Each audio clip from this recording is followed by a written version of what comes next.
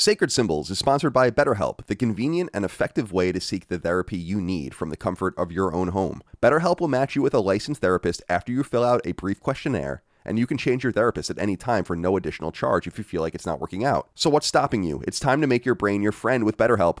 Visit betterhelp.com/symbols today. That's BetterHelp.com/SYMBOLS to get 10% off your first month of sessions. Again, that's betterhelp.com/symbols for affordable, convenient, and remote therapy that can help you live your best life, but only if you're willing to help yourself. Sacred Symbols, a PlayStation podcast, is brought to you by, well, you. If you want to learn how to support our show, go to patreon.com/laststandmedia.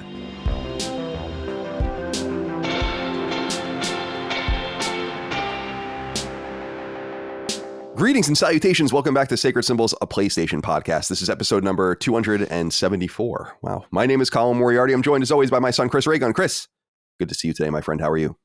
I'm well. I didn't realize until I looked at the camera feed that I got like a nostalgia critic thing going on today. Oh, yeah. I just need like a red tie and then that'll be set. But no, I'm feeling pretty good. You got my tea. Oh, the coaster stuck to it. Stuck to the coaster. There you go. Yeah. So I'm feeling pretty prepped. What kind of tea is it? Chamomile. Chamomile, nice. I don't like tea. Tea bothers me a lot. No, what my mom really drinks. Yeah, my mom drinks tea, and when I was a little kid, I got really grossed out by the tea bag. When you take it out, and then my mom would put it on a napkin or whatever, and I'm like, this is so gross. The fuck? Get rid of this, and it ruined the entire. It's like this wet bag of I don't know what it is. Yeah, it's like a moist bag of damp leaves. Like I get it. I had a similar kind of feeling when I was younger, but I think I specifically had that feeling specifically because I would only really drink hot tea when I was violently ill. Like it would be the thing that they would bring me. It's like, oh, you're sick, have tea.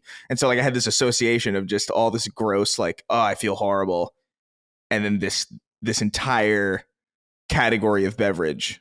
It's like an association, like a link, but it's enjoy yourself, my friend. Bon appetit. Dustin Furman, executive producer. Welcome to the show, my friend. How are you? Looking all clean cut, looking like a little boy. Oh, well, dude, you should say I should shave my facial hair off, and then you're gonna see the real little boy. Yeah, come out. I can't do it anymore. I no one can take me seriously at that point. But yeah, I'm doing okay today. Just I'm annoyed dealing with YouTube support, trying to talk to them. They have the absolute worst support. I don't even know why it exists. They don't listen to you. They lie to you directly. But I was talking. So we're having a bit of upload processing issues. Sounds like, though, Chris and Maddie are having the same. This is YouTube, at least YouTube-wide to some degree. Yeah. But no, they said, no, everything's fine. Nothing's wrong with our processing. And no, we don't prioritize other channels over others. Everyone's equal in our eyes. That's literally what they told me. They said all channels are equal for us. I said, we all know that's not true. We know that's maybe one of the most ridiculous things I've ever heard in my life. But yeah. But other than that, I'm fantastic. I have coffee. I'm feeling fresh, feeling good to go. Say what you will about Elon Musk's takeover of Twitter, good or bad, but the one thing we knew for sure was he exposed the fact that everyone was lying about all of the things they could do to your account, right? Mm-hmm. When they released all the screenshots and the Twitter files of things like, shadow ban, search ban, all these, it's like they just lie in your face all the time. They just lie. These companies just lie with impunity. The bigger the monopoly, the bigger the lies.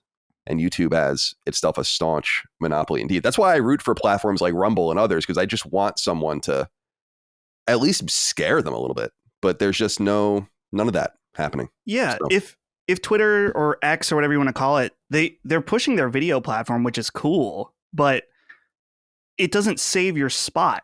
That's the thing that I think is so weird, is that you see, like, for probably the biggest one, Tucker Carlson, he's posting these hour-long videos, and I see that and I think, who's going to sit and watch that on Twitter? Unless it just doesn't even make any sense. It's not the place for it, really. Like it's I don't know, man. It at least needs to be adjusted.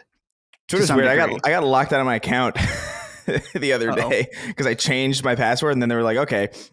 And then when you log in, the password isn't enough anymore because you need like an authentication code. But I don't have one because I can't log in. So like I can't. It was like a whole fucking thing. And I messaged them. I was like, I filed a complaint. And then 2 seconds later, they were like, we found nothing wrong. And I was like, cool. Yeah, you have to send your blood in to verify. I love text. Yeah, you have to send 1 pound of your hair in to verify that it's you. Let me ask you about hair real quick. Micah makes fun of me because we saw this, I think it was on Antiques Roadshow, which we like to like really get into every once in a while. Like we really get into it. And then we just don't watch it again for like 6 months. And then we let it all, and then we go again. And someone had a lock of George Washington's hair. And it was worth only $10,000. And I was like, I'd spend $10,000 on this right now. Like this, like that. Someone's like, I literally have a lock of George Washington's hair for 10 grand. Isn't that literally impossible? How would his hair still be around? Can they verify it? Apparently, well, I think they can verify it through DNA testing of his ancestors. But the thing, people used to do this, and I don't know if you guys know this. And this is kind of cool. I think it's weird, but it's kind of romantic considering, and I mean little r romantic, like just in considering the time and the place and how you would meet someone, maybe never see them again. People would go to Europe, people would come to America. People used to give each other locks of hair.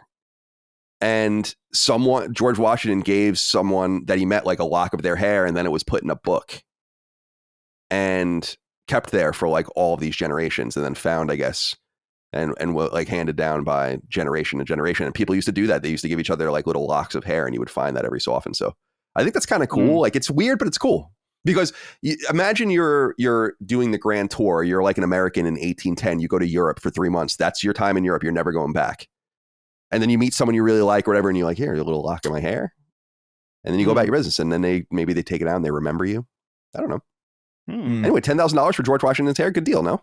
You could eat it, Yeah, and then you could absorb George Washington and gain his strength. What if I went to a local restaurant and I went to like the kitchen window where they start putting the food out, and I start putting little bits of hair in people's food, and then they're like, there's hair in my food. I'm like, that's George Washington's hair in your food.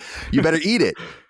That costs $400, that single strand or more, I guess. I'm trying to think, how many strands would it be? It's like a lock. Think about you taking just front of your hair and just cutting it off and then giving it to someone, The question is, you guys are avoiding the question. $10,000 for George Washington's hair. That seems like a steal. No, in my opinion. No way. I think that it is cheaper than you would expect, but I wouldn't purchase it. How about that? It is cheap, yeah. That's kind of the, because you would expect people who are really into that kind of thing to pay way more is the thing, right? You'd expect whoever has the inclination to purchase the lock of hair off of a dead man who's been dead for a very, very long time, who's historically important. You would assume that would be like, I don't know, a couple $100,000, bare minimum. Chris, I'll give you $100 right now if you can tell me what year George Washington died. What year he died? Oh, I got no fucking idea. Just throw it out there. I mean, you can't lose. 2006. Oh, man. You're a little bit off there. Dustin, $100 riding on it. Okay, let me think for a second. 1776. no. Probably like 1810 or something. I was going to say 1805. No. So good guesses. 1799. I almost said 1800 flat, which would have put me a year off. But he died right after his presidency. Yeah, he would have died in his third term. But of course, he set the 2-term precedent that everyone followed until it had to be put in the Constitution because of that scoundrel FDR. All right, I like FDR actually a lot. Yeah, my friends, it's good to be here with you. So unclear if it would be worth it. I would take that George Washington hair in 2 seconds. Just just reiterating. And by the way, imagine if you knew when it was cut. Or around when it was cut, then you can backtrack and be like, this hair was at blah, blah, and blah. I mean, imagine if you had a piece of hair that he cut in like 1782 and it's like, wow, this hair was at Yorktown in 1781. That's fucking crazy. Like this was the hair that was on his head when they won the Revolutionary War, basically. That's kind of cool. I don't know, that's just me. I mean, I love history, but maybe you guys aren't into it. That's fine. What are we talking about here? If I could clone him, I would buy it. Yeah. You know what I mean? It's an investment. It's got to be one of the first steps towards it, I assume, is getting his DNA, Yeah, just making a little homunculus. That's like really like revolutionary. Thankfully, George Washington famously had a cum towel that he never washed. Yeah, the famous the revolutionary cum rag. Yeah, yeah. They all used it. They've handed it around. It's basically on a board now. Yeah, I'm sorry? It doesn't. I said it's a board now. It doesn't really weigh. Yeah. It's a board. I remember that joke from that movie. That movie, Bridesmaids, was really funny, and the blonde woman in it was saying that her teenage son's streets were like boards of wood or something like that in the show. I was like, it's so gross. That's great. Oh yeah. That's Kate McKinnon, I think, right? Yeah, I think so. That was a funny movie. I saw that in the theater for some reason. I have no idea why. All right, that's good. What are we talking about? Sacred Symbols, PlayStation Podcast. Good to be here with you guys today. Episode 274. It's very, very exciting. By the way, Dustin and I had preliminary meetings yesterday about what we might do for episode 300. And we have nothing to announce yet, but we're going to get a few things going. We have a plan, like a preliminary plan of what we want to do, a strike that we want to do next year. And hopefully we'll gather in the spring to celebrate Sacred Symbols. But in the meantime, you can listen to it here on audio and in video form over on Patreon, patreon.com/laststandmedia, early ad-free access, $5 a month. Gets you early ad-free access to all of our shows, exclusive access to Sacred Symbols Plus twice a week, which is our supplement to this show. And Joey wrote in on Patreon, said, "Sup, Sacred Crew, just wanted to shout out how you guys are willing to do reviews and spoiler casts for games that are slightly older and not in the current zeitgeist. The recent Alan Wake review comes to mind, as does the Trails game that Colin and Maddie did. The proximity of the discussion to the release of a game is irrelevant to me. All I care about is the discussion itself, 2 weeks or 2 years late." Thank you. I mean, I don't know that we're slightly older. Alan Wake's 13 years old, but I appreciate that you enjoy those older discussions. We are able to do those things on Sacred Symbols Plus because of your guys' support. We just did a 3-hour conversation that's on Patreon right now with Defining Duke, the 5 of us gathering, talking all about the Xbox leaks, about PlayStation. Unfortunately, we recorded right before Jim Ryan retired, and we're going to talk about that deeply later in the show. Other episodes include, Dustin, you're doing one, or you've already done it, about Japan. Yeah. That's going to go live imminently, which is great. Your visits to Japan, I'm looking forward to hearing that. I did an episode with a journalist over at Push Square, a website we really like, to talk about games journalism. Micah did a mailbag recently. We reviewed and spoiled, if you will, in the spoiler cast, the Gran Turismo film, and so on and so forth. Yeah, Alan Wake's out there. I would expect an episode for Spider-Man from Dagan and I. By the way, both of you guys are welcome to be on that episode as well. I'm going to replay it imminently and get into that, because we're not that far away from Spider-Man, I think at this point. In fact, Jeff Keighley tweeted out that he has it. So we know it's gold. So yeah, we're not too far away from that. So look forward to that as well. And of course, you can submit your questions, comments, concerns, thoughts, and ideas in the weekly threads we put on the news feed for this show and other shows. That's how you hear your inquiries throughout the show. So thank you for that. Merch, laststandmedia.store. And please leave nice reviews, comments, thumbs up, and so on. Appreciate that. iTunes and elsewhere, we could really use your help. All right. Let's get into some things we need to talk about. It's a big show this week. A lot of news happened that I didn't expect to happen. But before we do that, we will stretch our legs. Astro Parrot King wrote in, said, "Hello, Kings. I have seen on Twitter that people have clipped out 20-minute chunks of Sacred Symbols and posted it. At what point is it too egregious? I know we'd like context to be added to clips instead of totally out of context, but I am not sure where the line is. Do you all have any concerns about this?" So I saw this, and Dustin, you had confronted someone on Twitter that took a huge clip of ours. Here's where I stand on this. I don't really like being clipped out, but I also know that we can't really do anything about it. I really just kind of try to put into the universe a few things. Number one, I'm not going to copyright strike you or fuck with your business unless you're like really stealing our content or like woefully misrepresenting it or whatever. Then you can do whatever you want. I'm not going to like go after you for fair use stuff. But I just ask that people kind of be reasonable with what they're sharing. 20 minutes is a very long time. And I know people are like, oh, well, the context. You guys always get mad at the context. I mean, this is kind of going into what we're saying. Why don't you just listen to the show? If you want to share our clips, I guess you can do that, but just be reasonable. I mean, imagine if we were a normal podcast that went for an hour and a half. That would have been like a quarter of the entire show just posted to Twitter. Yeah. So I don't want to make it seem like people can't do what they want. We put our stuff out there, and you're free to respond to it in the realm of fair use. And I think within a wide range of fair use. As a creator, I don't want people coming after me for shit, and I'm not going to go after other people. But I just ask for people to use good taste and reason, and don't misinterpret us at the very least. But Dustin, go ahead. Yeah. So let me comment on this. So that user did end up deleting the tweet, and some people thought I DMCA struck him. I did not do that. That's not something we would do. And I agree with you, Colin. People are going to clip the show. We're not going to do anything about it. I definitely think that there is a acceptable amount that is within taste of posting, and 20 minutes is well beyond that. And that's why it hit me at the wrong time. I saw it in the morning. I thought, I have to at least say something. I need to acknowledge this thievery, because here's the thing. There's a big misconception about, oh, well, you guys post the episode for free. Yeah, it's free. We post it and you're available to watch it for free, but that does not mean that it's not monetized in some way.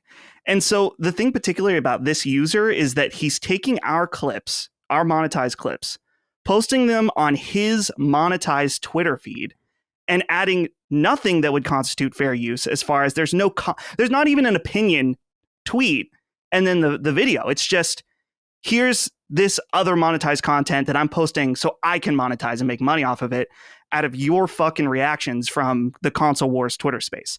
That's what I have a problem with, is that it's purely a way to make money off of our content, and that bothers me. And to farm this idea of clout as well. Like, yeah. Can't people just come up with their own original ideas? I don't understand why we need to be used as a cudgel. I wield my own weapon. The weapon is my voice, and it's my show, or our show. I don't speak on behalf of anyone else, so that people swing it like a sword. Actually, Jez Corden asked this when I was on his show, and I thought it was a really good question. Why do people in the PlayStation space typically share your stuff when you're talking about Xbox? And I'm like, well, that kind of explains itself, doesn't it? Because it's a weapon, it's a slash. And I don't intend our content to be used like that ever, but I don't begrudge people using it that way either. I mean, you got to do what you got to do. We're going to talk about reaction content later, and while it has a place, I think it's somewhat the lowest form of content, but this is even lower because you're just circulating other people's idea. I don't know. I'm 6 of 1 on it, just in the sense that it's cool to grab ideas and thoughts from other people, broaden your horizons and all of that. But sure, when these people pop up on my Twitter feed, I never see them saying anything cogent, except for when they tweet our videos out. Anyway, I wanted to speak on that. Dustin, let's stick with you for a second. Papa Flo wrote in and said, Dustin, I'm embarrassed to admit how hard I laughed on a recent episode with the Dukes where Colin accidentally introduced you first and immediately pointed out to Chris that he was saving the best for last. I've enjoyed the steady flow of ball busting from Colin as of late. That being said, I wanted to take a moment to point out that you are my favorite host. I think this is saying something, given I've been following Colin since the IGN days and also a longtime fan of Chris due to his YouTube videos. Someone has to keep the shit anime takes from Chris and the somewhat peculiar Far Cry opinions of Colin at bay. You're not the host we deserve, but sure as fuck the one we needed. Cheers from Canada. They're building you up a little bit, Dustin. How do you feel about it? That's very nice. Papa Flo. Thank you. Yeah. It is the opinion of a Canadian, though, so. Yeah. Yeah. Right. Okay. That's a good point. Man, this just reminded, by the time this episode goes out, there's a new Lockmort edit related to some of this recent weebdom going on the show. I think you guys are really going to enjoy. But yeah, no, I appreciate it. Thank you, Papa Flo. Yeah, we want to build you up. We can't tear you down if we don't first build you up. That's so mean. I love that motivation. That's awesome. That's my motivation. I'm only kidding. All right. Michael Hebert wrote in. Said, gentlemen, we live in a society. In a thread much like this 3 weeks ago, I submitted a comment and ended it with a simple joke that called back to an earlier Colin observation. I ended with, I'm going to hang up and listen now. This was a reference to Colin's observation that the best callers from radio shows were pithy, direct, and once they asked their question, they would say something like that before hanging up their phone. I thought it was charming and might help me finally get a comment read on air. It didn't end up on the show, bummer, but it happens. Imagine my dismay that for the last 2 weeks, there has been a write-in that ended similarly to what I started. Even worse, not one of the three of you reacted at all to it. Even worse than that, I didn't get any credit for making the joke. I write today channeling my inner Costanza to graciously accept my due credit for a witty way to end in a write-in. I bought the big salad. We live in a society. I'm going to hang up and listen now. Michael, you are so over bounds in this. Those were not even remotely the first time that we have said that on the show or that people wrote in about it, and you didn't make it up. Yeah. That predates Michael, you didn't make it up. That predates a lot of us. Yeah. Well, it also just predates on our show is what I'm saying. Like, we've been saying things that for a long time. Michael, 2 weeks ago is not even, or 3 weeks ago, not even remotely the first time, if you go back and listen, that we did we're going to hang up and listen now thing at the end of it, or that someone wrote in about that. So I want credit for my stuff too. It's like what I said when Micah, people were giving Micah credit. She didn't take it, but people were giving Micah credit for the canceled thing that came out of the printer. And eventually I'm like, listen, I did that. I'm going to take credit for the joke. You guys think it's all funny. It's me. And I understand that need, that want for the admiration and for the credit. But you have to be very careful, because when you're not right and the credit therefore doesn't in fact go to you, you look like a dunce. You know? Ooh. Anything to say about this before we move on? I personally don't remember it ever coming up until 2 weeks ago. We talked about it so long ago. I promise people can write in about this. Maybe before me. I mean, maybe, but yeah, I'm gonna hang up and listen now is definitely a thing we've been doing before 3 weeks ago. Yeah, I've definitely heard that on like older, like that's something I remember. Like I remember that at least in like 2015. I remember hearing shit like that, you know, like on the shows that I would listen to. It's not, you know, at a certain point, there are certain turns of phrases that you have to assume can't possibly be new, because that's like a very old radio term, and radio, even by the mid 2015s, was dead as fuck. Well, I'll tell you where I got it from. Two things. Number one, my beloved Around the NFL podcast, which is like my favorite podcast. They're hysterical, and and one of them always says that, and has for years. And that's drawn from our experience listening to New York area AM sports radio, where people will go on like diatribes about the Jets and be like, all right, hang up and listen. And then I think we brought that up on the show, and then I think people started using it. So I think you're ahead of your skis a little bit, Michael. You know, maybe I'm right, maybe I'm wrong, but you did get read on the show, didn't you? Thank you for writing in. Sacred Symbols is sponsored by BetterHelp, the convenient and effective way to seek the therapy you need from the comfort of your own home. Learn more now at betterhelp.com/symbols. My friends, it's important to embrace therapy if you want to live your best life. It's that simple. See, we all go through trials and tribulations in our lives, and part of what binds us as humans is that we actually experience many of the same struggles, even if our own version is a different shade than someone else's. But this is what makes therapy work, and I would know because I see someone in my own life. Through others' experiences, good and bad, you can learn to deal with your own life better. And it's great to speak to a professional who will listen to you and provide the feedback you need, advice and wisdom, and all of the rest that can help take a bad situation and turn it around. The reason why I think BetterHelp is the superior version of therapy is therefore simple. You can absorb all of the positive virtues of speaking to someone without having to jump through hoops to do so. Instead of going to an office and so on, BetterHelp is deployed via video, audio, or even just text, which is great for the art of talking and listening. And you won't pay an arm and a leg for the honor either. After all, not everyone has health insurance, and many people's health insurance doesn't begin to cover mental health care. But mental health care is vital, which is why BetterHelp's accessible and affordable approach is so laudable. You guys know me. I struggle mightily with anxiety and the depression that stalks behind it, and I have for years. But I knew my limits years ago, and I still do. Therapy helped me crawl out of my darkest place. And I think it can be useful for you too, whether you're dealing with relationship issues, family problems, work or friendship trouble, or whatever else. Nothing you feel right now is new. Someone has heard it before, and better yet, they know how to help you. The only question then is if you're willing to take the first step. BetterHelp will match you with a licensed therapist after you fill out a brief questionnaire, and you can change your therapist at any time for no additional charge if you feel like it's not working out. So what's stopping you? It's time to make your brain your friend with BetterHelp.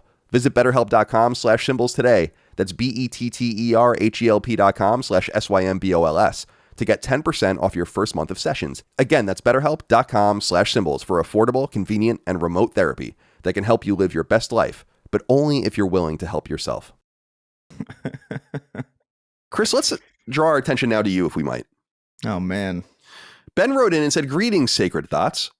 When I saw the studio light behind Christopher Cunnilinguist last week, I momentarily thought, is Raygun starting an OnlyFans? That has inspired this out-of-pocket write-in. If you had a crystal ball that showed you with absolute certainty that you would make 6 figures a month if you start an OnlyFans, would you? What's the minimum guaranteed monthly revenue that you would do it for? And what is the absolute ceiling on how risque you'd go? No clothes, but underwear at all times? No body, just feet? Full frontal for $2 million a year? Personally, I'd whore myself all over the platform if anyone was willing to pay for it. Keep smoking them symbiotes." I'm of two minds with this because... Yes.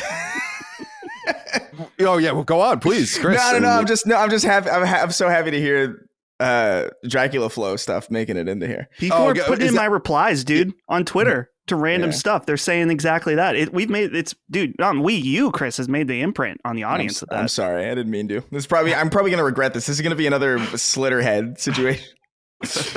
Yeah, where we have to stop. Sometimes still people occasionally use the slitter still. We'll bring it back when the time comes. We'll re-engage Slitterhead, but now is not the time. Now is not the time. Not until we see more of the game itself. But here's the thing, because he gets into it. He says, well, you start an OnlyFans, and immediately I'm looking into caveats, because I know that they're trying to do normal content or get people to do normal content on OnlyFans. And it's like, okay, yeah, I'd start an OnlyFans. It could be about whatever. But if you're talking about like what we would understand as OnlyFans, listen, if you were going to pay me, we make good money now. I'm not complaining at all. But if you were going to pay me $100,000 a month, I would whip my dick around like Simon Belmont whipping a whip around. In Castlevania, you know, like in Castlevania 4, when you can do this thing with it, and you just, that would be me with my own blur penis on a photo. Right. 100%. So I'm no shame at all. I do think a lot of young women are unintentionally ruining their lives by being on OnlyFans. I will say that. But I have no problem with people making their own decisions, sex work, whatever. I'm not like sex work's real work. It's old work. Sex work's old work, and it's work that you can get paid for. Yes, it's your right to do that. I mean, I'm not going to necessarily not judge you for it, but I'm not going to not judge you for it either. So right. Do what you got to do. But for me on OnlyFans, I'm good. Unless it's $100,000 a month. Simon Belmont dick whipping. Yeah. That's kind of thing where it's like, I really don't have any moral objection to it at all. Like I would do it probably, like if I knew that I could make $1 million on it or something like that, like why the fuck would I not do that? It's the amount of money compared to like how little the work is astounding. I mean, it would be similar, like, I mean, because you people talk about like, oh, well, it's not real work. It's like people say that about like YouTube stuff all the time too, but like, and so I get it. There's some work that feels like it's not real work, and I'm sure that there's a lot that goes into it that I'm not thinking about. I'm sure, but also like, dude, it seems insane not to do it if you just knew that it was going to give you like millions and millions of dollars. Right. That's the difference. Because that's security. It's not even about money. It's more about like, just like, we're all chasing security on some level, right? Right. And so like to be offered that for the exchange of like what, like a dick pic, big fucking, you know how many people's nudes are out there for free? You know what I mean? Like, it's why would I not do it? But I don't know, I'll probably wait for my parents to die.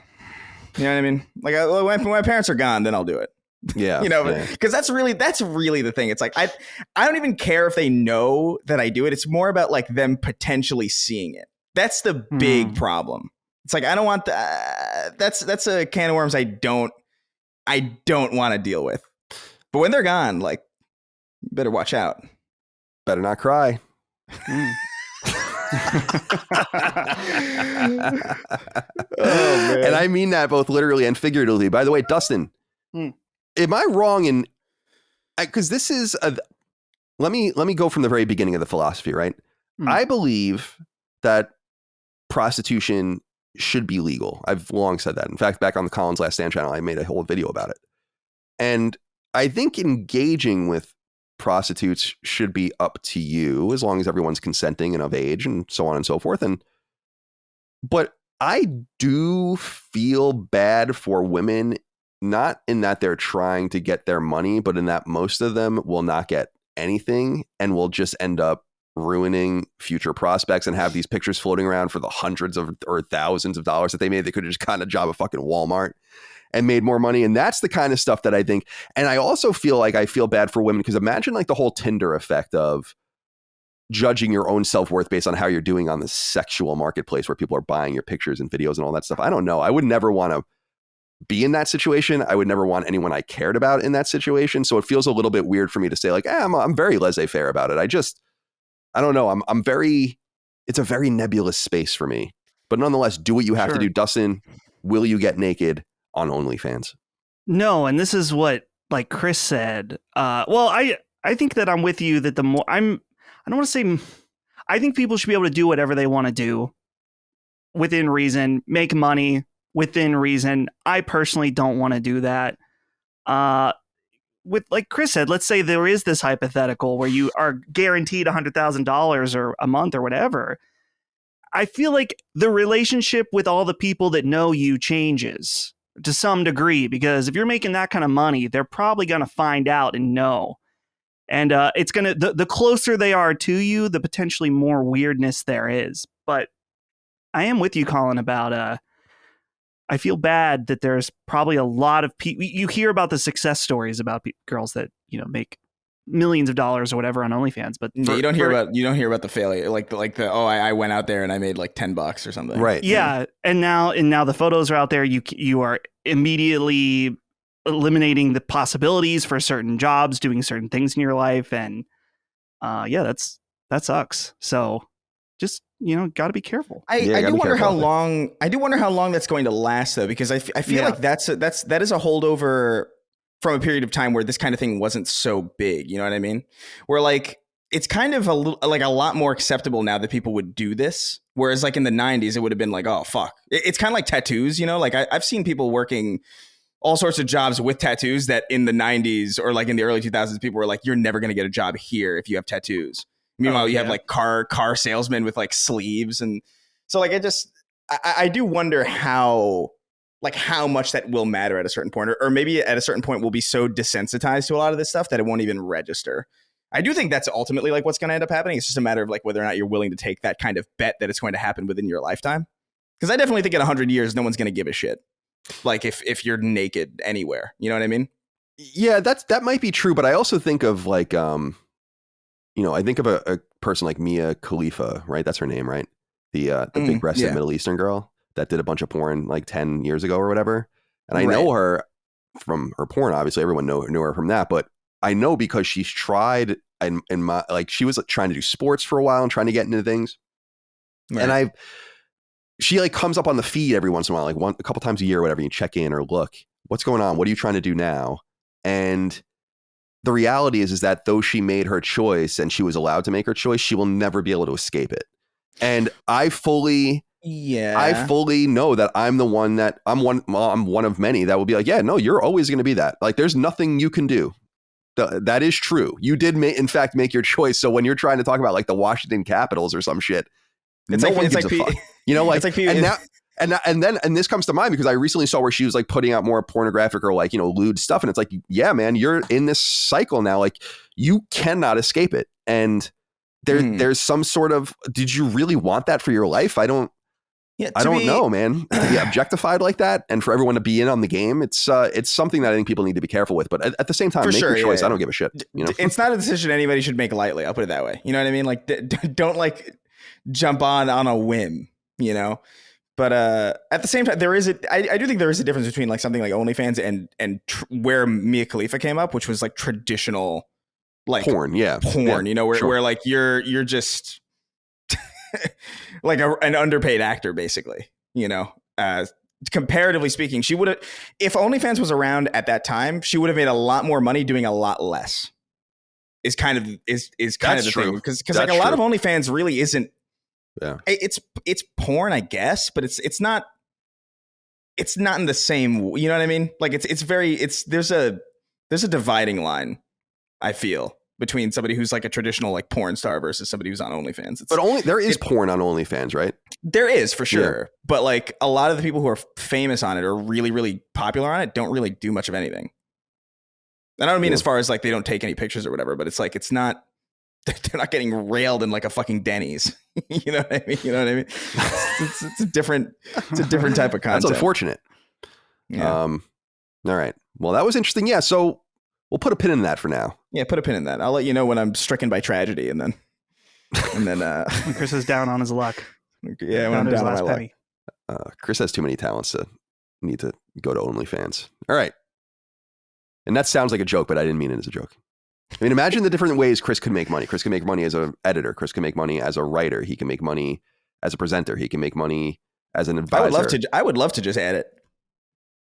I like editing a lot. Yeah, I love editing. It's awesome. I've been doing these clips for Snark Tank lately, just like in my free time. Yeah, and it's been fun as hell, just like dragging shit around, like altering conversations to sound like slightly different than they did live, and doing subtitles and throwing some random PNGs in there. It's fun. I don't know. Yeah, that was like the least and is the least favorite part of the process for me. Like when I used to do a show called Colin Was Right at Kind of Funny, I edited that myself and it was really popular. That's how I learned how to use Premiere and do things. And I was like, I fucking hate this shit. That's so funny. I'm like, let me write it. Yeah. And I'll say it. And then you make the video. Dude, I only write and record anything so I have something to edit. Basically. We should have found each other a lot earlier in life. I know, right? Goddamn, it's a shame. All right, my friends. It would have been a little weird if we found each other too early, you know? Oh, yeah. It's like me and Micah. Micah's 10 years younger than me. And she'll say something like, oh, I was in 5th grade at this time. And I was like, I was in college. Uh-oh. Yeah, that's my parents. My parents have a similar age gap. It's like, I don't know. So it would have been like that for us. Like I would have been like, damn, Chris is early on YouTube and I'm like a college student and Chris is in like 7th grade. And be like, we should collaborate. We should collaborate.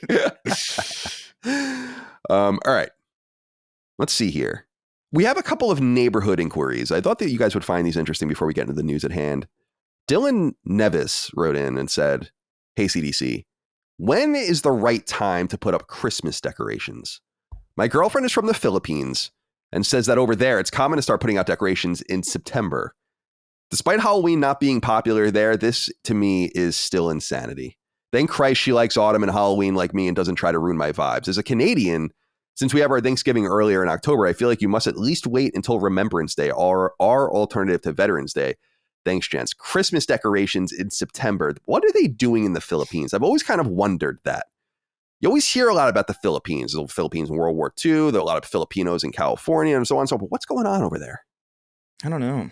You know, were they too close to a few nuclear test sites? And now they think that we should be putting Christmas decorations out in September? I don't like that nonsense at all.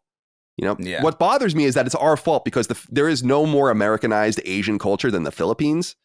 Oh, yeah. And so it's definitely our fault that we. They're like, aren't there literally like Kenny Rogers roasters and stuff over there? I'm pretty sure like a friend of mine went to the Philippines recently and he was like, dude, I went to a Kenny Rogers roasters. And I was like, I thought that was fake. I didn't know that was a real let me make sure I'm getting, because it's something very similar. Kenny Rogers. Yeah, look it up. I think Kenny Rogers Roasters is real, but I when it was on Seinfeld, I wasn't familiar with it because it wasn't in Long Island. It's a real place. It's just like, it's so funny because this thing, I only know about it from Seinfeld. I've never seen a Kenny Rogers Roasters in the city. So I assumed it was like a fake thing. And then he was like, yeah, I found it in the Philippines. Like, what the hell? Living in insane. When I lived in San Francisco, we had a Jollibee. Do you guys know what that is? Yeah. I know Jollibee. Jollibee is a Filipino fast food restaurant, Dustin, where they serve things like spaghetti and then like cheeseburgers with pineapples on them and like all sorts of weird. It's weird. I mean, some of it's good. Mike and I were just talking about it actually because I was telling her especially because I was in my early 20s when I was around Jollibee. I'm like, I'm too intimidated by this place. I can't possibly go in here. Yeah, I'm not a fan of it specifically because I feel like the name sounds like candy. You know, it's like it's really close to jelly bean to me. And so like my brain is like immediately like, oh, sugary confections. And then I go in and it's, you know, pineapple on a chicken on like a leather shoe. Like, I don't know what's going on in there, you know? So it's too conflicting to me. I like their slightly overweight bee mascot that they have going on as well. Yeah. He's got a fat face. He's husky. But when he's jolly. I'm going to find an image for you. Oh, shit. What did I just do? He's a jolly bee. Copy image address. Let's see if this works for you. I'll send it to you guys here in the chat. Oh, yeah. Feel free to put this in the show if you want, Dustin. Why is he a red bee? I have a lot more questions than just that, to be honest. Is he inflamed? He's a fire bee. This might go back into the nuclear stuff I was talking about where they're just... Yeah, he's got a fat ass. The nuclear stuff. That's actually not a mascot. That's just a guy. That's just a guy who was fucking warped. Jollibee. That's his name's just Benjamin or something. And they just gave him the job. Wings in the bikini atoll, and now he's our mascot. Man. So Christmas decorations, way too early. Yes. I mean, can I ask you, this is where I wanted to relay this to you guys and see what you think about this. And Chris, you might be a little less sensitive to this than you are now, Dustin, because you live in more of a suburban place. Chris, you're more of in an urban place, but I was in an urban place for many years. And at some point when I was in that urban space, people got out of control with the decorations in front of their houses, to the point where in my neighborhood, people are putting up skeletons that are higher than their house. Oh yeah, sometimes multiple ones. Like this shit didn't exist when I was a kid. None of this was going on. Huge blow up things and all, and they're already putting them out, and they've been putting them out since the middle of September. And I'm like, that's kind of flagrant. You know, It's giving me agita, especially because I get married on the 28th and Halloween's the 31st. So people are putting the shit out. I'm like, I'm going to get married before this fucking holiday happens. And you're already putting the skeleton arms underneath your tree. I have. So I don't know, like to me, Halloween decorations, because Halloween happens at the end of October, I think there is some leniency about at some point in September, those things going up.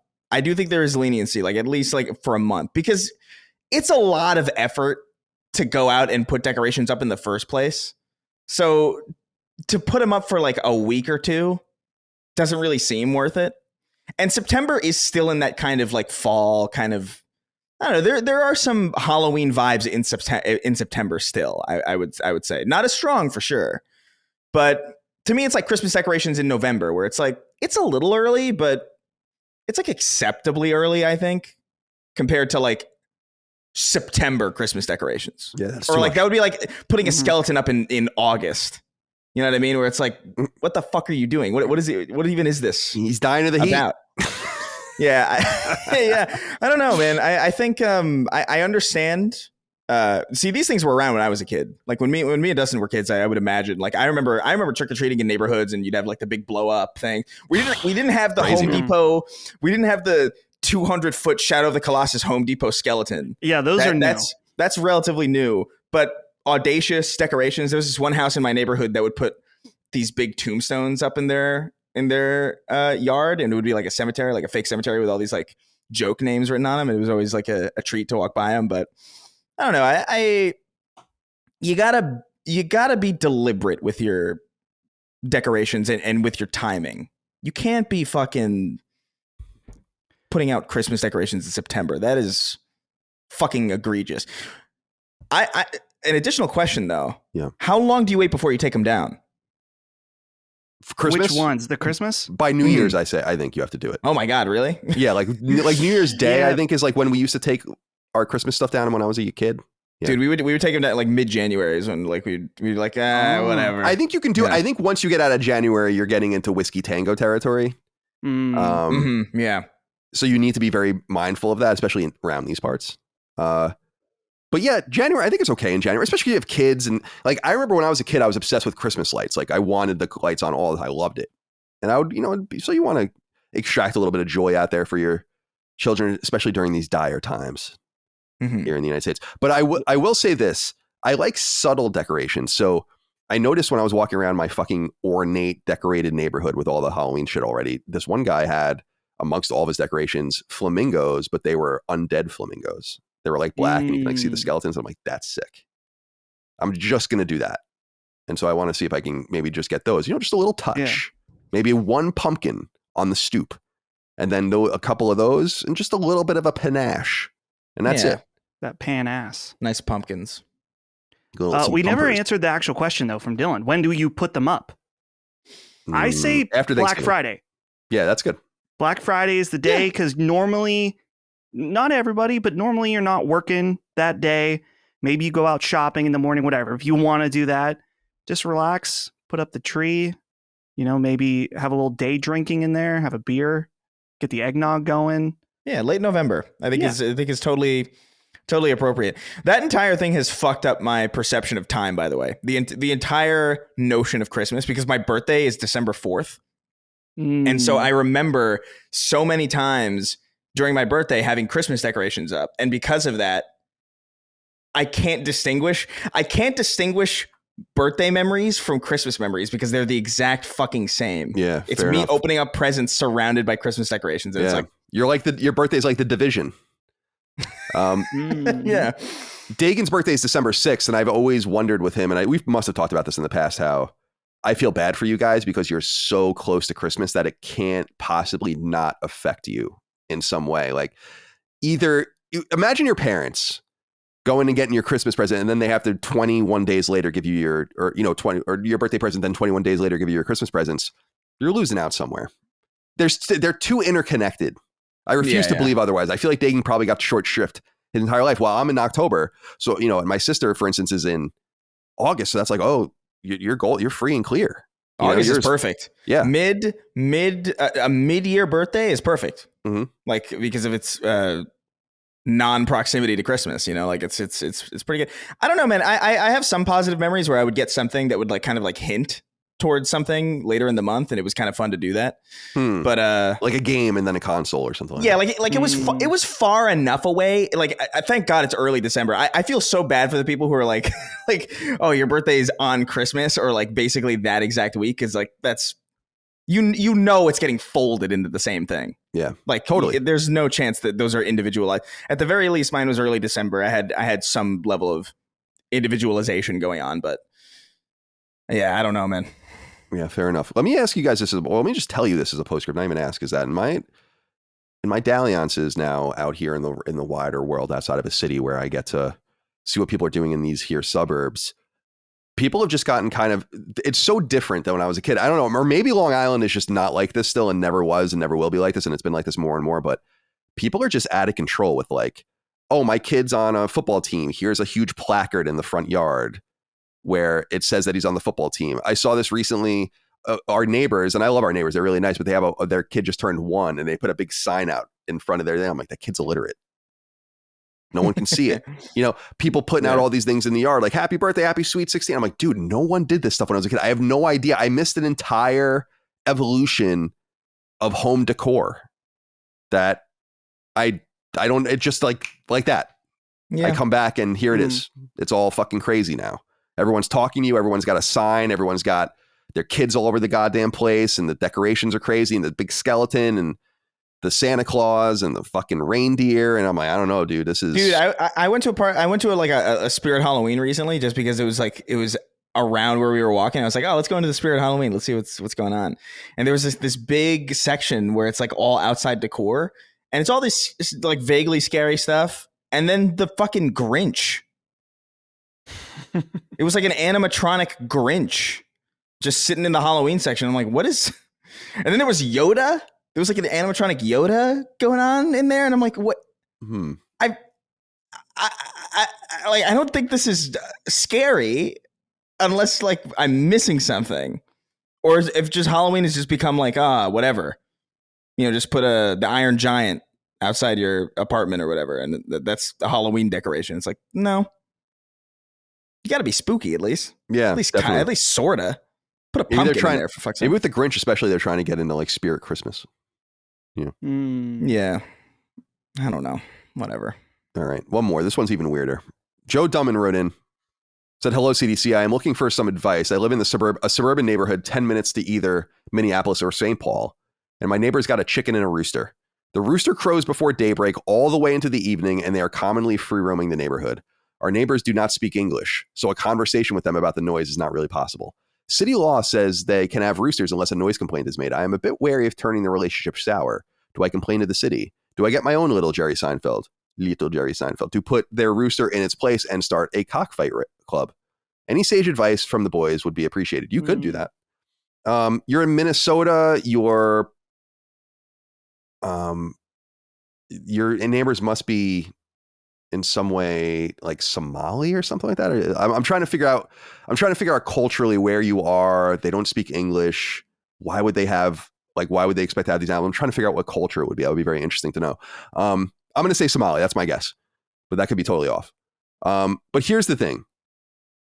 In these United States, got to follow like the noise ordinances. It's rude. It's presumptuous to see. What did I tell you guys about putting people into positions? And putting people in the situations? You have now been put into a situation. And the worst part about it is you can't even communicate with your neighbor about it. There's a lot of options here. You could assassinate the rooster. No, they'll just get a new one. Yeah, that's true. Yeah, but it might not be as loud. It might not be as loud though, is the thing, because isn't it?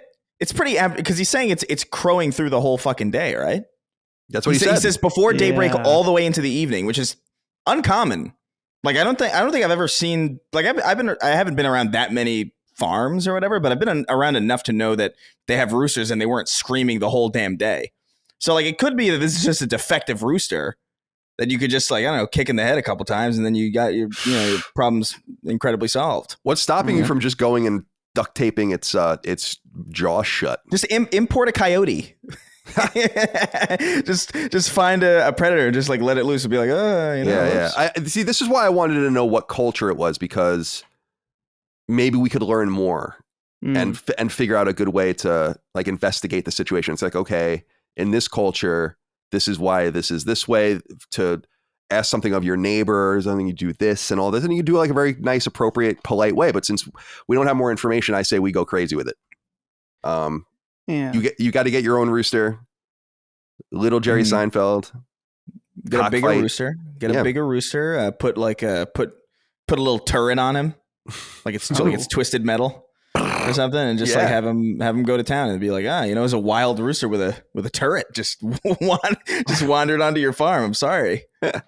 I never invested that many skill points into animal husbandry, so I'm no expert here, but I didn't think, do you need to have a rooster when you have a chicken coop? I guess if you want your chickens to procreate and create more chickens. Yeah, that's probably the reason. Yeah, that would be the only reason to have a rooster, I would imagine. I know people that have chickens and I don't think they have a rooster. They just have females that spit out eggs. They're delicious. They give them to Holly, stuff like that. And we eat them and it's fantastic. But my other question to Joe is that there's a assumption that if he tells the police that they will automatically know it was him.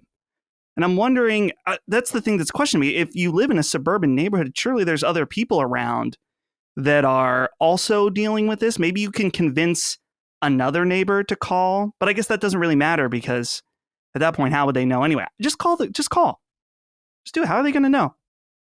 Yeah. So I think I googled really quickly. What's the point of a rooster? And it says it will guard against predators and sound the alert if there's any perceived danger. So, dude, this rooster's panicked, man. He's perceiving danger. He's perceiving danger the whole. This rooster. I have a perfect idea. Get the rooster on Xanax. Just find yourself a contact. Slowly, get it hooked on Xanax. It won't be so panicked, and then it'll shut up. It's very expensive for you because you're gonna have to keep paying for this prescription. But at least it can't hurt to try. Yeah, probably illegal too. But is it illegal to drug a rooster? Probably. I don't know. I can't imagine that it is. You can't tell me I can't drug this rooster. Yeah, like I feel like you could probably inject heroin into your rooster for all the fucking steak hairs. Yeah, I mean, who cares? No, I this is a classic example, Joe. A classic example of you being put in a position. You're in a situation. You didn't ask to be in this situation. You didn't ask to be put in this position. You have been put in this position by people that are not self-aware enough to know that you cannot have a crowing rooster in a suburban neighborhood in Minneapolis.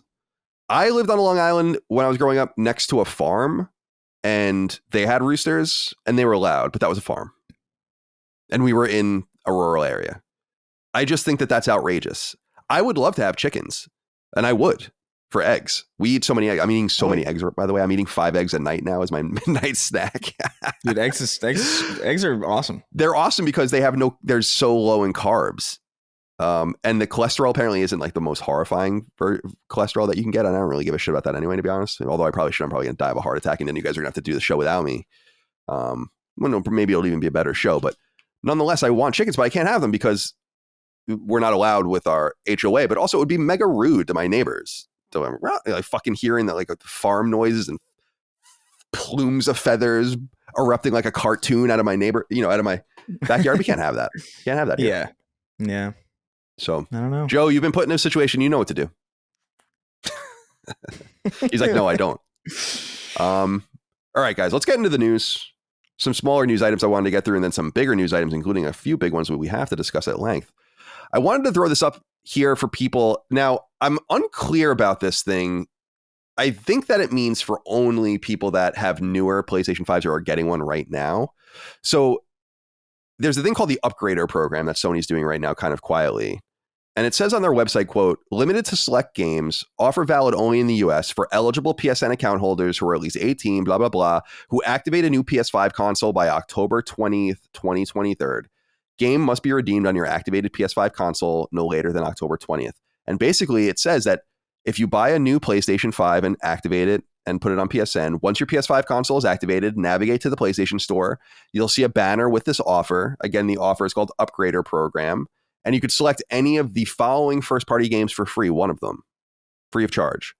Miles Morales, Spider-Man Remastered, Ragnarok, Forbidden West, Ghost of Tsushima, Rift Apart, Demon Souls, The Last of Us Part 1, Sackboy: A Big Adventure, Returnal, Legacy of These Collection, and Death Stranding. So if you're on the fence out there or are a newer PS5 user, newer on PSN, I'd go check this out. The unfortunate thing about this website is that it doesn't really give you details specifically about anything else, like who this is. And it could be that this website is really linked out only in new PS5s or whatever, and it was just been circulated. So check that out. If you're on the fence or if you're new, you can get a free first-party game. I think I own every one of those games, so it wouldn't be useful for me. Another PSA, and I started playing around with this. I don't know if you guys noticed this. This comes from Push Square. PlayStation Store adds a new 5-star rating system to score your PS4 and PS5 games. This is awesome, and a lot of people are already using it. You can actually see very granular information about how many people have recorded a review for a game and then separated by how many stars. So kind of like the Amazon setup. Mm-hmm. Not every game has it though, because I went to go give our own games a 5 and I only looked at Hybrixia 2 because that's the newest one and it didn't even have the option. So I don't know if this is rolling out slowly, if only certain games will get it or whatever, but I started going and giving games reviews and hopefully this will help train PlayStation to recommend me better games for me. I also hope this is the first step towards a more cogent Steam-like approach that we've wanted for so many years on PSN. So go check that out. And then finally, an FYI, before we get into the actual news here of bigger things we can actually talk about, the FTC is reviving its challenge to the acquisition Microsoft is attempting for Activision. This deal is going to go through, so this would have to unwind the deal. It's unlikely this will succeed. However, it has happened. In other words, there have been mergers that have happened, and then the FTC has sued one, and that company had to be unwound. But it's highly unlikely that's going to happen, and we'll leave that to the Dukes to talk about in the interim until it comes back for us to discuss. But I would imagine within the coming weeks, Activision will be fully owned by Microsoft. All right. Guys, what did you think about this hack? Dustin, I wanted to go with you on this. There's this word so this website, Cyber Security Connect, which I don't know, but apparently worth for a lot of people citing nonetheless. They said that a ransomware group called ransomed.vc claimed a major breach of Sony Corporation. And this has been widely reported. And then 2 days later, Sony released a statement and they released it to IGN saying that they are currently investigating the situation and have no further comment at this time. It looks like for some people, this feels like a replay of what happened in 2011. To me, though, I don't see the evidence that, and I don't want to say that anything has happened at all, but it doesn't even seem like Sony itself is very concerned about this. I mean, consider what we're going to talk about later with Jim Ryan. I don't know that you would announce that unless that was like a consequence of what happened or something, which I doubt, that you would announce that in the interim. It just seems like they're like, this doesn't seem as big of a deal as it is. It's been several days since this has been first reported, and even a couple of days since IGN has released a statement at the time we're recording this podcast. So it doesn't seem like it has the same urgency as the PSN hack. Remember for people that weren't around, when the PSN was hacked, they took it offline. They literally unplugged it. Yeah. Because it was so fucking broken and so compromised that the only thing they could do was to just remove it from the internet. So it's a legendary story. And for people that weren't playing games or around at that point, you should really, really go read about that because it's awesome. It was awesome for coverage. It was awesome on Podcast Beyond, IGN. It was horrible for Sony. And it was right at the time when they were really starting to resurge. It really goes to show how strong the brand was, because they were offline for, I think, 6 weeks, which is crazy. I mean, just imagine not being able to connect to the PlayStation Network for 6 weeks. It's totally, totally wild. So I just don't see that happening here. I'm wondering, Dustin, what your interpretation, you're a much more savvy person technically than me. What do you read into this situation? It's hard to say. I immediately am not too worried about it, just because we saw, like you said, Sony's response last time where they were immediately notifying people, turning off the PSN, stuff like that.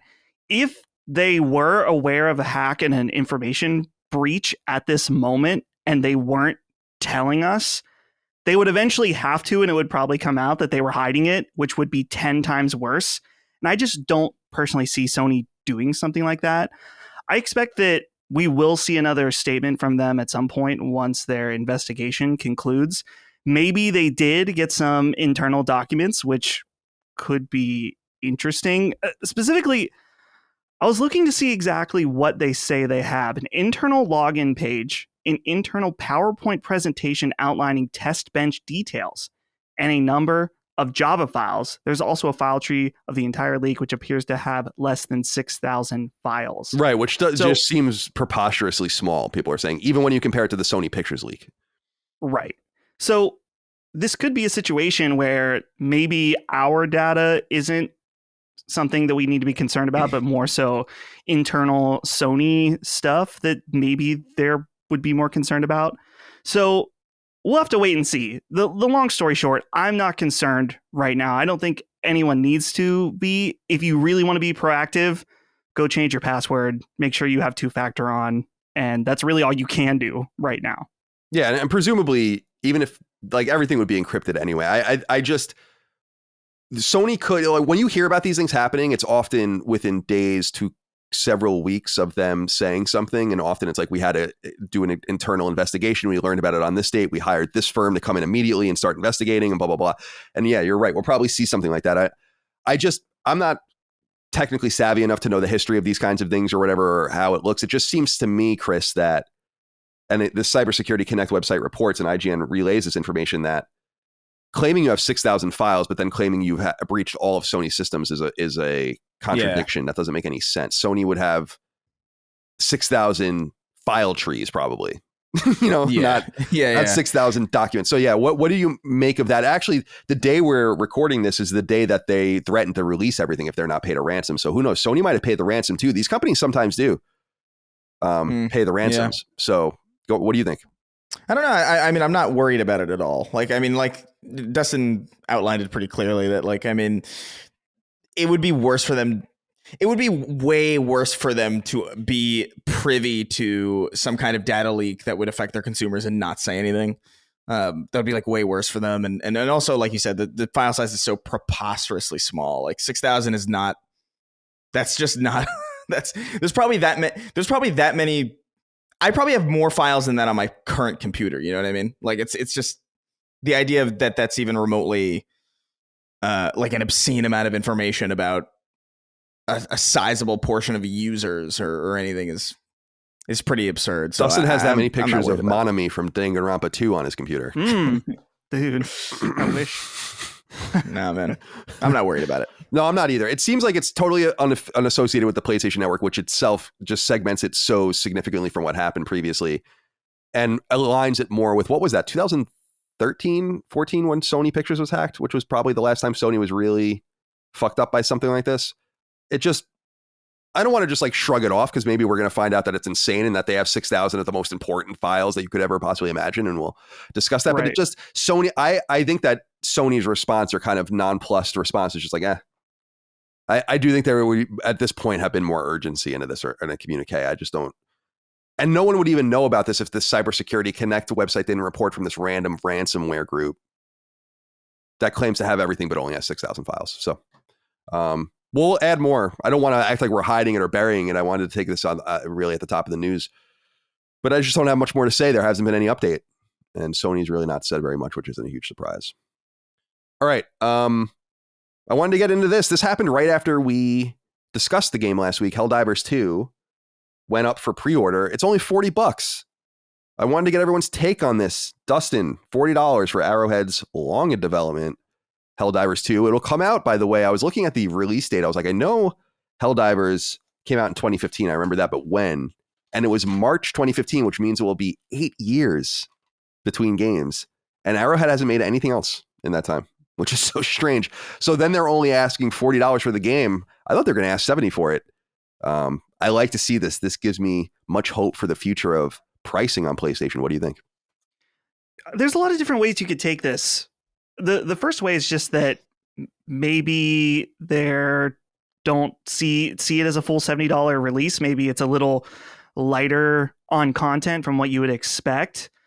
The other angle, and I think that this is probably the most likely, is that they know this is a multiplayer game. It lives and dies by their player base. So they would rather lower the price to entry and then have microtransactions or DLC or other types of things that they can add on to the game, which you can already see, and we'll talk about this in a minute, but there's a Super Citizen Edition, which has all these different ships and capes and armor sets and stuff like that. So I would expect that Helldivers 2 will have a microtransaction store to some degree, and that's part of the pricing model of the game.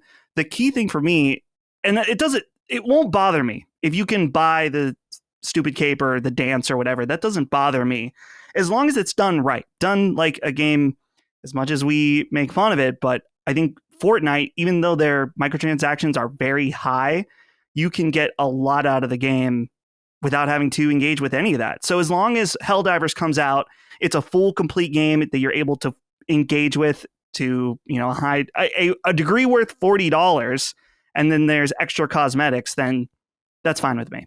Yeah, I agree. And by the way, I wanted to bring up, well, this is something that we had a letter for that wasn't related necessarily to this, but just generally to these special editions. Eric J wrote in and said, hello there, great, powerful, and all-wise CDC.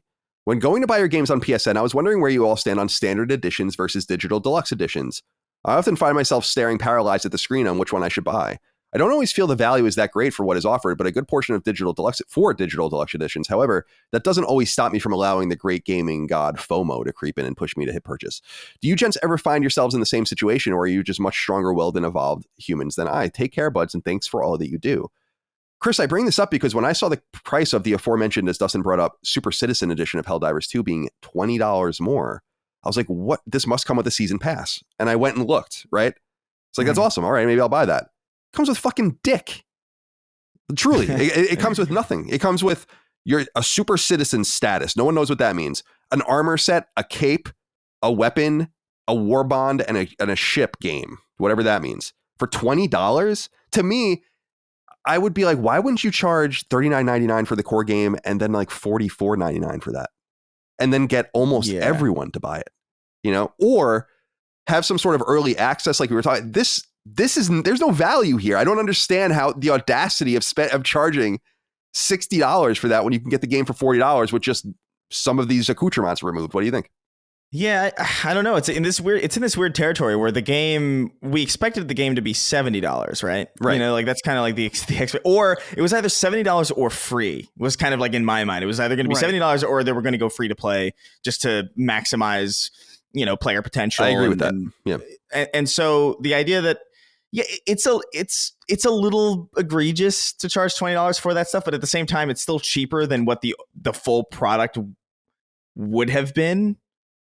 You know what I mean? Like it's still $10 cheaper than the original price that we thought the base game was going to be. It's true. So it puts it in a weird category where it's kind of difficult to judge from a value proposition. I have no idea what any of this shit is. I don't know what the MP98 Night weapon is. I don't know what the hell, the DP53 is. Like, I don't know what any of this shit is. Right. But presumably it will complete the game. And so it almost feels like, I don't know how scummy this really is, but it feels like there are parts of the game that are kind of being cut off just to justify the existence of a special edition, which would bother me if not for the fact that this special edition is still cheaper than what I thought the game was going to be. Right? But it's in this weird territory for me. I don't know how to judge it really. But I understand that, but I also. Our $70 assumption was based on the perception of what they were giving us. The $40, 100%, like Dustin was saying, I think indicates something else, which is fine. I also think it's interesting they're talking about it if you read the game info, as a third-person shooter. First, as opposed to like an arcade or multiplayer experience. I'm also a little concerned because it says that you have to play online. I'm not concerned about always online. PSN is fine, and this game's not going to have a crush of people when it comes out in February playing it anyway. But I'm wondering I'm hoping you can play it like the original Helldivers, which is by yourself. But even if you pre-order the game right now, just the regular version, you get all of this other stuff too. It's just it's confusing. It's pretty shameless, dude. Because I would think, see if you guys follow me here. You're charging $20 more for all that stuff. I would think that, so if you charge $5, you would need to sell 4 times more to make the same amount of money. And I think you would exceed that just because $5 is so little that people would just be more likely to do it. I do appreciate that they're not doing the early access thing, though, just because that is kind of starting to frustrate me. I will say, as a piece of interesting information, though, as I understand it, in thinking about what is on PS5 so far, this is the first sub-retail priced PlayStation published game on the console, I think. So, think about it, because it's you'll have... No, you're right. Yeah. As far as PS5 goes, yeah, you're right. Right, PS5. The last one on PS4 that I can think of would be Dreams, and before that, Concrete Genie and Medieval and Shadow of the Beast, which I think were all that fall in 2019 into 2020. So nothing's coming to mind. And obviously the big one notable before that was Ratchet. That was in 2016. So that's an interesting thing. But yeah, if you think about the PS5 games specifically, why can't I find them on this list? I don't know where they are. I don't know. My assumption, I mean, dude, based on the gameplay that I've seen and based on what we've seen of Helldivers 2, like, I think it's going to be fun. I think it's going to be a fine game, but I do think there is, I don't want to say double A in like a negative way. It definitely feels like a more budget title. It definitely feels like something that I do think a lot of people are going to be kind of surprised at how not maximum AAA it feels, just because it's like a Sony. It's the biggest. Well, I don't want to say biggest because it's not really the biggest, but it's the first big thing after Spider-Man and presumably before whatever else follows it. It's the only thing we know about really next year for certain. So I think people might. I don't know, man. I have a feeling this is going to get a lot of hate because people are not going to tailor their expectations correctly. Like I worry about it a little bit. I am interested to see how they choose to talk about it moving forward and how they choose to position it. They've clearly spent a lot of time and probably a considerable amount of money, not very much probably, but you have to imagine that it's been rebooted too. Yeah, definitely. Right? I definitely think that's true. It's just been too long and Arrowhead has been too cohesive for that time. As I've said over and over again, that leaked trailer indicates that they were ready to announce this game years ago. And so I just feel like something happened at that point. What my biggest theory would probably be something like the games as a service. Imagine, and we're going to talk about Jim Ryan coming in 2019-ish, but this probably was even going on before that under Sean Layden and others, where it's like, we have this new games as a service need, and this game was going to be something else. And now we're going to kind of retool it to be this thing, which I think is happening in some way to factions as well, although we'll find out hopefully more sooner rather than later. Okay. Bad news over at Epic. Surprising news too, although maybe not so surprising considering that Epic spends a lot of money and doesn't make enough money to cover all their outlays, but Epic is laying off 16% of its employees, almost 1,000 people, they announced today. And this includes some interesting divestitures, including from Bandcamp, which they're selling, that super awesome brand they're spinning off and selling. And the layoffs are pretty wide ranging because I've been reading from, remember, Epic owns Psyonix, Epic owns Mediatonic and others. So those studios are all receiving layoffs, Mediatonic being Fall Guys and Psyonix, of course, being Rocket League. And it's sad to hear, although Tim Sweeney in a letter acknowledges that growth is the primary driver of what they need, since they're taking so much of their profit and putting it into the things that are losing money as they're trying to grow and all of that. So it's a bad scene, although they're getting pretty good. What he says, the consolation is that we're adequately funded to support the layoff all employees, offering a severance package that includes 6 months base pay and 6 months of healthcare. That's pretty good. So some people probably getting laid off, probably pretty amped. But the job market is a little ominous out there. So good luck to all of you guys out there. Any thoughts, Dustin? Yeah, I saw some frustration because apparently they're laying off 16%, but also they're still hiring. And so that made some people upset.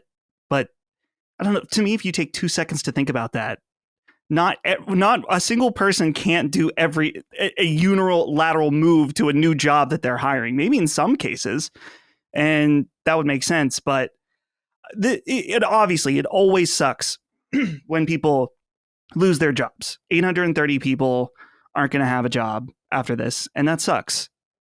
The silver lining, they are getting an awesome 6-month pay and healthcare benefits. That's honestly kind of the best case scenario situation. But Epic is an interesting company to me in that clearly they have a few different huge cash cows, and at the same time they still need to divest like this. But I guess that's the kind of the case of just doing business, where you try out a bunch of things, certain things don't work out quite like you expected, maybe you start to get a little bloated, and then you've got to trim down. Unfortunately, that comes at the cost of people's jobs, but it seems like just the reality of doing business at this scale.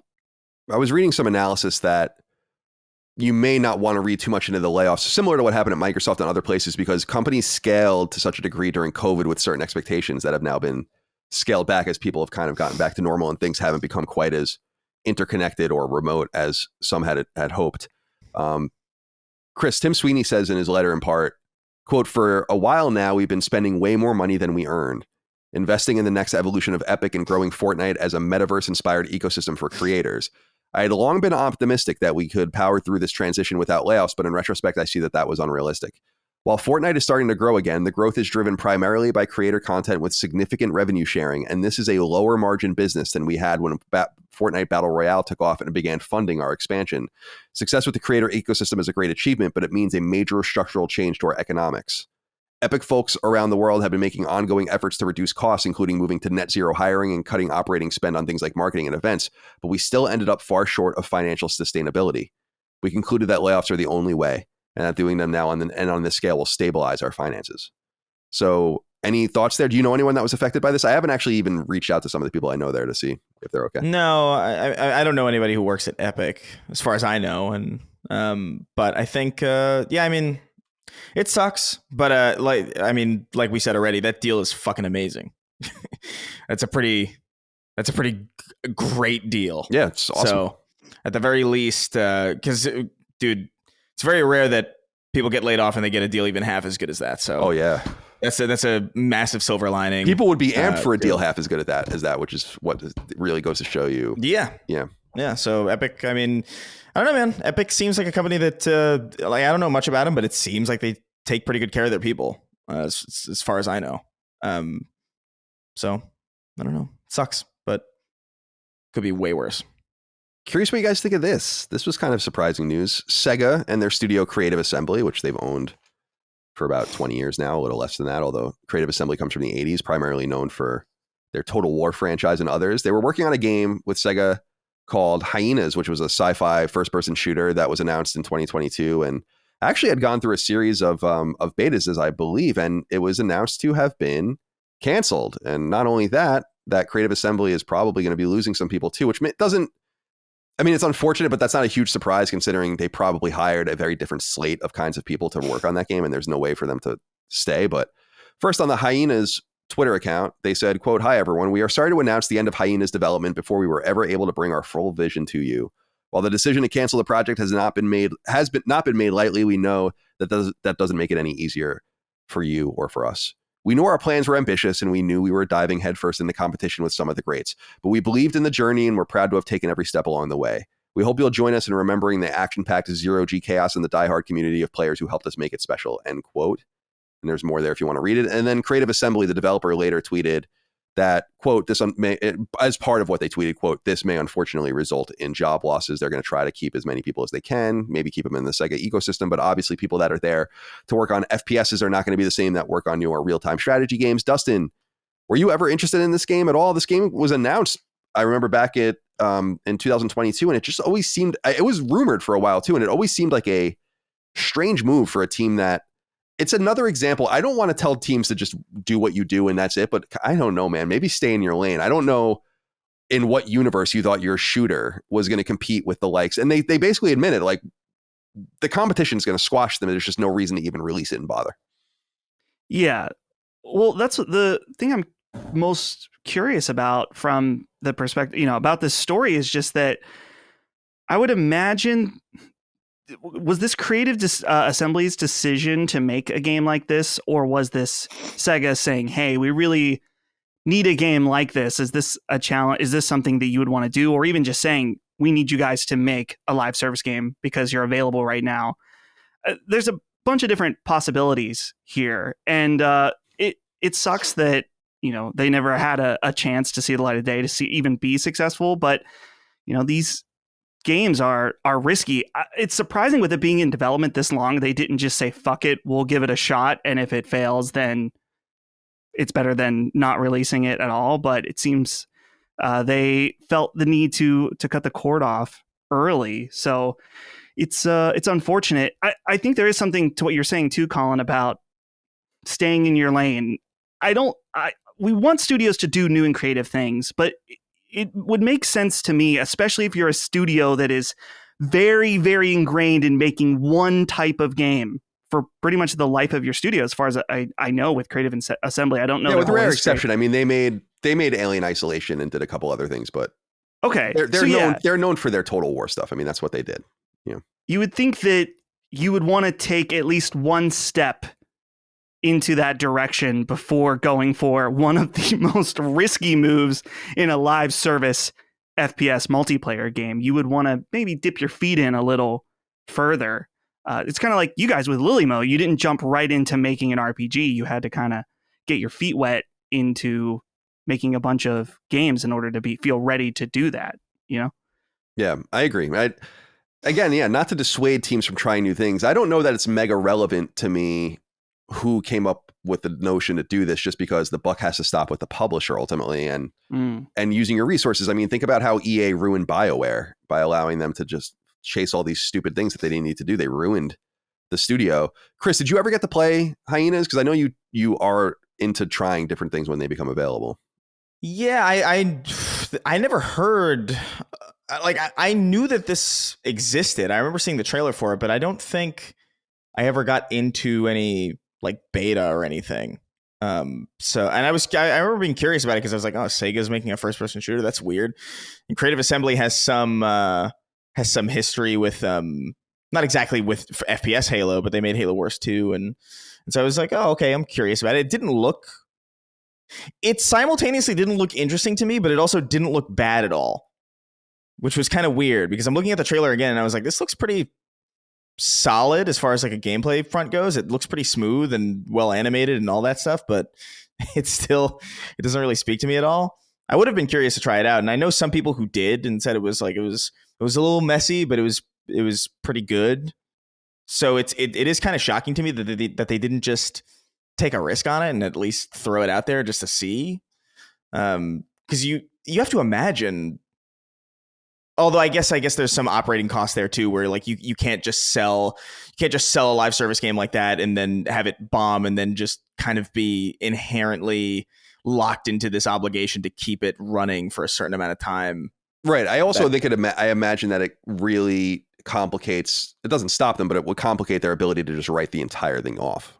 Right. They made $0 in profit on it. They never released it, and they can just write the entire the entire expense rather off of development, right, off of their taxes, which is I assume what they're going to do. So, yeah, I imagine that's exactly what they're going to do. But yeah, I mean, it's a shame, but yeah, I mean, Creative Assembly, I don't know, man. That's such a massive lane switch, and it looks pretty competent. And it's cool that they, I guess, have that skill set now where they've developed for a game like this, and they've probably at least learned a lot in doing that. So it's not a total loss. I think that's actually pretty valuable for a studio to be able to do that. So there's a silver lining there. But yeah, it's a competitive market into for a real time strategy studio to kind of jump in there. Yeah, I don't know. My parting note would be that the game was playable at Gamescom, so they must have gotten really bad feedback or something on it and just really did the cost benefit analysis that we got to just not even bother with this thing. And it's worth noting other games at Sega are canceled too, although they're unannounced and so we don't know what they are. Nevitz wrote into us and said, hey, Sacred Crew, Sega's Hyenas game just got canceled. It had several betas and was close to release, and then poof, it's gone. Have we seen a live service game this close to release get canceled before?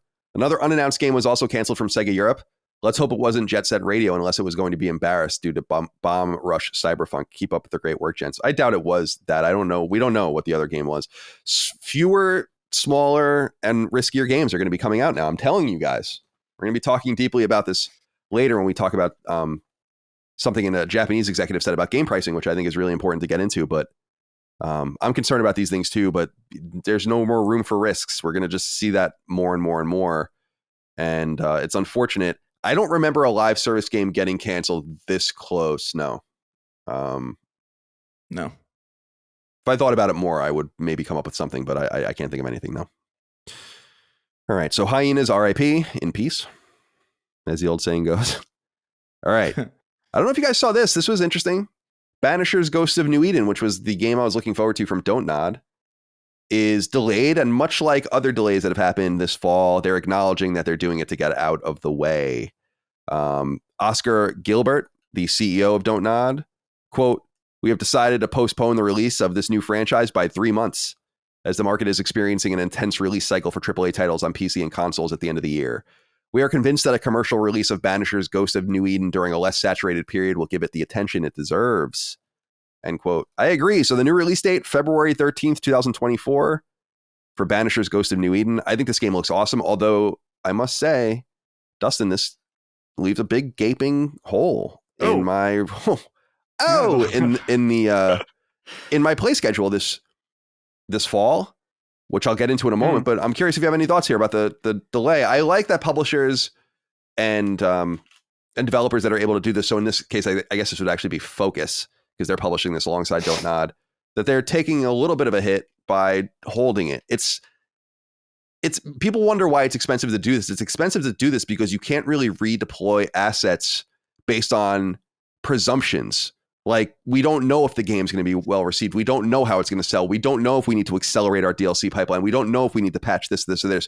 We don't know if we need to enter pre-production on a sequel. We don't know if we need to lay people off. And in the meantime, they just have to pay everyone to stay put. So it's expensive. So it's a move that they're doing for the sake of the game. I just don't know that it really matters. Unfortunately, I feel like they're moving into a situation where it's going to be just as bad in some sense, especially on PlayStation, where it's going to be a fucking shit show in February. So I don't know that it's really going to benefit them, but I think that they put PC and consoles in that order on purpose, because I think they might be more concerned about the PC space in some sense. Any thoughts you want to share? I think this is probably a win-win, maybe win. I'm trying to think, for everyone involved. It's a win for the developers, because I'm sure there are still things they would like to polish up or work on to some degree, so they can have more time to do that. It's a win maybe for the publisher if they truly do believe and see that they'll make more money if they wait till later on. I guess the last win is maybe depending on you as the player, whether or not you were excited for this and you had time or you didn't, because I know I definitely would not be checking out this game at all right now. February might be still also dicey for me, but I see more and more positive feedback when developers and publishers are honest and just saying, we can't release this game right now. We have to wait because it's just too busy. And people, at least in the inner bubble, appreciate that. I know I do when I see certain delays. So I think it's a smart move. Hopefully it pays off for them. But like you said, it is a risk. If the game comes out and it sucks and no one buys it, then they just spend all this time paying people for no reason, really. Importantly, we have a comment that I wanted to throw over to you, Chris, and get your advice. Super Stu wrote in. Said, "Colin, like you, I can't do the large millions of Quest games anymore. I think it's part of aging and having more commitments. I'm yearning for tight 7 to 15 hour high quality experiences that I can jump into and finish in a couple of sit downs. I needed to tell you after hearing you discuss Call of Duty on Sacred Cross Duke. I just replayed the Call of Duties, and they are the antidote to the hours of filler in games nowadays. Avoid all the multiplayer and zombie modes and just have a great time beating levels on hard. Similar to the Halo games, these campaigns are tight, fantastic experiences that make you feel that you've made some progress and had a lot of fun in a short amount of time. Now go enjoy." Thank you, Super Stu, for writing in. Chris, now with this gap of Banishers not being there. So Spider-Man comes out. We have no more Alan Wake. Oh, no, we have Spider-Man, Alan Wake, no more Banishers. So I have this opening that's probably going to be about 6 weeks at the end of the year. Should I go and play Call of Duty the entire time? Well, I mean, it depends. I'll put it this way. I'm feeling very burned out right now. Like, I feel like I'm playing so much and I feel like I'm overloaded to the point where I tried to jump into certain games and I was like, dude, I'm not feeling, I don't want to play anything right now. because I was just I was deep in Starfield, deep in Lies of P, Cyberpunk as well, and I'm just like, holy shit. So like, I almost wonder maybe if it would be better for you to just kind of detox almost. Yeah, like what Maddie was saying on Duke as well. Yeah. I don't think that's a bad idea. I do think, I don't know, man. Call of Duty is such a. You're talking to the wrong person because I've never really liked any of the Call of Duty campaigns, like ever, really. Like I was always more of a Medal of Honor. Like those are like Frontline and Medal of Honor Frontlines and Rising Sun. Like I really loved those games. So me too. So going to Call of Duty, which played a lot better, but felt a little bit more shallow. Like to me, like I never really Call of Duty 3 I liked, to be fair. And I think Modern Warfare 2 was enjoyable. From what I remember, the Call of Duty 3 was a PS3 launch game, I think. Yeah, it was very early because it came out on 360 when it was relatively new. So by the time the PS3 was out, it was like a launch game. But yeah, I don't know. I would suggest if you're going to play through a bunch of Call of Duty games, maybe try and filter out some of the ones that people, you know what I mean? Like go for the cream of the crop. Yeah, as far as I gotta that goes, look. I don't even know. I had a good feeling. So I played pretty much all of them in some capacity through the PS3 generation and into the PS4 generation because I think I played Ghosts and Advanced Warfare, something like that. Do you remember how you felt about Ghosts at all? No, I don't remember. I really don't remember. When you think about it, it's like that's so many games ago. Like I have no recollection of it. I'd have to go even look at my trophies to see which ones I played and which ones I didn't. But I think that's right. So it's been about 9 years or so. So I don't even know. I don't have a good feel of how people even feel about the different studios anymore because it's so strange to me coming from that era of how much people love Treyarch now when people fucking hated Treyarch back then. And people were like far up Infinity Ward's ass, and now everyone's mad at Infinity Ward and so in all these different ways. Although they're coming back to their shine. Modern Warfare 3 was like when everybody was like, "Man, this isn't as good as Black Ops. Treyarch's the bomb." And then like, what? You guys hated World at War. You hated it. Dude, I hated World War, but like it always swaps, man. Every couple years they take turns. Yeah. It's like now you be hated.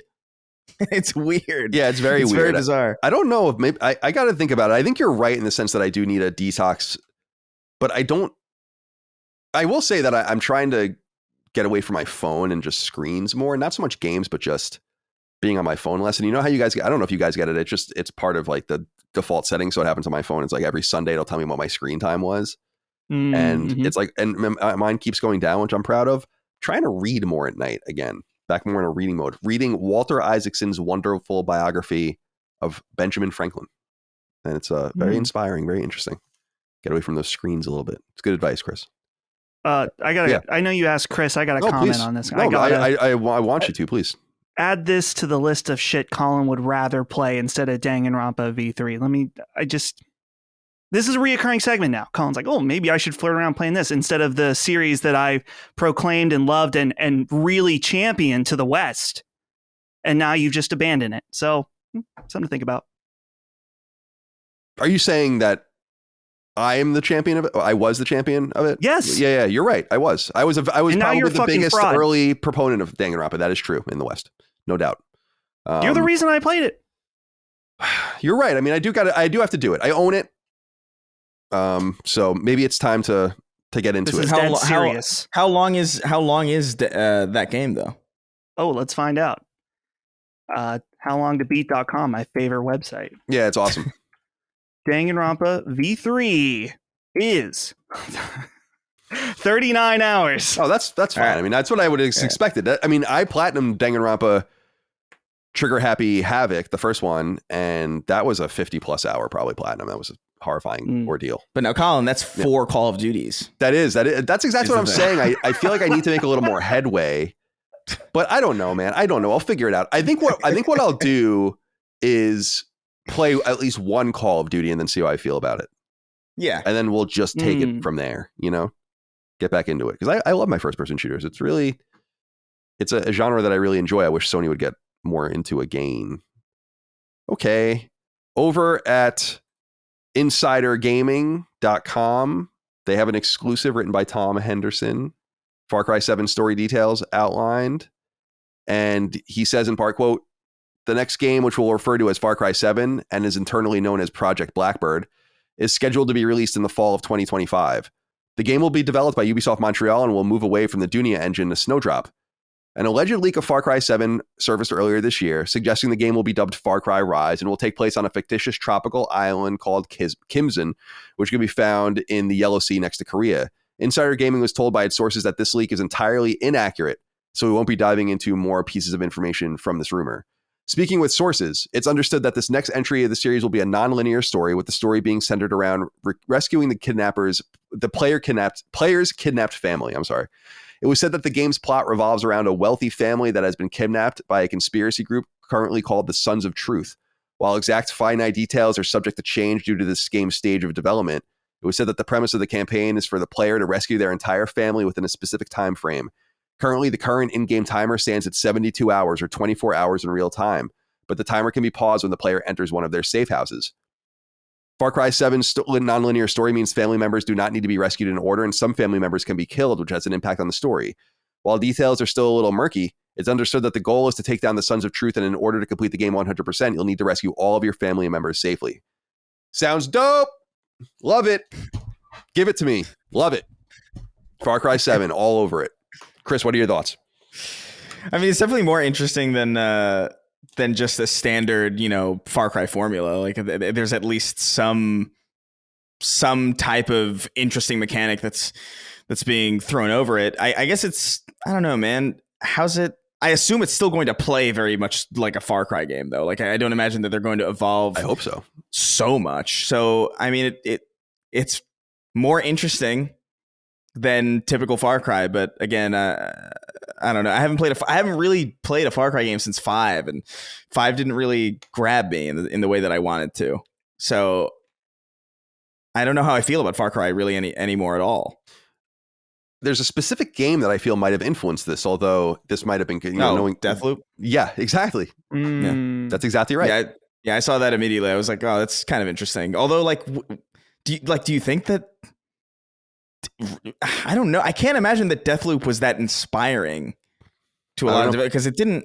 I mean, it I guess it was critically received well, but for the Far Cry devs to be like, we got to do that, would be like an interesting impact. It's definitely a take on it, whether intentional or not, in the sense that Deathloop was about time of day, but not real time.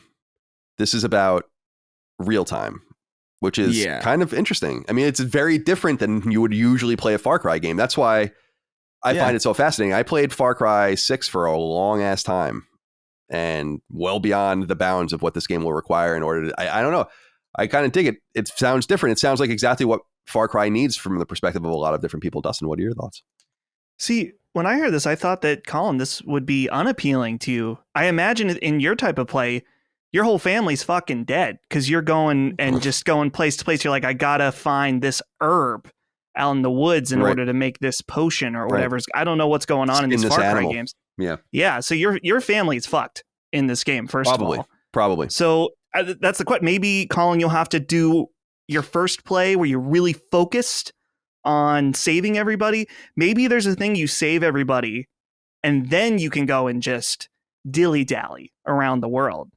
So there's definitely a bit of that tension. I'm kind of mixed on when games do this. I think of Majora's Mask. Yeah, it's a famous one. It adds that a little bit of stress in there that you got to do things by a certain time. I don't always hours, like that, but same thing.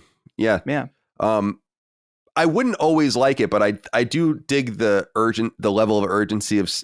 It reminds me a lot. I'm so glad, Chris, you were on the same level on this with Deathloop, where part of playing Deathloop for me was doing it really slowly and deliberately and just kind of partially succeeding over and over again until you get that perfect run. Now, this game seems much larger than Deathloop, and so it's going to be harder to play it quite like that. But I'm interested to see how they facilitate the trappings of Far Cry with this notion that you have to do it somewhat quickly. There's something very intriguing about that to me. Yeah, I understand your point of view in the sense that would turn me off, but I'm open to a new Far Cry formula. We've gotten so many of the same type of Far Cry game, and I love them. I think they're awesome. So yeah, mix it up. Sounds great. He says here in the quote as well, or in the piece as well, quote, "To find your family members, it was said that Far Cry 7 introduces a new interrogation mechanic to the game, which doesn't necessarily mean you'll get the information you need from the enemy.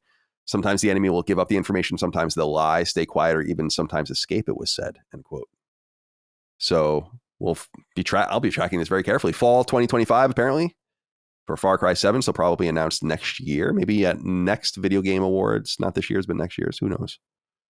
What else? Oh, Fletcher, I had your inquiry here for Far Cry. I didn't read it. I'm deleting it. Sorry, buddy.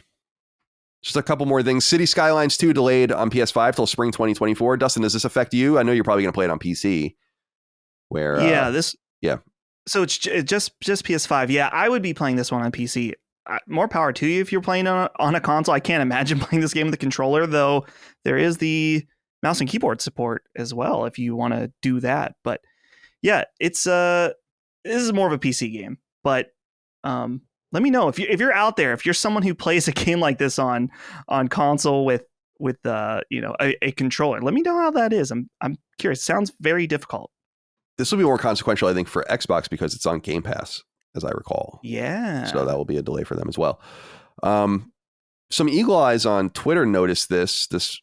This guy is Moro NL. I have no idea who he is, but he found something interesting that people have started writing about, which is that old FIFA games have begun to just disappear off of old storefronts. People even went on Vita, and FIFA's gone from there too, because the EA Football Club generation has begun with EA FC 24, and the licenses have expired, I guess, on those old games. They probably don't want to split the revenue anymore and just drive everyone to the new game. So they're maybe cutting those games off from being even accessed anymore if you don't own them in your download list. Just wanted to throw that out there. Maybe that will be resolved or something. Maybe it's just a problem that's temporary, but you can only play back to FIFA 22 apparently on applicable platforms right now. And let's see. Oh, Sekiro surpassed 10 million copies sold. Came out back in 2019 from beloved From Software. Dustin, how you feeling about that, my friend? Dude, fantastic. This is a 10 out of 10 game. This is a straight up classic. If you haven't played it, it's very hard. This is actually a hard From Software game. I think this is their hardest game, period. Not everyone will agree with that, but it's very rewarding. It's From Software's best combat, specifically, if that's what you're looking for. I think that combat in this game is so tight. It does the old Japanese, the ancient Japanese, I think, better than any other game that does that look, which there's quite a few of them right now. Can't recommend it enough. Play it. Be part of the 10 million or soon to be 11 million. Smash hit Xbox franchise Sekiro. Chris, Xbox. are you? Yeah, didn't Activision? Oh, no. There's something with the rights. Xbox did not get Sekiro out of this. Oh, really? Yeah, that's interesting. Okay. I think From owned the IP still. I can look it up, but I know that when that happened, there was people that were assuming that just, and that's a fair assumption, but apparently that was part of the deal. They didn't get it. Yeah, you would think that would be somewhat valuable, but probably not what they were after anyway. Chris, you have any thoughts you want to share on Sekiro's milestone? Dude, I'm so happy to see it. Sekiro might be my. It's easily like my second favorite aside from Elden Ring, but I do think there are aspects of it that I think are like significantly better. Like I think it's tighter. It's such a classically inspired game from a design perspective. I remember talking about this when we played it the first time, or when I talked about it on the show the first time, where it's just like it feels so NES, like where it's just like here's your character, here's your weapon, here are the things you can do with it, and that's it, and you better get fucking good with it. And it's really, really good. It's super polished too, largely because like I guess they only have like one weapon to deal with, and they have like only like a handful of different things to worry about. So even from like an animation perspective, I noticed that it just like it looks so good all the time. There's very little jank like there is in even Elden Ring and some Dark Souls, where like you could combine two things that really probably shouldn't go together and break the game open. Super, super good. Super happy that it still continues to sell. Real quick call. I looked up the details on this. Shout out to a friend of mine, Logan Moore, over at comicbook.com. He looked at the trademark listing. Apparently this was a one-off for Activision. Activision didn't get the IP at all. It's fully owned by From Software. So Activision must have really wanted to do a deal with them where they didn't even get the IP out of it. Yeah, that's they probably didn't see much intrinsic value. Apparently that's maybe not what they would have been after anyway, but I'm proud of From for just, I don't know, man, they're silently really dominating in their own way. It's probably so valuable. I'm sure they're getting courted left, right, and center to join various families. All right. Finally, just wanted to update everyone. SAG-AFTRA we discussed this over the last couple of weeks, but they actually, so the writer's strike is resolved. SAG-AFTRA strike continues against Hollywood, although I imagine they'll find a resolution in the coming months, if not weeks, on that as well. But they have, members of SAG-AFTRA have voted and approved to 98.32% yes votes to authorize a strike should negotiations with the video game industry's various entities that work with SAG-AFTRA, as we outlined a couple of weeks ago, don't give them what they want. So one step closer, I guess, in the words of Linkin Park, to a possible strike that would affect some entities that we care about here, including Insomniac. All right. That's all for the little pieces of news. Before we get into the bigger news items, of which there are some dominant ones we have to talk about this week, let's get into the games that we're playing. Let's see here. James Wise wrote in, said, "Hey, fellas, does anyone on the panel plan to check out the latest DLC offerings in Resident Evil Separate Ways or Cyberpunk's Phantom Liberty? I know you previously mentioned that you rarely return to games for a later released expansion, but these two in particular seem to be worth the revisit." Chris, I see that you're playing Cyberpunk 2077. Are you playing the Phantom Liberty DLC? Yeah, so I've been grinding my way to a point in the campaign where I can start Phantom Liberty, because it happens at a very particular point in the story in the middle of the original Cyberpunk 2077.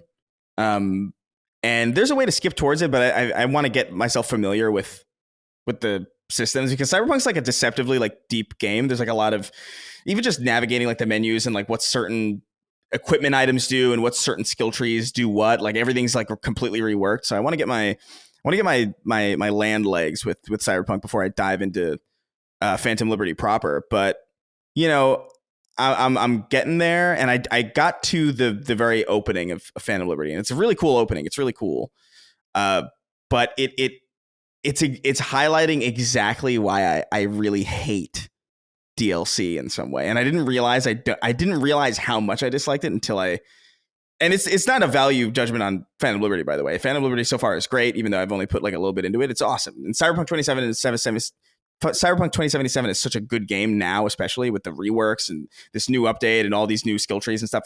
It plays so much better than it did originally. But I'm playing through it, and this DLC takes place in the middle of the original Cyberpunk 2077, which I finished already. And so here's this new chapter that goes in the middle of this completed story that I've already played. But it's not like a different perspective. Like Separate Ways is at least the perspective of like Ada. This is V still. So like my brain is fucked with this thing, because I'm like, did this happen then? Like, is this canon to like what I already did in Cyberpunk? Or like, it would be like if there was like a season 3.5 of Breaking Bad, you know what I mean? And it came out like 3 years after the series finale. And you're like, well, so what is the importance of this? It's very weird. Like, I don't know. I really, that is a very hyper specific gripe that I have with DLC in general. And I guess with the way that this game is doing it, where it's not like a separate character or like a different chapter that takes place later. It's like this different version of the original story, I guess, that happens in the middle of the original story that you presumably have already played. So that part's really, it's difficult for me to get into it, especially because the world of Cyberpunk 2077 is so specific. You know, there's people saying like, "Oh, what's up, Choom?" and you got to make some eddies, and like, oh fuck, like I was super into this 2 years ago when it was like new, but now that I'm coming back, it's like it takes a while to get used to just the vernacular and the tone of Cyberpunk. But all that aside, dude, it's the game itself is so good, and the start of Phantom Liberty is really, really awesome. Like the concepts that are there are really, really intriguing. A lot of the gameplay changes are really cool. The new skill tree, there's like an entirely new perk tree that uses its own distinct skill currency, I guess you could say, that's offers some pretty cool stuff. It's awesome. It's just, I wish it just didn't feel so disjointed, in the sense that I just feel so disconnected from it, because even when I'm going through this new DLC, it's not the original V that I had, because all the skill tree has been reworked. So it's not my weapons. It's not any of the skills it's not my build from before.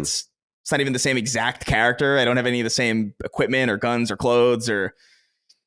So it almost feels like I'm playing like a what if scenario. You know what I mean? Like, oh, what if this happened in the original Cyberpunk, which kind of deflates a lot of the tension and a lot of the seriousness from it in a way that is probably, I acknowledge, very hyper specific to me. I don't think this is going to be a problem for the overwhelming majority of people. I think most people are going to play this and they're going to be like, this is sick. This is an awesome story. Great acting already, even though I've only played like the beginning few missions. Super, super good. So I would recommend it. I don't know, man. If you have a problem going back to DLC like I do, I would imagine that there's going to be some bumps in the road. I don't know if that resonates with you, Colin, at all. No, it resonates with me completely. That's exactly why. And we acknowledged this on a week or two ago. A listener wrote in saying, like, just because of all this stuff, isn't it worth it just waiting for a while until you even play a game? And I'm like, yes, if you have the wherewithal to wait. Oh, dude, unquestionably. Yeah. Unquestionably, if you just didn't play Cyberpunk until today, amazing. You're in for like an amazing ride, especially with this new DLC, this huge story in the middle of this already huge story. Like you've got so much content, a way better skill tree, way better combat. You definitely are in a real, if you have never played Cyberpunk 2077, absolutely play Phantom Liberty and get like the maximum package of this because it's so good. But yeah, no, I hate this disjointed feeling that I'm feeling right now. And I think it'll subside. I think it will subside at a certain point. I do think I'm getting into it and it's fading away, but it's a lot of discipline, man. Yeah. Like I have felt absolutely tested as far as like my patience goes with getting into this again. But I do think it'll be worth it. All right. And the other side of James's question for you, Dustin, is he asked about Resident Evil 4 Separate Ways. This, of course, was the expansion that was originally included in the PlayStation 2 port of Resident Evil 4 back in the day. Of course, it was released on GameCube originally and on PS2 just a little bit later. And so this is kind of a reimagining of that. It's only $10, so it's been attracting a lot of people, which I think is awesome. What do you think of it? Yeah, only $10. And I've played through all of it, completed it. It took me about 5 hours to do, and I was playing on normal, and it's awesome. It's really great. I never played Separate Ways originally, so I had no context for this. Unlike when I played RE4, when I played Remake, I had already played RE4, so I thought this was fantastic. It's not groundbreaking in any way for Resident Evil 4. Ada does have some of her own abilities. She has a grappling hook. It's not like you can use it willy-nilly. There are specific moments that you can use it. And you can also, she has this ability that if you are able to stun an enemy, she can use the grappling hook to clear the distance and then kick them in the face. It's really, really awesome. And I'm just really impressed by this, by the quality, the length of it is perfect. And for being only $10, I would have happily paid more. I would have paid $20. I would have paid twice as much. It's totally awesome. I was really surprised. I didn't have this on my radar at all. And I guess it was stealth released, but it felt like a nice, satisfying, I can beat this in 2 or 3 sittings and move on. And it was a nice way to return to Resident Evil 4 without playing through the whole game again. It was a new, different experience. And I can't recommend, if you played Resident Evil 4 Remake and you enjoyed it, I feel like this is a must play. This is absolutely a must do. And it's low commitment. I really cannot recommend it enough. So awesome. That was the main thing from the past week. I talked about this a lot on Sacred Symbols Defining Duke, so I don't want to double up too much, but I did check out Starfield between this week and last week. Played about 10 hours of it, and I was really excited for this game. It's funny, I don't want to say I'm nervous to share this opinion, but I do feel like it's important to be... There's so many people that want to get you any way you can. You're on a PlayStation podcast. Of course you're not going to like Starfield. I love Bethesda games. I've loved Bethesda games for well over a decade now. Starfield did not do it for me. I put about 10 hours into it. I understand what people like about it. And the main point I'll say, and then I want to encourage people to go listen to Sacred Symbols Defining Duke, where there's a much more thorough explanation. But Yeah. I think when they designed this game, they had to acknowledge and say, if we're going to make this space game that's vast with all these different planets, we have to neuter a little bit of what people like about our games in terms of the exploration. It has to be a different type of exploration. And through playing my 10 hours, it was enlightening because I realized how much of that exploration was a big part of what I liked about those games. So not having that really dampened it for me. I think there's still a lot of people that will play this and enjoy it if they prefer other characteristics of Bethesda games, but I'm out for now. I may be back at another point, but there's a lot of other things that I feel amped to play. And I got to the point with Starfield where I realized I kept playing hoping it would hook me, and it never did. So I need to move on for now. And so with that, I'm also playing Sea of Stars. I've just been playing about 30 minutes here and there, maybe every other day. That game also, it really hooked me in the beginning. And I think I'm waiting for the next major story beat to happen to kind of really hook me in, because right now I won't get into it for people that are going to play it, but I'm on a bit of what feels like a side adventure. So I'm kind of wondering what's the point of what's going on? When are we really going to get going on this main adventure? So I'm going to keep playing that though, just in little chunks here and there. And then I also bought Lies of P, and I have not started it yet, but enough people have told me about it and said, you really got to check this out. It's improved from the demo. You got to play it. So I'm going to be doing that probably the next few days.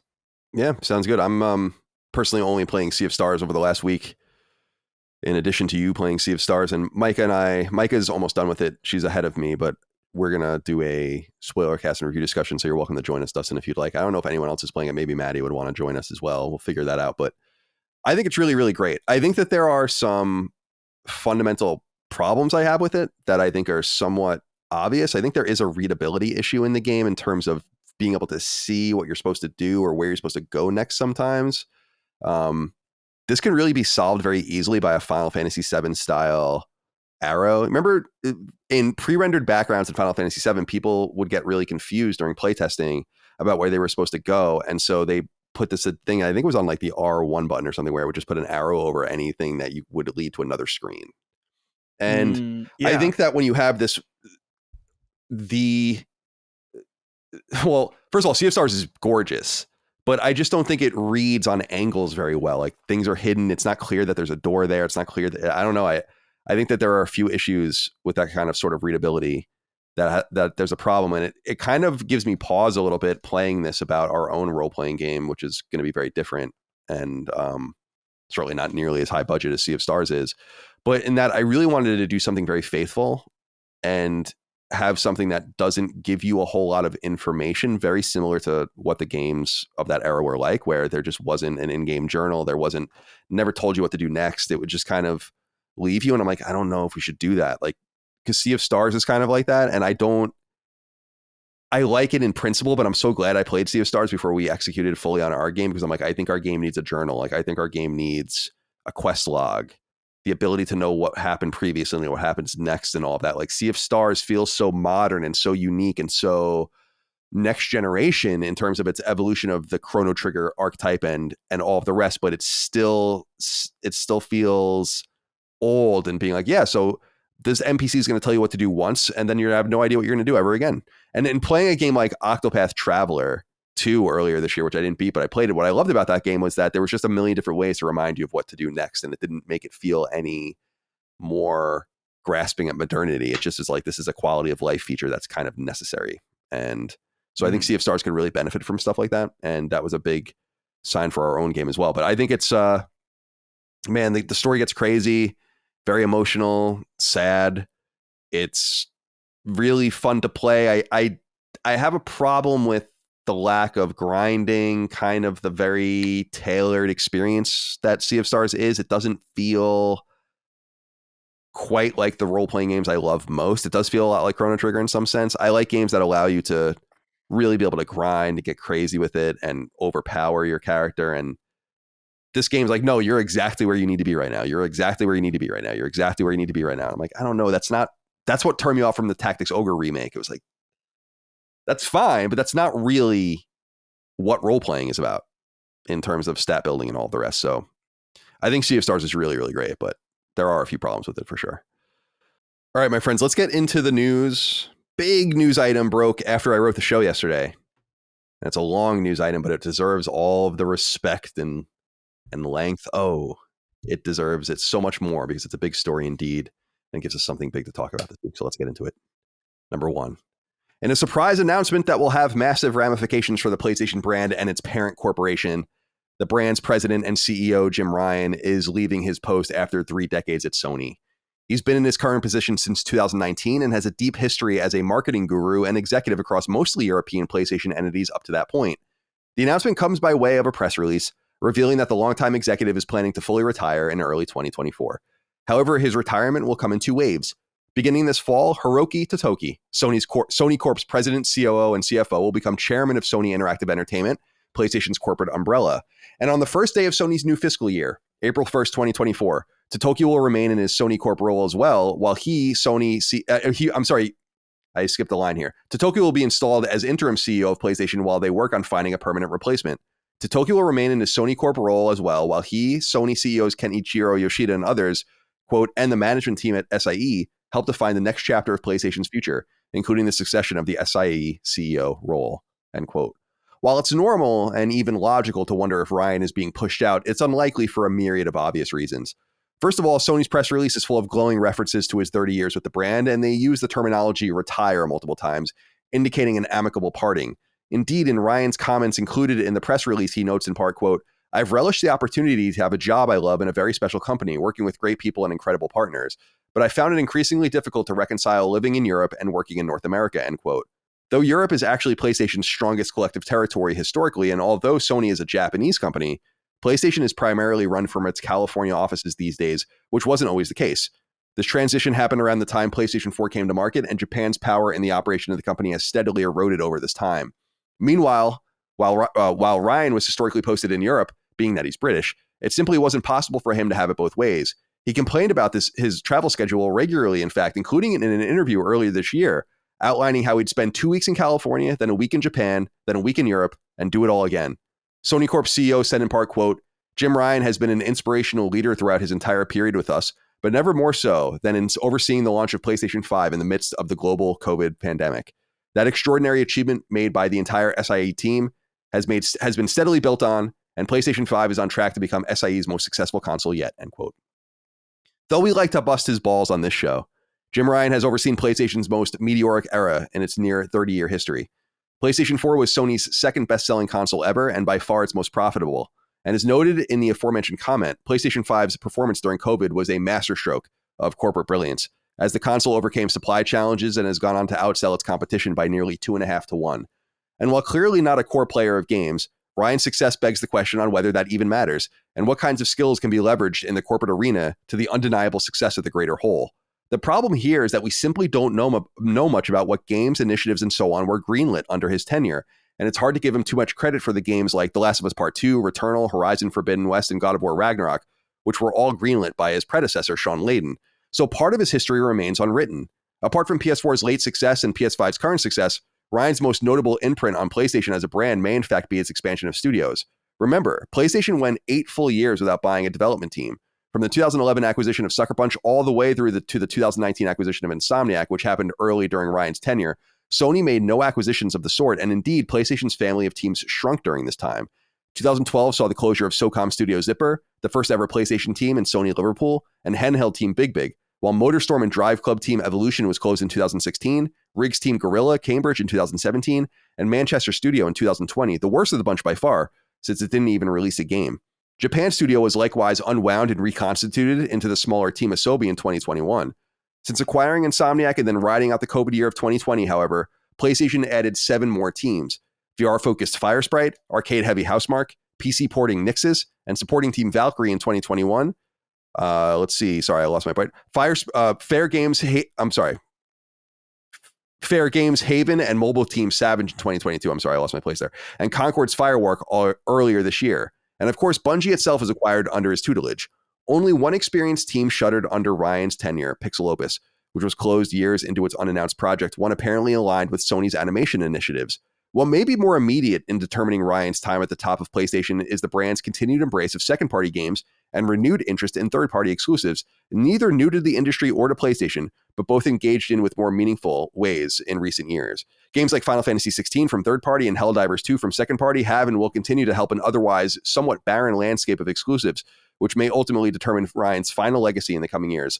Likewise, a pivot towards mobile and games as a service has necessarily happened under his time leading PlayStation, as has the increasing visibility of PlayStation Plus, which may or may not bolster or tarnish his legacy as well. So there's a lot there. I wanted to write it all in, give him his credit.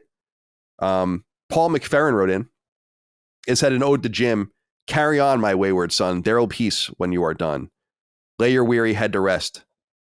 Don't you cry no more." Dustin? Wow. The candles are out. Amen.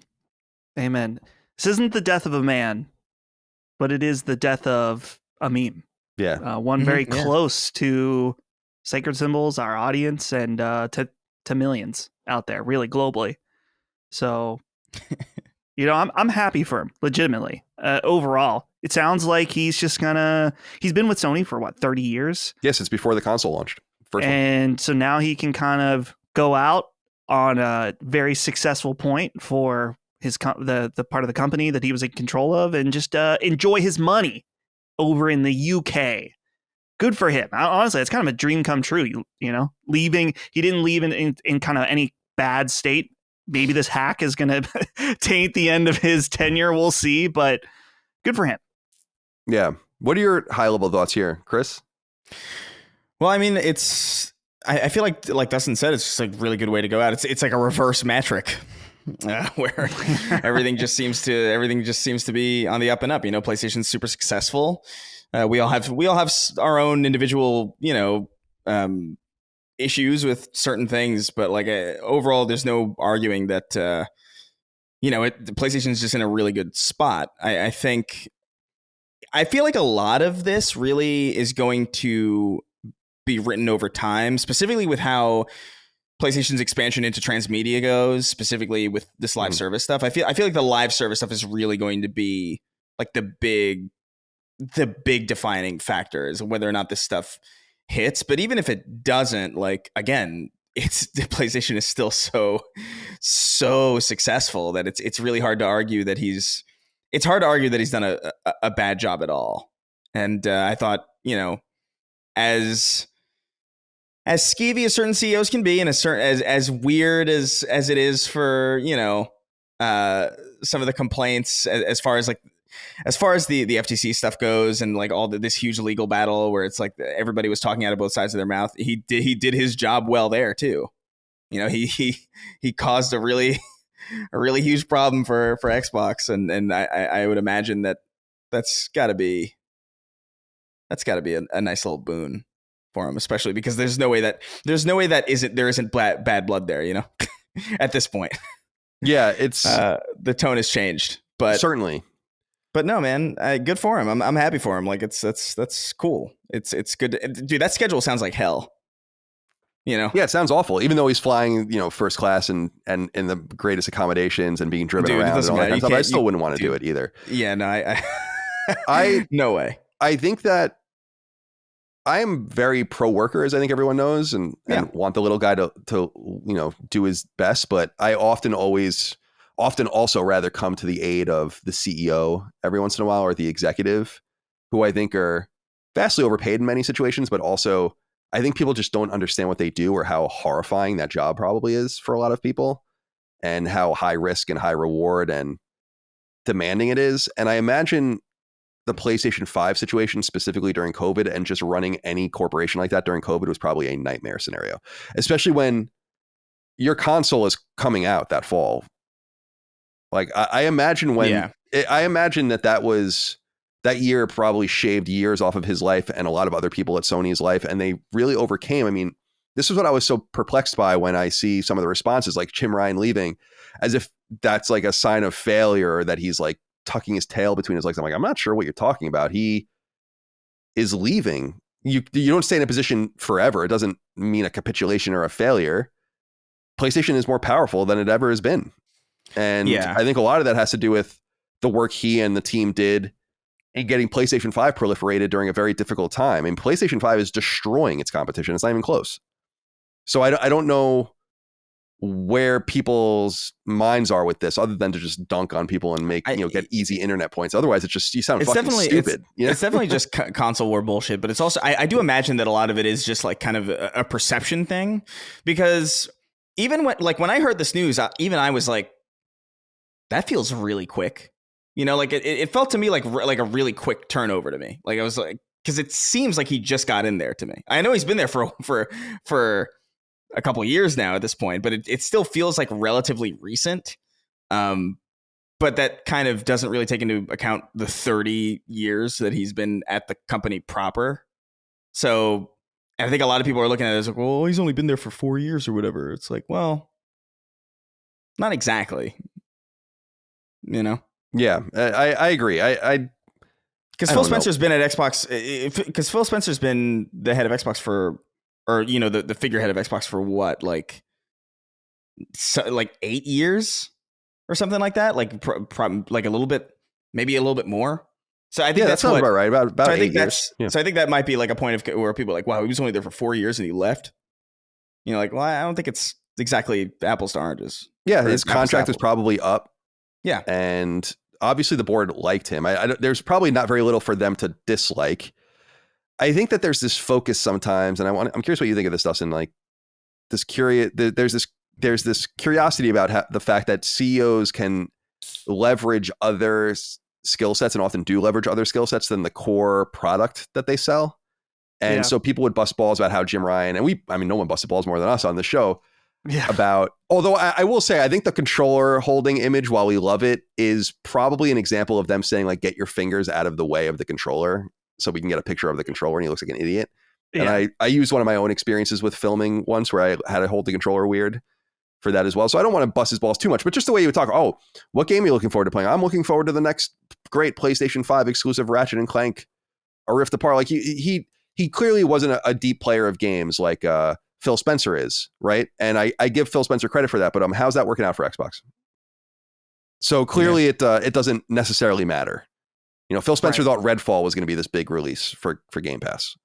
Clearly his insight into games isn't far deeper in some meaningful way that's affected the brand. So I think that like your MBAs coming and being your CEO is good. And in his case, he's a marketer.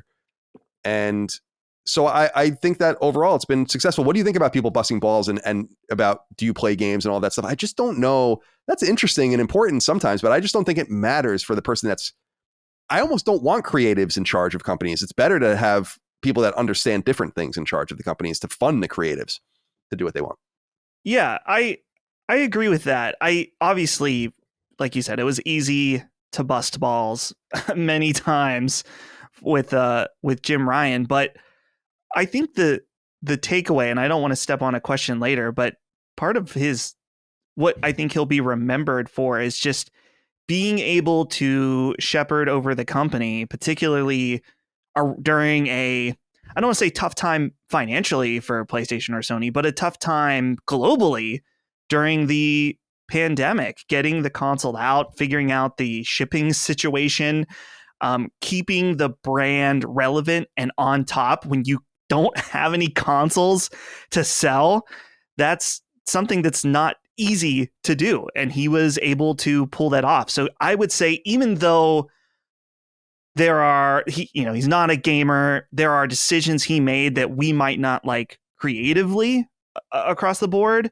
He was probably the right CEO at the right time for PlayStation, and he made the brand very successful. So, there's more things I think too to criticize him on, and we can get into that. But yeah, I totally not necessary for them to be a hardcore gamer.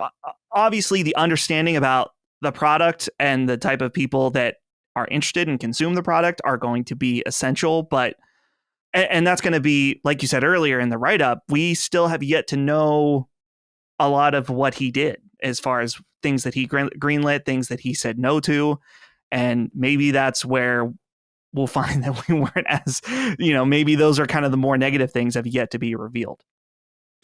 Well, let's get into an important question here before we get deeper. GameSimp wrote in and said, well, gents, looks like Crying Jim is stepping down from his role as CEO of SIE to enjoy the fun and sun of retirement. Only one question remains. What Trump-style nickname should we crown interim CEO Hiroki Totoki with? Personally, I vote for Hustlin' Hiroki, since this man is not only the CFO and CEO of Sony, but also interim CEO and chairman of SIE. We do have to figure this out. How are we going to, do we need to figure out the nature of the man first? We need to know more about him before we really nail him down. I think, Dustin, you seem to agree with the audience. They're always anxious to find out, like, oh, what are we going to make the thing for this? You don't intentionally make the name. You don't intentionally make the thing. It has the thing happens. He may never get a nickname from us. And that would be disappointing, but it's got to be natural. So Hustlin' Hiroki it's got a nice ring to it, but we have yet to know if he's yet a true hustler of the brand. You know? Yeah, we don't know, man. Like we got to study him. We got to study him. we got to spy on him. We got to sneak into his residence and watch him as he sleeps and really get a good idea of who this guy is. And with a name like that, such an ethnic name like that, we got to be careful not to be too racist, because we can come off as racist if you do something alliterative or something. You got to be very careful, So Hustlin' Hiroki seems good, Hiroki Totoki. It does have a nice ring to it, Right. It rhymes. You don't want to make fun of it for that. You want to make fun of the man. Yes. The essence of it. Like the very essence of it, So give us time, GameStop. We'll find something for you. Argus Forever wrote in and said, what's up, boys? With the recent announcement of Jim Ryan stepping down, what impact do you think his departure will have on the future direction and strategy of PlayStation, and who do you believe could be a potential successor to lead the brand into the future? I'm hoping that whoever takes over PlayStation to the next level, doubling down on their existing IPs, creating new ones, and finding creative ways to make more money that doesn't compromise its customer base. Colin, how do we get you as CEO? What's the first thing you would do as CEO? Thanks for all the great content, boys. I don't want to be CEO of PlayStation. Oh my God, I would fucking kill myself. I just don't think that sounds fun at all. Yeah. Too much pressure, way too much pressure. But put me underneath and like somewhere else in the C-suite, and I'd probably be more helpful. As far as who's taking over, I don't know. People have been circulating some names. I even know a few of the people have been circulating from my time working with Sony for so long. I don't think any of those people are even in the works. I would not even presume to know who they're going to replace this person with. I saw some speculation from some analysts that it would be someone from Japan, and I think that would be interesting. As far as the strategy, so this is what you were getting into a little bit and what we were all getting into about the unknowns. I don't think... So I would split it into near, mid, and long-term strategies and goals and like kind of what's happened. And I think in the short term, we've already gone over, and Dustin, you did a nice job of touching on it here with PS5 and manufacturers. In the short term, Jim Ryan's tenure was a massive success. The midterm, I think, comes from things that are a little more nebulous, which is, all right, you acquired these teams. How does that work out? You made these strategy calls with mobile and games as a service. How does that work out? We don't know. That ball's like still in play, and it's going to be in play for too long for us to be able to judge him while he's still at Sony, which is nice and safe for him for sure. And then the long-term implication is like, well, where does PlayStation end up as a result of all those decisions? And that's like way far off. We have no idea. So yeah, in some sense, the decisions that were made really helped to bolster PlayStation in the short term. I think he made wise decisions in the midterm, bought some from Insomniac to Housemarque to Nixxes studios that I think make sense under PlayStation. And the Bungie acquisition, I think, was probably a little aggressive, but they felt like they needed to do it. They're obviously all in on games as a service. That's part of the midterm plan. What do you think about this, Chris? Is it too soon to know what the effect will even be on the future direction? Because I wonder if there was any sort of internal struggle or what else people might want PlayStation to be doing internally. I guess maybe we'll find out. Maybe we'll get this fantasy version of PlayStation where they're like, no, we want to do our AAA single player games forever and not bother. But I just don't think that's in the cards at all. Yeah, I mean, it's difficult. It's difficult to judge for now because, like we said, we haven't really entered. I would argue we haven't really entered the era yet where a lot of his decisions would really manifest. I like we haven't really entered this live service era, really. Not yet. Like we're about to, I think, like pretty somewhat soon. But that's a massive shift, and that has a lot to do with his tenure. We'll see how that shakes up. Definitely the Bungie acquisition's one of those things where I do think it was in some ways very, very wise for them. because they definitely need that expertise to really. But again, it all really amounts to nothing unless we can see results from that. Like we can, and even then, it's going to be a lot of assumptions. Like if the next batch of live service games from Sony comes out and they're great, that success, whether fair or not, is largely going to be attributed to the acquisition of Bungie. Like I would imagine, like especially from the outside perspective, where it's like, oh my god, well yeah, clearly, because they would have no reason to be good at that before that acquisition, or they would have no real insight into how that works before that acquisition in the same way that they do now. And so I feel like a lot of it is just waiting for that to really manifest. Another thing is really where PSVR ends up. That's probably going to be or PSVR 2. I think that's probably the most precarious part of all this, because I would imagine that was greenlit under Ryan's tenure, right? I would assume that might not be true, but I feel like probably actually it only came out earlier this year, right? Yeah, that's what I'm saying. Like probably I don't know. I mean, it probably wasn't. It might have been fully greenlit under him. It was probably under various milestones in R&D before him, I would assume. Yeah, right. But that's what I mean, though. It's like it's still so early. Like he left. We don't really know. He left so quickly in comparison to a lot of, like we can judge Phil Spencer a lot better because he's been there for a long time, and we've seen a lot of like moves that he's made kind of come to fruition, and what the outcomes of those have been. Some very positive, some very negative.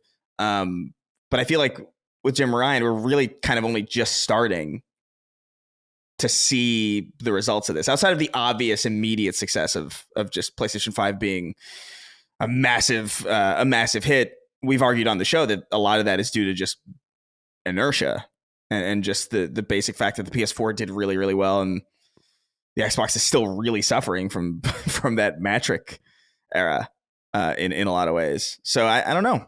I think a lot of it remains to be seen. I am curious how this live service stuff shakes up, because I think it's going to be a massive inflection point of how this is going to be remembered. Certainly. Kelly McWilliams wrote in and said, "Greetings, gentlemen. Given Jim Ryan's departure from PlayStation, what are his most notable accomplishments and missteps as CEO?" Well, I noted a lot of what I thought were his accomplishments: PS5 shipping, getting that thing out, and dominating its competition, and saturating the market. And I also think a major success would have to be given in the performance of some of the games as they got closer and closer to launch and then to launch. But again, we don't know the games that were greenlit under him, so I don't want to give him too much credit for that. But I think that there's a few things he did really well. But Dustin, you noted that there were some things you wanted to criticize, and so I thought I would throw it over to you for Kelly's question here. She asks what some of the missteps were, and I think you had some you wanted to list. Well, I think that some of them. Well, okay, so some surefire, at least, missteps. I keep second guessing myself because I'm thinking about things like Japan studio shutdown. That feels like a misstep to me as a player and as a fan of those kind of weirder small games that they would put out. But that may very well be the right move from a business standpoint. Well, I think. Let me ask you this real quick about that. What was the last Japan studio game you cared about? Everybody's Golf. So Everybody's Golf on PS, like the PS4 port. Yeah. Okay. But I don't think there was. I'm trying to think of the other games that they were putting out. I'm not trying to put you on the spot. I just think Gravity Rush. What I'm saying. So Gravity Rush, that's 10 years ago. So what I'm trying to say is, I guess, just because a lot of people have this conception of Japan studio, and I asked them, I'm like, so what did they do for you recently? I guess is like what I'm asking you. We're a long ways away from. You can ask that about Media Molecule though now. Sorry. I mean, dude, preaching to the choir on that one. But I just wonder with Japan studio, it's like, to me, I feel like that needed to be refined into something like an actual one team, because as opposed to all like Pyramid and fucking Team Eco and whatever, all the weird things that were going on there. It just Team Siren and whatever. But I think we're so far away from that, aren't we? At this point, that it didn't really matter. It was almost like inevitable. It seemed like it was going to happen at some point, especially with the deduction of second party games and XDev from Japan. It's like those games just don't happen anymore. I didn't mean to interrupt you, but I wanted to ask you about that. I mean, do you agree with that? That maybe a lot of people are still of the mind that Japan Studio is what they were, and they're not, and they weren't. The last major year that Japan Studio was really rocking would have been 2017, where you have the Parappa the Rapper remake, Loco Roco, Everybody's Golf, Patapon, Knack 2, Loco Roco 2, and that's about it. And then after that, I think that they just kind of have maybe they assisted a little bit. They have Shadow of the Colossus in 2018, which was Blue Point, but I'm sure they assisted in some way. Duressine, 2019, Everybody's Golf VR, And then technically they're listed as credits on Ghost of Tsushima, Patapon 2, and Demon Souls. So I wonder what their involvement was. That's what I think primarily it was 2017 was their last year where it was like, okay, we actually have these smaller projects with Everybody's Golf, Patapon, Parappa the Rapper, stuff like that. Right, but all of those, I don't know, man. I mean, I guess Everybody's Golf was a reimagining, but like the other games, like I think Loco Roco games were ports. And I guess because I'm thinking like the last year, and I'm looking now, the last year I would consider consequential for them is maybe 13 or 14 in some way. If you really, and obviously The Last Guardian came out, so you can't really discount that as well. But games that for me are like, these are Japan studio games. So Freedom Wars or Ashika or Puppeteer, the Rain, things like that actually came from them. It's been a long time since we got a lot of that stuff, in my opinion. So I think you're underplaying how awesome Everybody's Golf is. But again, that's clap hands too. I mean, Japan Studio was just producing and working on it. So don't get too caught. I appreciate you or this point of view, but I think some people, and not just you, but others, too caught up in the past with Japan Studio, not in what they were doing for you recently. Always remember, what have you done for me recently? And we asked, like Chris, you said, Medium Molecule. Fuck yeah. I mean, what have they done? Dude, their last game came out in January 2011 that anyone cared about. Anyway, Dustin, I interrupted you. Go on. I think that some of the other missteps weren't necessarily his fault. Maybe some of these things that he'll be remembered for. The missteps he'll be remembered for, I think the number one quote will be, "We believe in generations." And I don't really feel like that's his fault, because I think that was the case at the time, and things had to rapidly change based on COVID and the availability of the consoles, stuff like that. So I don't know if we even really want to call that a misstep. The other thing I think of is just how, in my opinion, Sony became even more nickel and dimey under his watch. We saw this blow up in his face at one point when, during an interview, he said that the upgrade for Horizon Forbidden West would be free. And then later, when it got closer to release time and the pre-orders came out, it was not free. And so they had to backtrack. And that's the only game that Sony put out that was a cross-gen game that has a free upgrade, because he said there would be. Again, maybe not a misstep, but kind of, something that blew up in his face very publicly. So I think those are the big things. And then I'm trying to think of other, I guess, like I said, a lot of this is yet to be seen, whether the focus on these games that were recently announced during the last showcase, as far as the free-to-play games, whether or not those end up being a bad decision. Yeah, there's just so much unknown because of the slow play out of these things. I mean, that's normal. These things are kind of glacial and move. So it's like the president of the United States will often get credit or get blamed for things that were not just because he's in office, but it has really nothing to do with him. It's like things that have already been in movement. Kind of like Biden getting blamed for Afghanistan. It's like, well, that was kind of Trump's decision. I think it's a fine decision, but it's like, that's not really your fault, and you shouldn't get credit for it either. And so I guess we have to whoever's next after if Totoki doesn't become permanent CEO, which I don't think he's going to be, and they're going to find someone else, then we'll start to judge Jim Ryan at that point, I guess, because we'll start to have fruit from the tree. Like the dividing lines are a lot more nebulous when it comes to things that slowly transition over time, or things that take a while to get rolling. I was actually talking about this about like the turnover from decades, and how we like identify like certain like 80s, like how the 80s really ends in like 93, really, because like it's not like on New Year's Eve, the beginning of that decade, everybody's like, we're gonna dress this way now, right? It's like a slow transition over time. Totally. Yeah, well said. Shorts Optional wrote in and said, it took 2 minutes after the announcement before everyone on Twitter were trying their hardest to make jokes about Jim Ryan. He's an easy target and never did himself any favors. But one thing you can't make fun of is the brand's success under his leadership. Will that matter when people look back in a decade, or will the Jim Ryan era be just a meme? What do you think about that, Chris? Will he be a meme for us first? My argument here is that they're kind of all memes first. in my opinion. I think Sean Layden might be the only one that wasn't really a meme first. When you think about Jack Tretton, and Shuhei and all the other executives, and Shuhei wasn't CEO, but I don't know. What do you think about that? I think. I mean, Kaz. Kazurai. Yeah. I don't know. There are certain things. I feel like Jim Ryan will be the meme one. I think that picture is just so, and it's not his fault. It's not even like a judgment of him. It's just like that picture is so fucking funny of him holding the controller that way. Not necessarily because he's holding it wrong, but because he's like, look, like it's almost like a baby trying to show you something.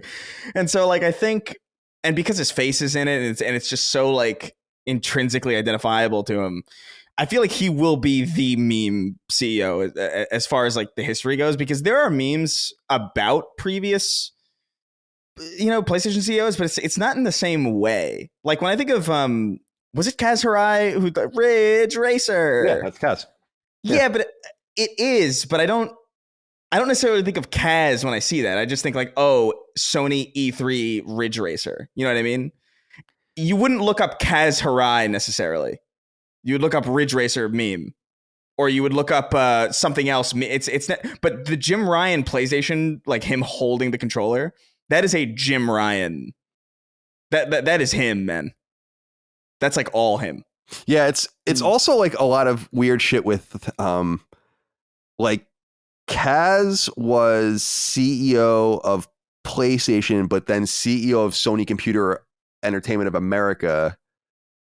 And then he was president of that longer than he was CEO of the company. And then Sean Layden was like only the CEO and president of the Sony Computer Entertainment America, or whatever that would have been called at that time. But Jack Tretton was like also that. But then people like Ken Kutaragi and Kaz Hirai were CEOs of the wider brand. It's just very confusing the way it's all folded out over time. Like, in other words, a lot of these executives that we talk about all the time actually were fulfilling different roles at different times in some cases. Yeah. But we kind of just look at them as the faces of whatever, like it's the same thing with like Shuhei was the president of Worldwide Studios, but we almost look at him like he was the CEO of PlayStation or something, but he wasn't, yeah. And same thing with Herman Holst now and all that. I just wanted to throw that out there. Yeah, I guess the distinction is just like people who are important to the brand in some way, So I just wanted to say that because I understand people's confusion. I'm often confused about it as well. It's like who was here and who was there and what was the exact title and where were they working out of and all of that. It's just a constant influx thing. But when you think about everyone, it's like Ken Kutaragi, Kaz Hirai, Andrew House, Jack Tretton, John Kodera was there for a while. I don't remember John Kodera at all. Yeah, he was. What was that? He was there for only 2 years. I want to say probably around the time we started Sacred Symbols, and then it was Jim Ryan that took, because like Sean Layden, I think Jim Ryan was taking over for Kodera, and I think Sean Layden's role was taken over by Herman Holst, right? Mm-hmm, so that kind of splits the two in parts there, but I don't know. Whatever, it doesn't matter. Yeah. Yeah, because there's probably some confusion even in my write-up, but everyone will figure it out over time. There was one other question I wanted to get into here. Jeremiah wrote in and said, "Hey boys, a few weeks ago, the three of you agreed that modern PlayStation lacks the unique culture and style of the PS3 era and before. With a new CEO incoming, what changes do you want to see him make in terms of front-facing presentation?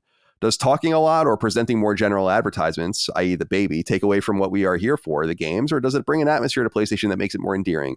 Wishing you all the best." I think for certain, one thing I'd like to see differ now that Ryan will be out and maybe Herman Holst can work with a different, hopefully marketing-minded CEO, is talking more. I understand their whole point being that we say less, we make fewer mistakes. There's no reason to say anything because the console's doing fine. We don't really have anything to talk about right now anyway. And so it all makes sense. But I just think you got to do more than that. I think that Sony needs to understand and PlayStation needs to understand not fucking Coca-Cola. This is a video game console. And it's supposed to be fun and exciting and mysterious and interesting. And even luxurious and expensive sometimes, and whatever the case might be, like take advantage of something and say something, have some personality. That needs to be ratcheted up, I think, in a great way. And I think that it's undeniable that happened under Jim Ryan, you know? 100%. I think a lot of that just came from him just not being someone that's particularly good at that, though. You know what I mean? Like, because every time he would say something, it would be like Dustin said. It would be like, yeah, it's going to be free. That upgrade's going to be free. And you know what I mean? It seemed like it seems to me like from the outside looking in that at a certain point, some like people at PlayStation were like, listen, don't say anything. Like you're good at everything else. Don't say a fucking word, please. And if you can.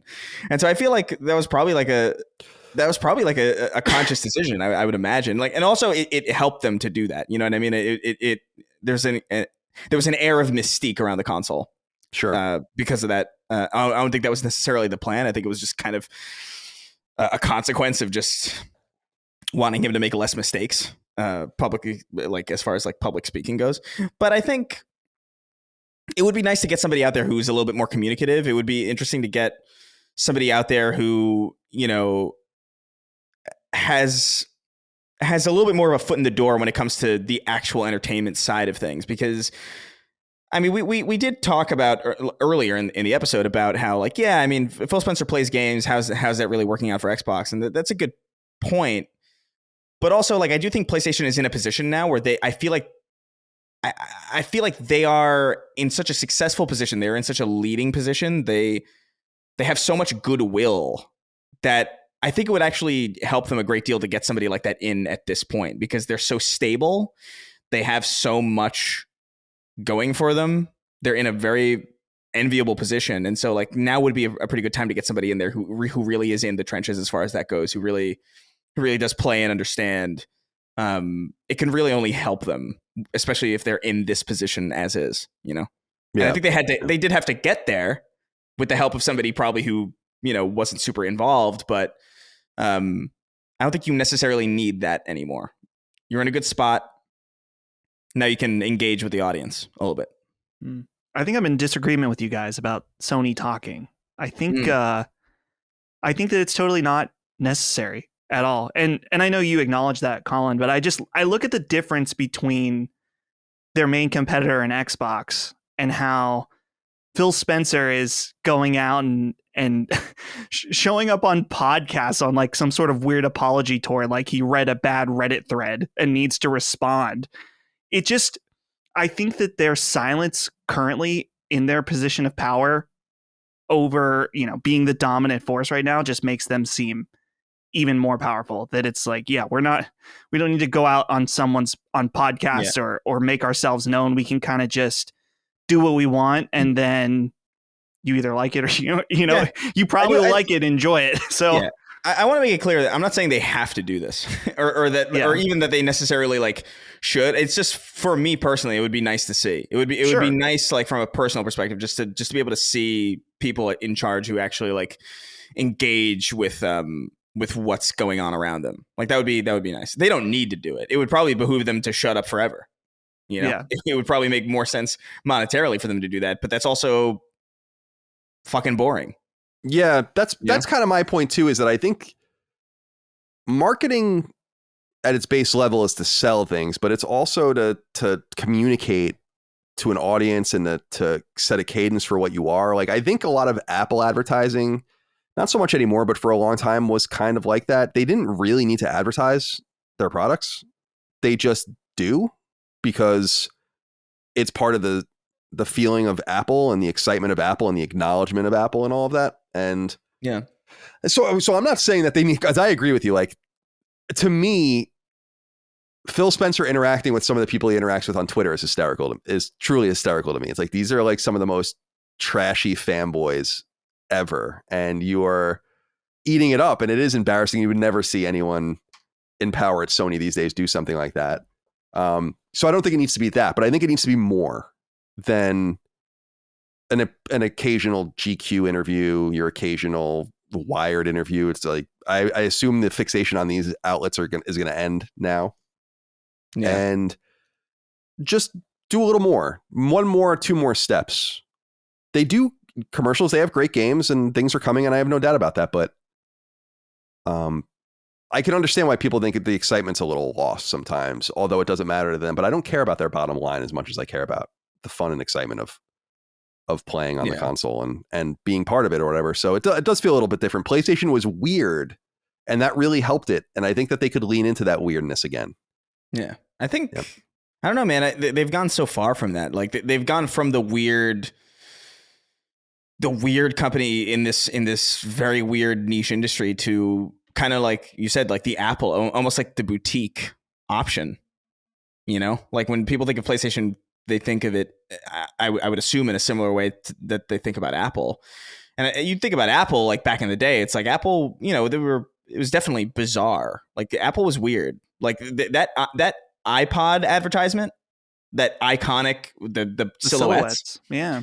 That is like one of the most iconic advertising beats probably ever. And I feel like I don't even think this is necessarily just a games industry conversation, because I do feel like this is just something that is true like across all media as a lot of iconic things become more and more boutique and more of risk averse.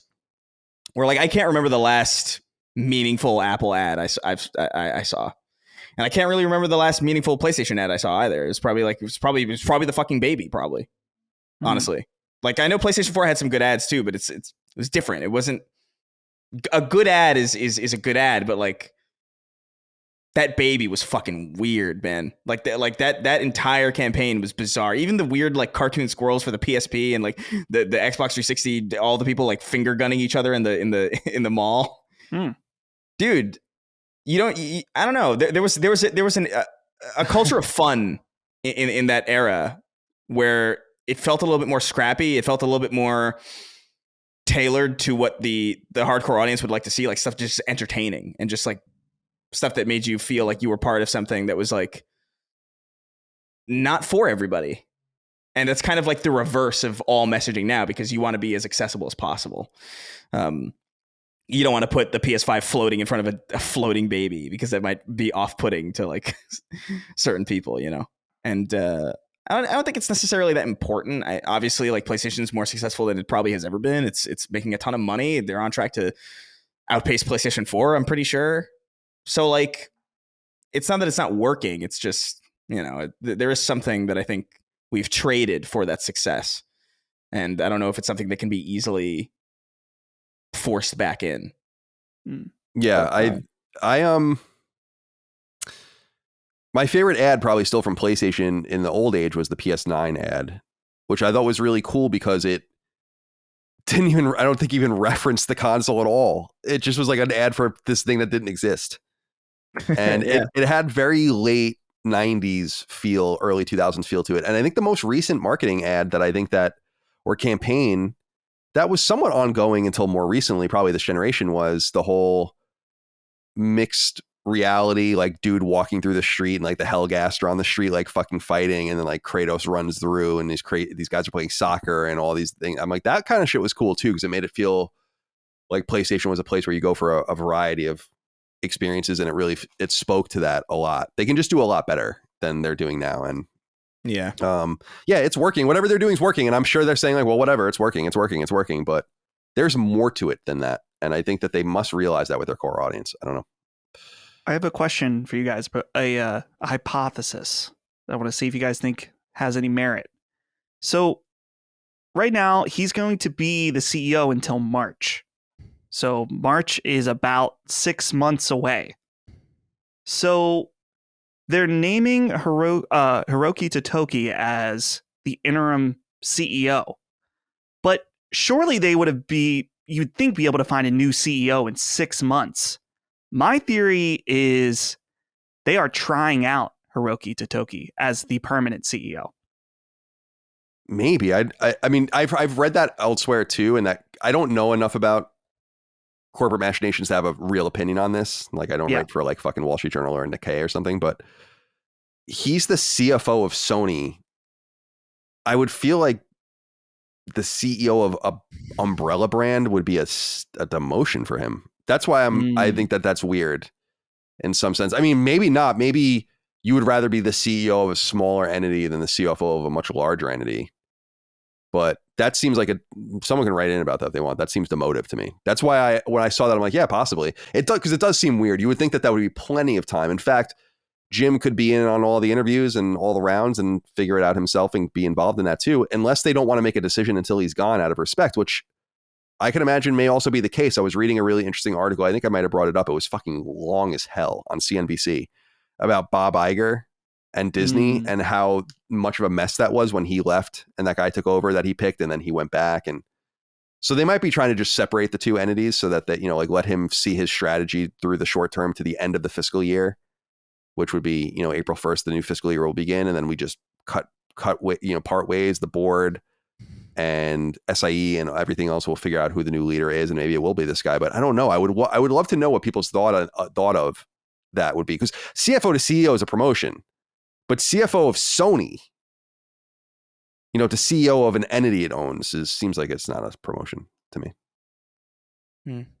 Maybe he just wants to be, maybe you're right. Maybe you're right, Dustin. I don't know. Is that it? Yeah, I think that's it. Yeah. Goodbye, Jim. We miss you, Jim. We will miss you, my friend. All right. Are you going to blow your candles out? Yeah. I got one of these bad boys. What the? These are both Holly's. She keeps them in she has like her own room, kind of like I have my own room, but downstairs she's got all these candles. So I just, borrowed these. So the funny little bit. Yeah. The whole time I was thinking this really intrusive thought about one of those just falling over mid recording and then just engulfing you in flame. And I die. And and then Colin and I would just be like, we have to keep going. Yeah. We don't have any time. He hasn't. He's only. Dustin started the recording, so only he can stop it. We're like, Dustin, stop the recording! Stop the recording! Oh man, we're gonna lose the show. All right, my friends. This was gonna be the top story. Before the Jim Ryan stuff came to be. Let's see here. Number 2. It seems that every other week on this show, we're talking about Sony seemingly increasing over-reliance on Horizon, and well, we have some news that may reinforce that notion. As rumored only a week or two ago, Horizon Forbidden West, first launched on PS5 and PS4 in 2022, is getting a so-called complete edition on PS5 later this year. It's also receiving a PC port in 2024, giving it a turnaround from console to PC in line with Sony's accelerating timeline as seen with other PS5 games like Returnal and Ratchet & Clank. So here's the rub. Horizon Forbidden West Complete Edition launches on PlayStation 5 on October 6th, and at $60, it's a decent deal if you skipped the game last year. The Complete Edition comes packing the original game as well as the Burning Shores DLC, launched earlier this year. Also included will be a digital soundtrack and digital art book, a digital comic from Horizon Zero Dawn called The Sunhawk, and a bunch of in-game items largely accessed through in-game progression. So nothing tremendously exciting on this front, though another way for Sony to squeeze some value out of the game. And no, there's no word on a physical release, though Forbidden West did itself receive one on PS5 and PS4. More interesting here, as noted earlier, is confirmed that Horizon Forbidden West is coming to PC, albeit not until a nebulous time early next year. Sony-owned PC porthouse Nixes is working alongside Guerrilla on the port, making it the 5th PlayStation game it is partially or fully ported from console to PC since the studio was purchased in 2021. The other 4 games include Horizon Zero Dawn, launched on PC in 2021, 2022 PC releases in the form of 2018's Spider-Man and 2020's Miles Morales, and finally, a 2023 port of the 2022 PS5 exclusive Ratchet & Clank Rift Apart. So the PC games are accelerating indeed, and we know Helldivers II is coming to PC at the same time that it comes to PS5 in February. Chris, any thoughts here on Horizon Forbidden West Complete Edition coming to PC? Take advantage of that zeitgeist. Horizon does pretty well on PC, so they'll probably make a little bit of money there. But what do you think about the quick turnaround? Yeah, it's interesting. This is probably something else that's I would imagine is somewhat due to Ryan's tenure. I would assume, right? Indeed. Because were they putting games on PC before him? I don't think so. No, they were. Although I'm sure it was probably in the games plan, that were greenlit by others would have been ported to PC for sure. I mean, all these games, I guess, were greenlit by others, but right, that's true. Yeah. So I do think that this initiative. Well, as an example, he bought Nixes, right, or he oversaw. No, exactly. The purchase of Nixes. Yeah. So I mean, the quick turnaround is definitely, it's interesting. This is also another argument in favor of the whole waiting for games, because look, now you've got the complete version of Horizon with all this DLC on superior hardware potentially. So fuck you if you played it already. But I'm being facetious. But I think what do you think at this point? What's left for PC? I would imagine Ragnarok is probably Ragnarok's basically it. I think. Ghost of Tsushima. Demon Souls, is that? Ghost of Tsushima is taking a weirdly long time. They're waiting for that synergy. They are waiting for the synergy, yeah, because they're waiting for the right. Was it the movie or whatever, or pace of maybe the second one? Either one. Either one will do nicely. But Demon Souls, that's another call. I think you mentioned that it's a Clearo mission. Yeah, Demon Souls. Yeah, I would think so. I wonder what the situation with Demon Souls is, though. Like, what is that, like a rights thing? You think? I don't know. From Software has all their other games on PC, so I don't think that would be a holdup. Oh well, yeah. Don't help. I blocked that out of my mind. He materialized a different reality around him where that wasn't true, so he forgot it. It's awesome. Yeah, I'm trying to think. Like Last of Us Part 2, right? Yeah, that's the only one that I could think of, really. Yeah, so keep an eye out for that on PC. Dustin, any interest in playing the Nix's port of Forbidden West?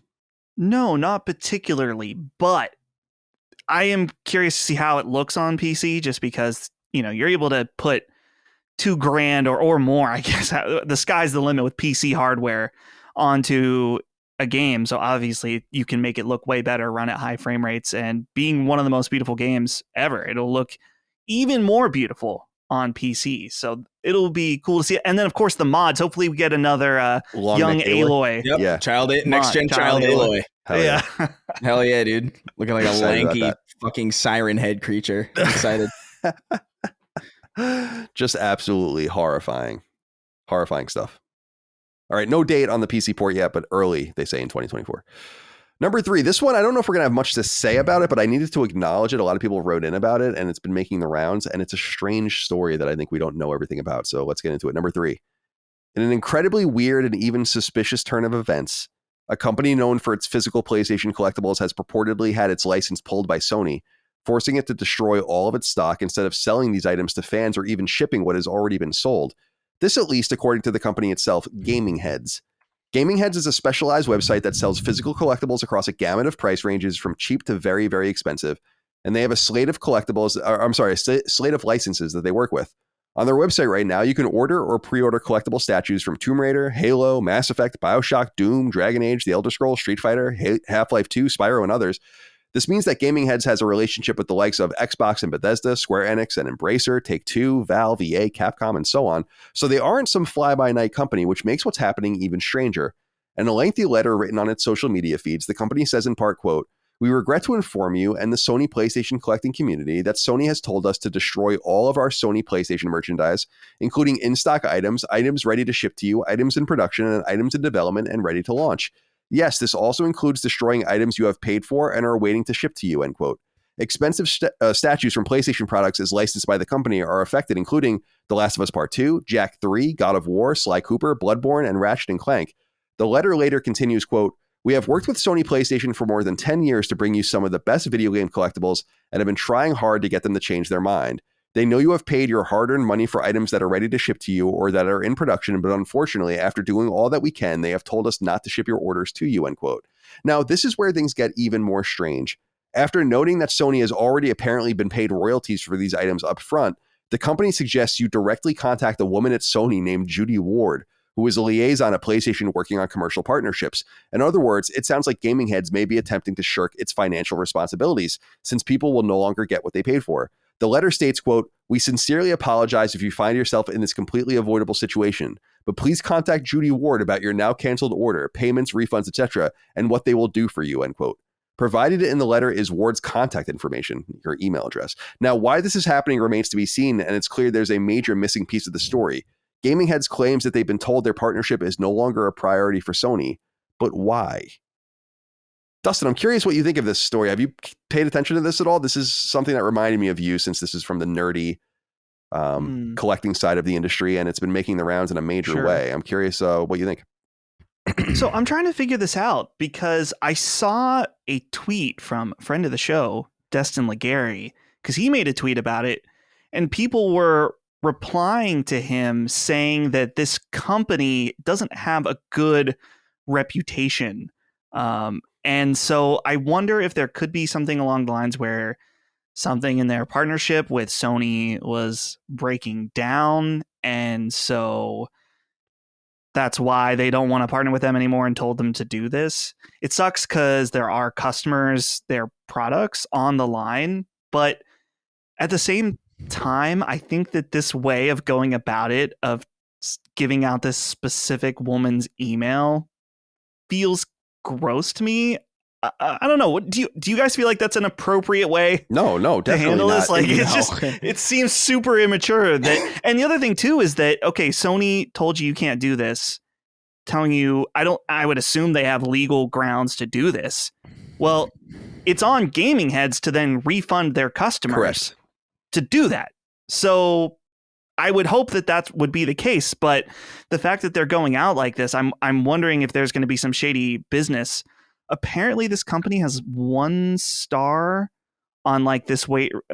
I don't think it's Better Business Bureau, but this site that reviews companies is very, very low rated. So there's definitely some fuckery going on here. I just can't tell exactly what.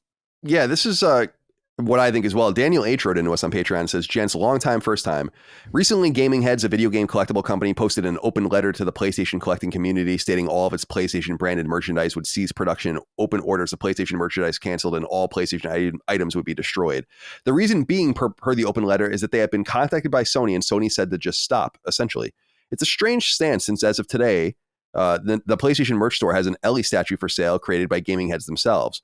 Where the problem comes in is the consumers who are pre-ordered and handed over payments are being told by Gaming Heads to contact PlayStation about payments and refunds. People are pissed, out of money, and they don't have anywhere to turn for answers. Coverage of this seems minimal at best. That's why I wanted to talk about it here. Is this a scam?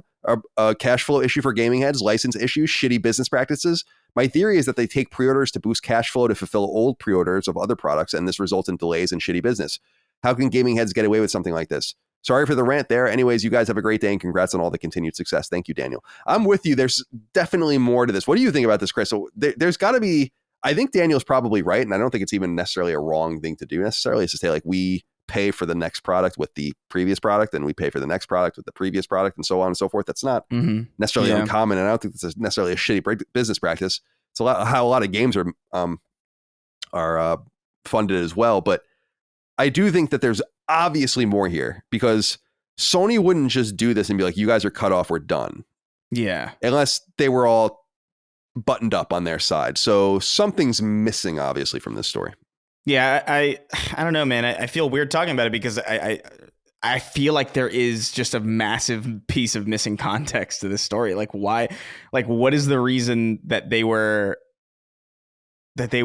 revoked of all this of all their privileges here? Like why? Maybe they accidentally made their statues of asbestos. That would be insane.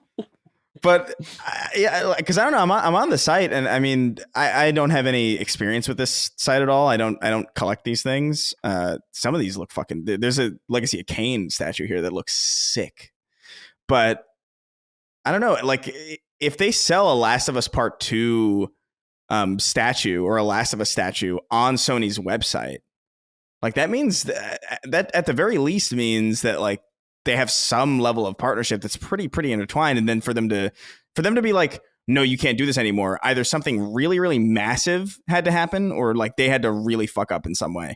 And that's really what I'm most curious about.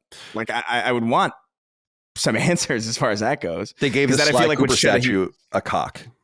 And they're like, you can't. A photorealistic penis It's for the dangling furries. off of Sly Cooper. I really have no.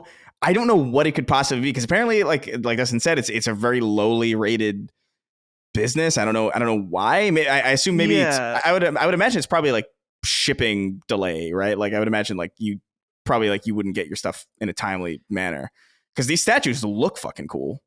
So just to be clear about the rated thing, this is something I saw on Destin's tweet that people are bringing up a website, Trustpilot. Uh-huh. It might be worth somewhat retracting that, and that I think this is one of those sites where people really just go to complain anytime something doesn't go their way online. Because, for example, I looked up Target on Trustpilot and it has 1.5 stars. Oh, yeah. So I'm curious what has a good rating on this website and what doesn't. But particularly on Trustpilot, let's see. Gaming Heads, they have a 1.8. And it's most of these reviews are people complaining about poor customer service. Better than Target. What was that? Better than Target. Better than Target. Yeah, apparently. So, yeah, most of these reviews I'm looking at are all about their bad customer service, bad products, stuff like that. Poor standards. Well, yeah. I mean, I would love to know what exactly was the reason for that. Whether it's them scaling down, maybe in some way, maybe with like merchandise. I don't know. But that seems like a big key component of the story that we just kind of don't have. I do think the way that Gaming Heads is handling it is very bad. I don't think giving some lady's contact information to thousands of people for them to complain to as if she can really do anything is a particularly stand-up practice. But we'll see how it materializes. I would imagine I would imagine we'll find out more about this as time goes on, because it seems so random and at a place that they would just lose that license. We'll find out more. Hopefully, Sony might never say anything about this at all. So, I don't expect any of this to come from Sony. Poor Judy, is that her name? She's getting all those emails, getting inundated. All right, my friends, let's see what you guys think of this. Number 4. In surprising news that spells the end of an era for one of the gaming industry's most famous Japanese developers, Hideki Kamiya is officially leaving Platinum Games. In a brief statement released to social media feeds, the developer noted that Kamiya would exit the company as of October 12th, going on to state, quote, "We are truly grateful for his creative ideas, leadership, and contribution to the growth of Platinum Games from our startup to this very day. We believe that he will continue to succeed in his future endeavors as a game creator. We are looking forward to seeing the game industry grow into a better place with him in it. We wish him all the best in the future," end quote. Kamiya is a legendary figure in Japanese game dev, though his star has certainly dimmed in recent years. Like the other co-founders of Platinum, he got his start at Capcom in the 90s and worked as a designer on the original Resident Evil known as Biohazard in Japan, released on PS1 in 1996. He rapidly rose the ranks at Capcom thereafter, such that he was installed as director of Resident Evil II, which came to PS1 in 1998 and is widely considered one of the best Resident Evil games ever. From here, he got into quirky territory, supplying Capcom with some of its best-remembered games of the PS2 era in 2003's Beautiful Joe and 2006 Okami, as Capcom launched its short-term Clover development brand. However, come the next year, Kamiya made a bold move, one that would resonate throughout generations as a good one. He left Capcom and Clover alongside Shinji Mikami and Atsushi Inaba and founded Platinum Games. Mikami needs no introduction. He is the father of Resident Evil, the director of the first game, and the producer of the next two, who went on to direct and produce Capcom's Dino Crisis franchise at the turn of the century, produced the original Devil May Cry, directed GameCube's Resident Evil remake, produced insane Capcom mech game Steel Battalion, hell yeah, directed GameCube's largely forgotten shooter Piano 3, wrote and directed Resident Evil 4, produced Killer 7, and directed the controversial God Hand, and then, once at Platinum, directed 2010's Vanquish. From there, he too left Platinum to co-found Tango Gameworks, which put out The Evil Within in 2014 and a sequel in 2017, as well as Ghostwire Tokyo in 2023. He's since left Tango too. Will he reunite with Kamiya? It's unknown and even unlikely. One thing we know for sure, though, is that the third co-founder, Atsushi Inaba, won't be leaving. He remains at Platinum, where he rose to CEO a few years ago. Inaba produced the Beautiful Joe series, as well as Okami and God Hand at Capcom, and has worked in production on all of Platinum's games since. As for Kamiya, Bayonetta was his major contribution to Platinum's slate. As the creator, writer, and director of the first game, he later went on to do the same for 2013's Wonderful 101 on Wii U, before largely shifting his attention to Scalebound, the would-be Xbox exclusive from Platinum that began development in 2013, was announced in 2015, and which was canceled in 2017. Since then, Kamiya's only notable game for Platinum came in the form of the shmup Sol Cresta, which launched in 2022, a game which he wrote and directed. Bayonetta, Nier, and other products have gone on even without him even before he left. Now, Kamiya has a notoriously prickly and even obnoxious public persona on social media, and so it was interesting to read his tweets. Video Game Chronicles note that in Japanese language tweets translated by the website, quote, "I thought I'd be bullied more because of my usual behavior, but I'm so touched by all the words of support I've received. Thank you so much. I'm not worried about my future at all. As long as I have your support, I'll keep making games and I'll do my best not to disappoint you. And then an ellipsis. I will continue to believe in the spirit of creation that I have always believed in throughout my career at Capcom No. 4 Development, Clover Studio, and Platinum, no matter what anyone says. I don't know if I'll be able to continue to make games that live up to that belief. I don't have a formula for success, but I'm committed to aiming for it. End quote. Dustin, end of an era. What do you think? So if anyone hasn't seen, there's a fantastic video from Nick Robinson all about Hideki Kamiya, and you mentioned about his prickly online personality. He's famous for blocking people on Twitter, that even if you say something positive towards him, he'll be like, not really, block, and just block people. So there's this amazing video that I highly recommend to check out. But yeah, so I wonder if that's part of it, if maybe he wasn't getting along with the rest of Platinum. Maybe there's something to do with Bayonetta 3, which I thought Bayonetta 3 was a decent success. Yeah, but he didn't, I don't think he directed or even really had much to do with it, as far as I understand. I think it was in an advisory role at that point, because Scalebound was really his shit that assumed him for 5 years or so. And so that really disrupted his whole flow, I think. Yeah. So I think that what the most likely scenario could be is that he's going to go work for a Chinese company now, just like the head of Yakuza. Oh, Ryuki Gokoku, whatever. Yeah. Yeah. Dude, I learned something really interesting about that story. I don't want to sidetrack us. But I guess I'll just tell you now. I brought it up. So remember how that guy left and is now working at NetEase, right? Mm-hmm. There's a whole part of him leaving that we did not know about. Well, people knew in Japan. I learned this. There's this YouTube channel called Japan Analysis. Apparently on a stream, he used a slang that's basically the Japanese version of soy jack. It's called chi-gyu, which is a meme in Japan. If you say chi-gyu, it's for cheese gyudon. Because there was this meme about a basically almost like a soy jack looking guy saying, oh, they ordered the cheese gyudon, which is a cheese beef bowl. And this became notorious in Japan. Apparently, he commented on an esports stream that they're like, oh, they look like they might eat chi-gyu. And he had to publicly apologize for this, like in a special statement. And then shortly after, he left. So there was this whole controversy. No idea. Why was that not reported here? Where is everybody? I don't know. We used to have people at IGN in Japan that would report this kind of stuff. I was blown away because I'm just watching these videos about Japanese culture on the plane and stuff. And then I see this one about this Japanese slang term you never heard of. And it's got, I can't remember his name, that guy from Sega on it. Like, what the fuck? What happened? There's this whole controversy where he said he called a guy chi-gyu. I thought you were going to say like he called someone like the N-word or something. I'm like, oh no. Oh, no. Yeah. Oh no. So anyways, despite that aside, I would be willing to bet he's going to go start his own studio, potentially funded with Chinese money. That seems to be a common thread right now with a lot of Japanese developers. Yeah, well, I'm sorry, I'm off mic. Because I'm typing. Yeah, I wanted to look it up. Mikami is left Tango. Mm-hmm.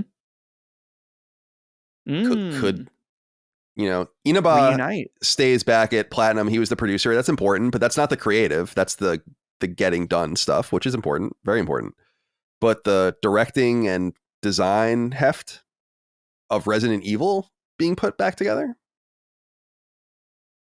Interesting. We'll see. I doubt it. That was really scary. I was like, what the fuck? What is going on? Thank you for that. All right. Number 5. An uncomfortable topic of discussion that arises every so often here on Sacred Symbols is game pricing. Specifically, are games too cheap?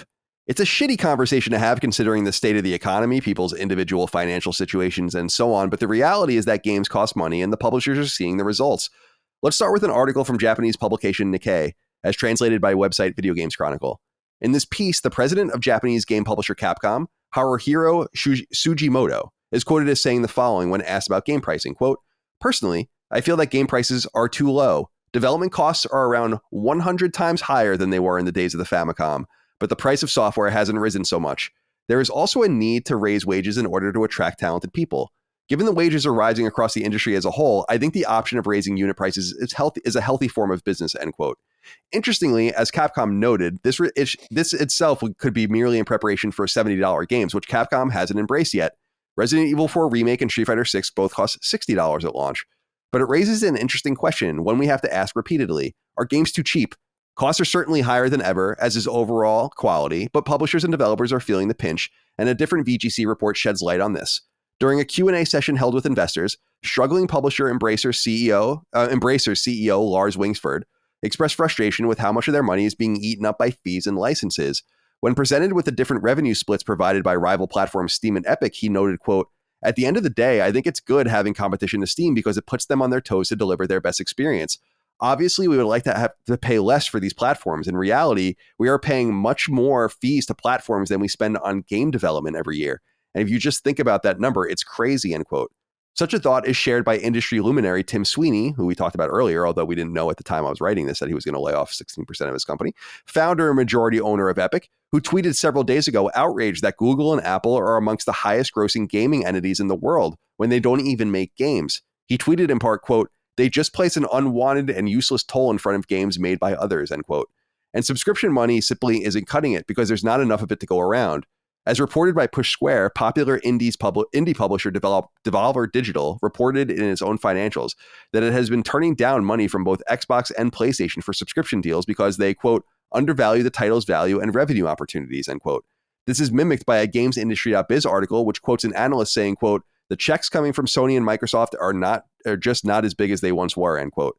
And back over in Japan, Bandai Namco, famed publisher of all sorts of fare, including Dark Souls and Elden Ring, DBZ, Tales, Pac-Man, Armored Core, and so on, is also seeing troubled waters. In a discussion with GamesIndustry.biz, Bandai Namco's European lead, Arnaud Muller, said in part, quote, "I find the market quite challenging right now for a few reasons. I think the market is very much polarized on a very few successful IP. When you look at the numbers outside of a few games, then the market is not necessarily growing. The market's also supported by the series of hardware subscription services, and it's true that through game sales, both digitally and physically, outside of a few hits, are struggling. So that is a fact, and I think that publishers are seeing that," end quote. As noted by one-time PlayStation Studio head Sean Layden on Twitter when linking out to the Capcom story mentioned earlier in this write-up, quote, "Something has to give. The center cannot hold," end quote. Deep thoughts here. What do you think about this, Dustin? I think that this is... I wanted to report on this because I think it's relevant in some sense, what we're seeing, Capcom's announcement. But I think this is also an example of somewhat disingenuous journalism and not engaging with the fact that Capcom hasn't yet raised prices. So they're talking about how they're going to embrace the $70 price increase. But it does also raise the point of should games be worth even more than that. And I thought it was fascinating to hear it so succinctly put, obviously trained by his media people, of course, but just put it in these simple numbers. Games cost 100 times more to make now than they did in the Famicom era. What do you think of that? Yeah, well, that's some of the pushback we see or just from overall about this whole conversation is that, well, there are so many more game players now to offset it, or games don't come out. They're incomplete when they come out. They have to have DLC. They have to have microtransactions. And I think that both of those hold some weight, but not enough in comparison to thinking about a Super Nintendo game that costs $100 that was made by a team of, 20 people in a year, right?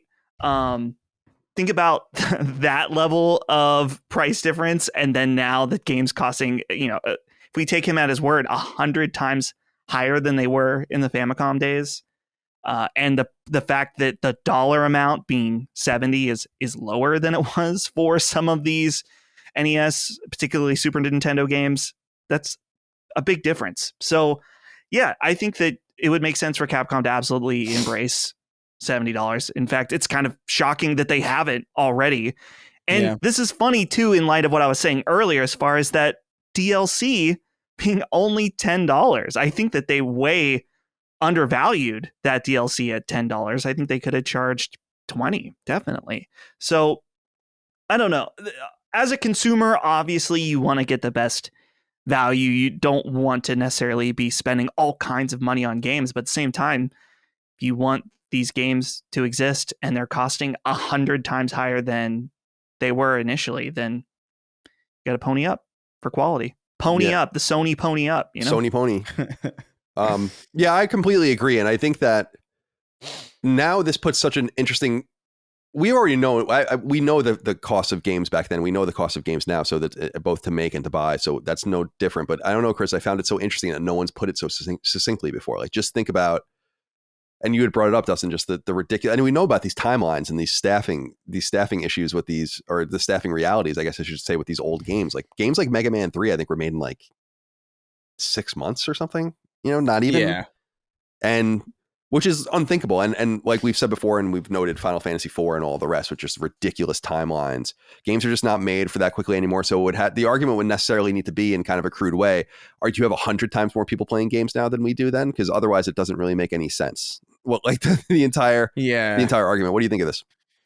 I mean, I think it's a fascinating thing to look back on specifically, because I mean, we talk about a lot, even just the nature of how Uncharted would be released, and it would be like, what was the cadence for that? Like every 2 years, like 2007, years? 2009, 2011, and then it took until 2016, I guess, for 40. And it's pretty crazy. Yeah, it's pretty crazy to imagine that all that was done in such a short amount of time, and we got these great games, and it's kind of just accepted that things don't work that way anymore. But I'm kind of left wondering, like, why? Like, why exactly can't you do that in that quick of a time frame anymore? Like, what exactly is happening that games need to be in development for 5 years at a time? Like, what exactly changed? What's like the reason? And maybe that's probably like not a great idea either.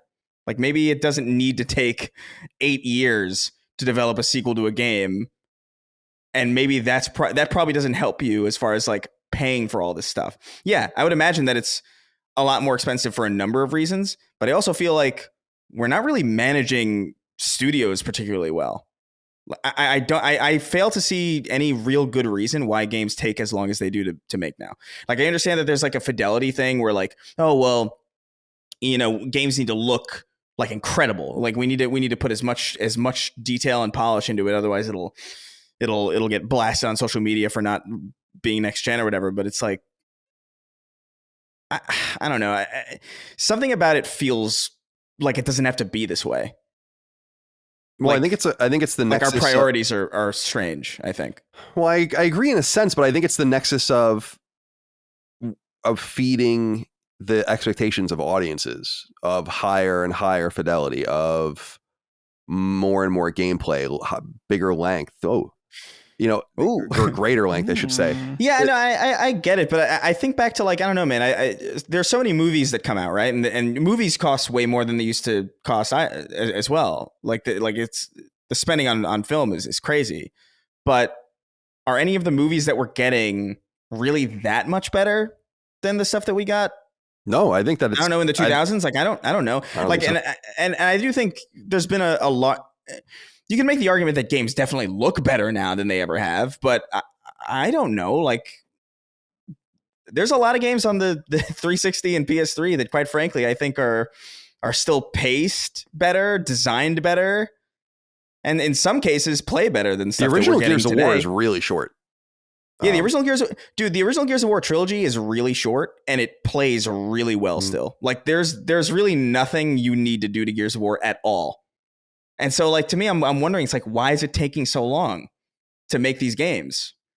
I don't know what the answer to that is, because I don't really see that much happening outside of just fidelity and the expectation of us being able to see the eyelashes on every single character's fucking face. Otherwise, it's not a 10 out of 10, or like, we need these engineers working overtime to get certain graphical things working, because realistically speaking, like, we're not even really pushing physics all that much in modern games. We're not really pushing a lot of these things that would actually transform the experience to be something that's truly unique. Like, I think the last time I saw even something remotely similar to that was, or something even remotely groundbreaking, or that pretended to be groundbreaking, was the original pitch for, was it Crackdown 3, with all the server loaded destruction, right? And all that. And that was cool, except that didn't even happen. That's right. Like, I forgot about all that. But I remember seeing that, and I was like, that's dope. That's crazy. And a lot of that was a lot of that development was forgiven for going after, like, something so weird and so difficult to do, and then it ended up not happening anyway. So it's like, all right, well, that was a huge waste of time and money, and it didn't even play half as good as the original 2 Crackdowns. So I understand that there's a lot that goes into this. Like, I'm sure costs are raising everywhere. Like, the cost of living is going up, and like, obviously, like, inflation is real. But at the same time, I when I see things like, oh, it costs 100 times more to make a game now than it used to, I'm like, does it really? Or are you spending 100 times more than you used to? I have no doubt that it's gone up. I have no doubt that it's gone up, but like, I question the degree to how much of it's gone up when you look at all the stuff that we're getting now and how, again, it's all good. But well, so what you're saying is you're making the value judgment of like, what are you getting for the money? Yeah, like, are the games that we are getting in the PS5 and Series X generation 100 times better or more impressive than the stuff that we got in the PS3 and Xbox 360 generation? I would argue no. Well, he's comparing it to NES. Famicom. Well, that's true. Yeah, fair enough. But I would say, so. By the way, I would say no. I would guess so. I guess that would be. I would say no. I mean, I don't think Horizon Forbidden West is 100 times more impressive than Mega Man 3. No. No, it's not. Yeah. It's much more impressive, many, many times more impressive, but 100 times more impressive. No, I think that this goes into this is why I included, and Dustin, we'll go back to you. I included the Sean Layden quote, and he's really been sounding the alarm on this since he was at Sony. Certainly when he did his exit from Sony Studios, he talked a lot about this of just like the game cost situation is becoming a problem. It's becoming a big, big problem.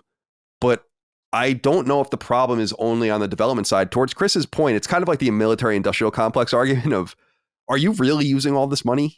Or are you like, what are you doing with all this money? And maybe that's a better question to ask. But I also think on the other side of our argument here in the games industry is, what are you willing to pay for? Yeah. Like, I don't know, man. Like, I understand that there's like a lot different now. And like I said, I'm not making the argument that the costs have not risen at all. That's obviously false. I just do question like where this money is going and how it is actually manifesting in the products that we're getting. Because I mean, like the Raiden said, it's like, dude, so many games now in comparison to back then are launch fucking broken. You know, it's to be fair, it's gotten a little bit better. It was a really big problem. Specifically, I would say like maybe like in the mid to late 2010s and probably like early 2020s. Outside of Cyberpunk, obviously is a huge example of that. But even so, man, you know, stability's gone down. The pacing and the quality of that pacing is I would argue has gone down. And so like, I don't know, man. I think there's a really valuable question to be asked here as far as like, how are you spending this money? How well are these games being managed if you're spending this much money? Like, usually if I came to you and I said, I'm spending so much fucking money on making this thing and it's not sustainable. At a certain point, like what point do you come to me and ask me like, well, don't spend that much money? I know that's like a really simple like thing, and I'm sure it's way more complicated than that, but that is a valid thing as well. Like, you don't need to spend billions and billions of dollars making a video game. Like, you just don't. I think I understand what you're saying. I think that going back to, is a game 100 times, you know, more, I guess 100 times more production? Absolutely. I was kind of surprised that you said no. You cannot like a modern game like Horizon 100 times as much as Mega Man 2, but I would definitely say is 100 times more complex in terms of right, graphics. I would AI. say it's thousands of times more complex, but what he asks is it is 100 times more impressive? You know, I think from a technical standpoint, yes. Yeah, but what is that? I guess what is that complexity offering the player in a sense that like, oh, this is worth 100 times more? You know, like I don't know. Like I don't think that's really. But that's the thing, is that we're paying less for these more impressive games now than we were paying for those games then. That's completely true. I mean, that's totally true. We are all in agreement that game pricing should probably go up. Obviously, I don't think anybody here is arguing the opposite. When I see people, especially when I see CEOs who like get like these crazy bonuses, like we can't. We're spending too much money on this game. It's like, really? Then don't. Focus on the stuff that's important for the game and then you'll figure things out. You know what I mean? Like, I don't know. Like, it feels like something that would self-correct if we just had a little bit of a smarter way of managing studios. Well, this gets back into the snake consuming the snake, where, well, it's like, why are we getting so many Horizon games? It's because it's cheaper to make more Horizon games than to make a new IP. That is because true. of the very things that we're talking about here. But nonetheless, go ahead, Dustin. That is true. Yeah. No, I that's the only thing I had to say was just about that being 100 times more. They're 100 times more expensive, and they are 100 times more complex. So that's I would say they're 100 times more expensive and 5,000 times more complex. Yeah. But I was specifically talking about like my experience as a gamer. Do I get 100 times more out of Horizon than I do Mega Man 3? No way. Maybe hours. And that's valuable because that's kind of how we would judge a movie, let's say, right? From a short film or a TV show. So I get that. I just think that there's all these intersecting axes, or should be intersecting axes, of cost, pay, or, you know, the market for something, how long it takes, the value you get out of it, and all that. But everything is off. Like, none of them are intersecting. All the axes should be intersecting, but they all kind of just exist independent of each other. And if the further they get away, the more something will have to give to get them back together, which is what I think, you know, Sean Layden has kind of been saying, is you have to kind of give up scope, length, or depth, I would imagine. You could probably have a well scoped out long game, but it's not going to be very deep, or a very beautiful short game, or something. In other words, you can't deliver everything. And the Baldur's Gate 3s and the Witcher 3s and all these other cyberpunks of the world that just make shit tons of money, they're not common between those projects. Look what happened to a fucking Immortals of Avium, dude. I am telling you guys that game is better than the reception it got is so cold and weird, considering what it is. So I don't know. I'm going on and on here, but it's an interesting conundrum. Because I don't know how much. Yeah, go ahead. Oh, sorry. I was going to ask. Do we know how much Immortals of Avium? Like, do we have an idea of how much that costs in the same way that we know, like, how much Callisto Protocol costs? No, we haven't heard anything. I would say, from my perspective, Immortals of Avium is like an $80 to $100 million game, probably something like that. I was going to say $75 to $100 million. Yeah, dude. I don't know, man. Like, Callisto Protocol is a really good example where it's like, how much did that game cost to make? 176, like, I think, million. $176 million. Way overspent. That's what I mean. It's like, I think of that when I think of, like, man, we're spending too much money making games now. And I look at a game like that and I'm like, yeah, you didn't have to spend that much money on that. Like, you just did. And I don't imagine that that's the only studio that's bad at managing their money. I would imagine that probably a lot of studios are. I mean, you see this even with, like, you know, the Embracer Group and how they've managed their money, and how there's no shortage of people who don't know how to manage money, even in successful industries with, like, a lot of successes under their belt. Like, it's not a guarantee that a studio understands how to use their assets wisely. And so when I see this, like, oh man, you know, it just costs so much. It just costs so much. I'm like, I don't think it has to, man. I think there's probably just a smarter way to do business. I think you're probably right. I think you're probably right. There's so many problems right now and that's why people are like, you're so hung up on this, you're so hung up on that. Dude, I am mega hung up on the economics of gaming. Holy moly, am I hung up on the economics of gaming. It's fucked.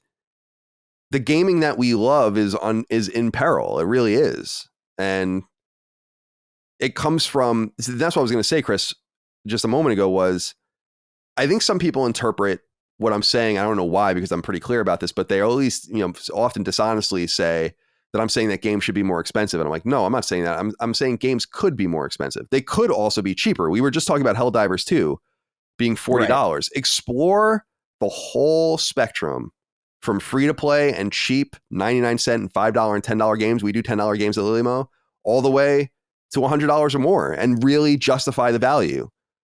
And find a pocket wherever you want to find it. But when people say, like, oh, Colin thinks all games should be more expensive, it's like, no, I think that the games that you and I want, or I'll speak for me, the games that I want, a Last of Us Part 2, so like Last of Us Part 3, that kind of game, so 20, 25 hours at that level of production value, that high level of storytelling, graphical fidelity, and all of that, that might cost more than $70 in the future. Probably not in the immediate future, but at some point. While a game like Helldivers, you can imagine being even cheaper. than $40. And so I just wish that the games industry was smaller during the cartridge era, but it was much more open-minded about a spectrum of pricing options and people understanding what those options were and why. We understood at the time it had something to do with the size of the game. It had something to do with the provenance of the publisher or the developer, or what we understood as just the company on the box or whatever. But we understood that not everything was going to be the same price. And then suddenly everyone just assumed everything has to cost the same price. And what started that? The CD era, I think.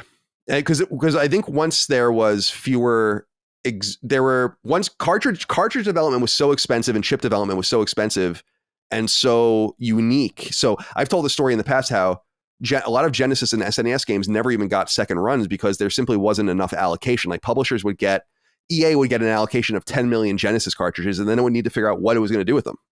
And that was what they were going to have. And when CDs came out, it was like, well, it doesn't matter. I mean, this is like ridiculously cheap and easy, like almost questionably easy to do. And that removed the whole barrier to it. N64 was the last console that really saw a spectrum of pricing on it. After that, it was basically over. You know? What was the standard pricing for PS1? I'm too young to remember. You could get PS1 games new from 40 to like 60, depending on the discs and whatever. I think Final Fantasy VII was $49.99, but I think a game like Jet Moto was probably $39.99 when it came out or something like that. But I'd have to look, But $50 was that disc-based price point up until the change during the PS3 and 360 era into $60 games. And so I agree, because Dustin, this is what you're touching on, and this is an important point, is that like games are more expensive, they are more complicated. There's no doubt, like all of that is true. I just think that what you're saying, Chris, about what are you getting for your dollars, Capcom got way more out of $1 million for Mega Man 3 than they got out of $100 million for Exoprimal. You know, that's kind of the point I'm making. Well, I'm also just thinking, just based on, I don't even think it's necessarily nostalgia based. I think, like, generally speaking, like there are games that I remember playing on the 360 and PS3 that are just straight up still better than a lot of games that a lot of new games that come out now. You know, like, sincerely. Like, and so I'm looking at it and I'm thinking, like, well, what the fuck is all this money going to if it's not resulting in games that are like orders of magnitude way better? And sometimes it does. Sometimes you do get something like Red Dead Redemption where it's like, this is impossible. Like, this is impossible to even fathom on previous hardware, and it's doing something so good, and you know, and you get interesting titles that are really pushing the genres in certain ways. But I don't know, when I think about, like, I don't know, even just like in the FPS genre, like probably like Doom and Doom Eternal were probably like the best first person shooter games that came out in the last like several years. And before that, it was, I don't know, for me, it was like the old Halo games. So those were like an entire 2 generations ago.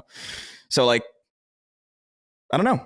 I guess, I mean, it all, you know, varies greatly on preference and all this stuff. And I totally get that. A lot of this is totally subjective, but at the same time, I just feel like, there's a managing issue going on that we should probably be looking into. I think that's probably true, but I think that's like, what do they call it? Zero budget accounting or something like that, where you instead of starting from a number that you hope will fulfill the goal, that you start from zero and then ask everything you need to build towards the goal, and then that's the number you get.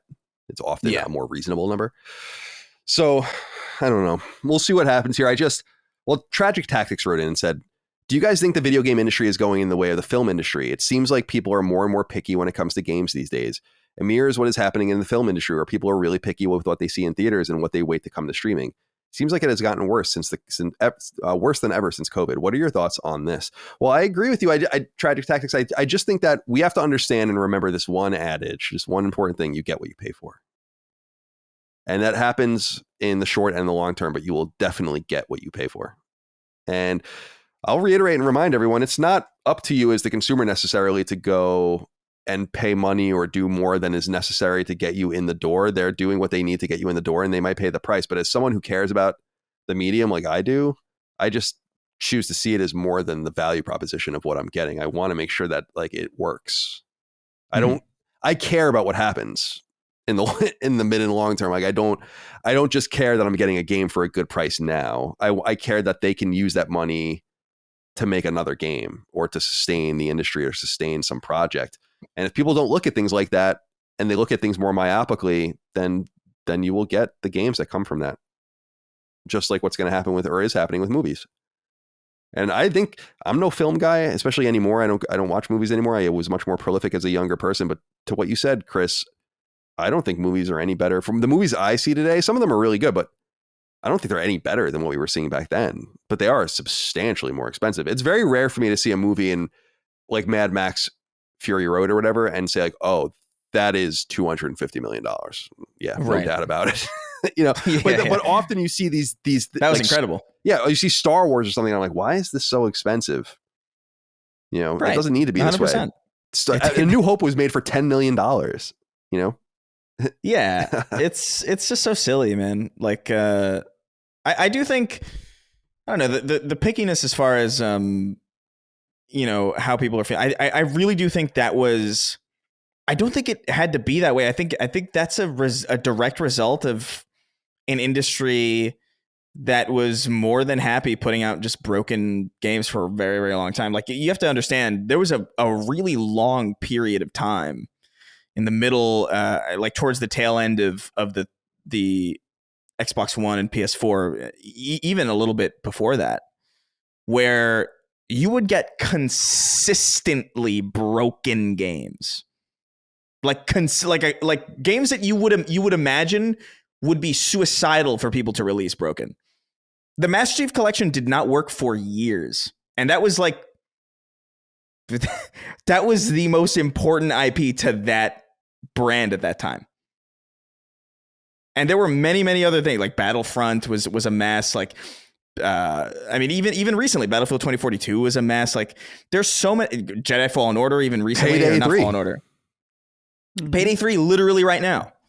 So, I mean, until we can have an industry that we can trust and rely on to give us something that is worth our money, you're going to see hesitancy in the market, man. Like this, because it didn't used to be that way, man. People, I mean, everybody's always going to try to find deals, and there's always going to be like pirates and all that stuff. Like that is understood, right? But I remember the 360 PS3 generation, and when people were hyped up for a game, man, they went out day one and got it. And you know what they got when they got it? A game that worked and was really good. You got Grand Theft Auto 4, like that entire period, like 2006 to 7 to like 2012. Every game was a pretty safe fucking bet. Like that it was going to be really good, or at the very least functional perfectly adequately on day one. Like there was no hesitancy at all in that time. If there was a game I was looking forward to or a game that I was curious about, I would buy it day one because I just knew it was going to be good. Or at the very least that I knew it wasn't going to be like this massive problem. You had the occasional failure here and there, right? Very infrequent compared to what it would end up being. And that's probably due to a lot of things. It's probably due to games being more complex, game engines being a lot more, having to deal with a lot more fidelity, a lot more frame rate demands, probably a ton of shit. There's probably a bunch of excuses that people could make for it. But the reality is that it instilled a sense of caution in people to the point where it's like, well, I don't know if that game's even going to, like, how do I know that game's not going to crash my entire machine? That was happening with No Man's Sky, and that game was advertised like crazy in front of everybody. Like that was at Sony's showcase for that was at Sony's E3 for like 3 years in a row or something. Yeah. And, and that was something that people were super excited about, and it just didn't fucking work. And that's not even, this is only the stuff that I can remember, by the way. It's not even to mention Fallout 76 and like all these other games that just like completely were botched. Mass Effect Andromeda, oh my God. The list honestly goes on like infinitely in that period of time. And that's why people are so picky now. It's because it's like we've had this almost a decade long experience that's still kind of manifests even in this year that's full of amazing release after amazing release. You still have your Lord of the Rings golems, right? You still have your Redfalls, you still have Payday 3. And so until we have a year where we can safely vet that what we get is going to function, we're going to keep seeing this aversion to paying full price. And I don't blame the consumers for that, really. because it's the industry's fault that we're here in the first place. Yeah, I think you're preaching. I think you're absolutely right. I mean, this is another one of the axes I was talking about that's not intersecting with the other axes. The quality axis is not intersecting with everything else. So you're totally right. That's why I'm saying you can't really blame the consumer.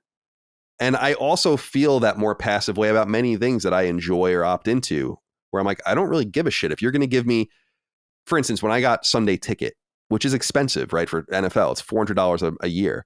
I got it for $300 a year because I got it early.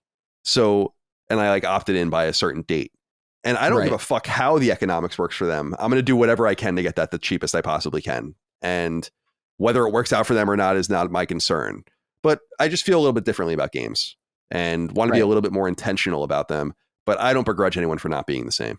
And I think you're absolutely right. You just really said it very perfectly about just the litany of broken promises, broken deliveries, and the finality of games back in the day. It's not that games weren't released broken. Sometimes games were released catastrophically broken back in the day, but typically they were fine. There were ways you can manipulate them permanently. Like, keep bringing up Mega Man 3, but Mega Man 3 has some debug stuff that was left in it that you can use a second controller to fuck around with the game. But that doesn't mean that the core game is broken. It works perfectly fine. Yeah, there was a different type of games used to release kind of like somewhat busted, right? At worst. Like Halo 2 is a really broken game, like in a lot of ways, but it functions and it's fun and it's good and it doesn't crash your machine when you play it. Like there was a bar that was set that I think they understood. Like we can't release games unless it works. At the very least, it doesn't crash your machine and is good. You know, that was like the bar. And I know some people are going to be like, well, games used to, there are plenty of games. It's like, I know, dude. Like, I understand that Myth 2 in like the 90s was so catastrophically broken that Bungie had to pay like millions of dollars out of pocket to recall the copies. Like, I understand. But that wasn't a commonplace occurrence. It's actually, it was a huge newsworthy thing that had happened because it was so fucking rare.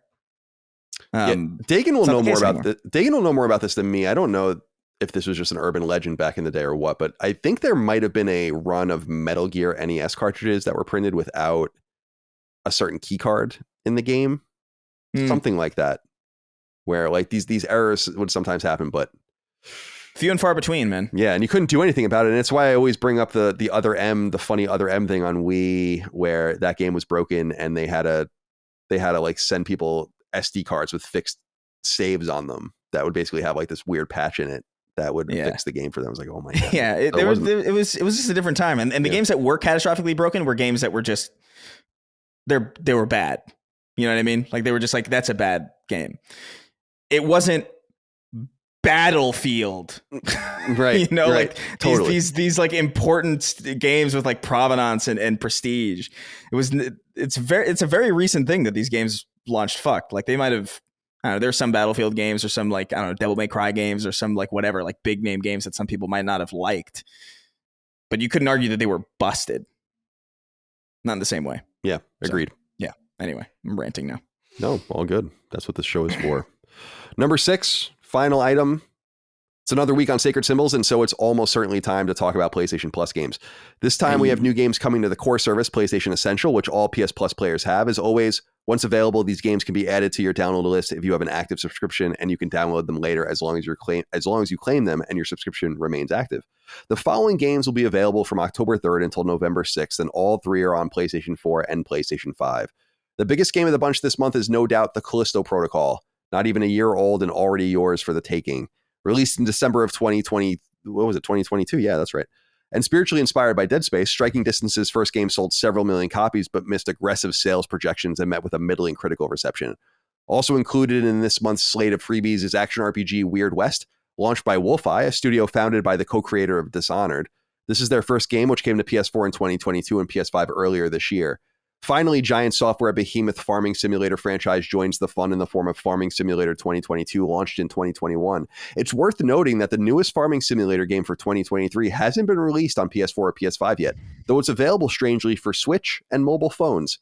And by the way, if you have PS Plus Extra or Premium, you can look forward to the destruction-centric game Teardown to come to both services as a console launch game in November. More on that soon.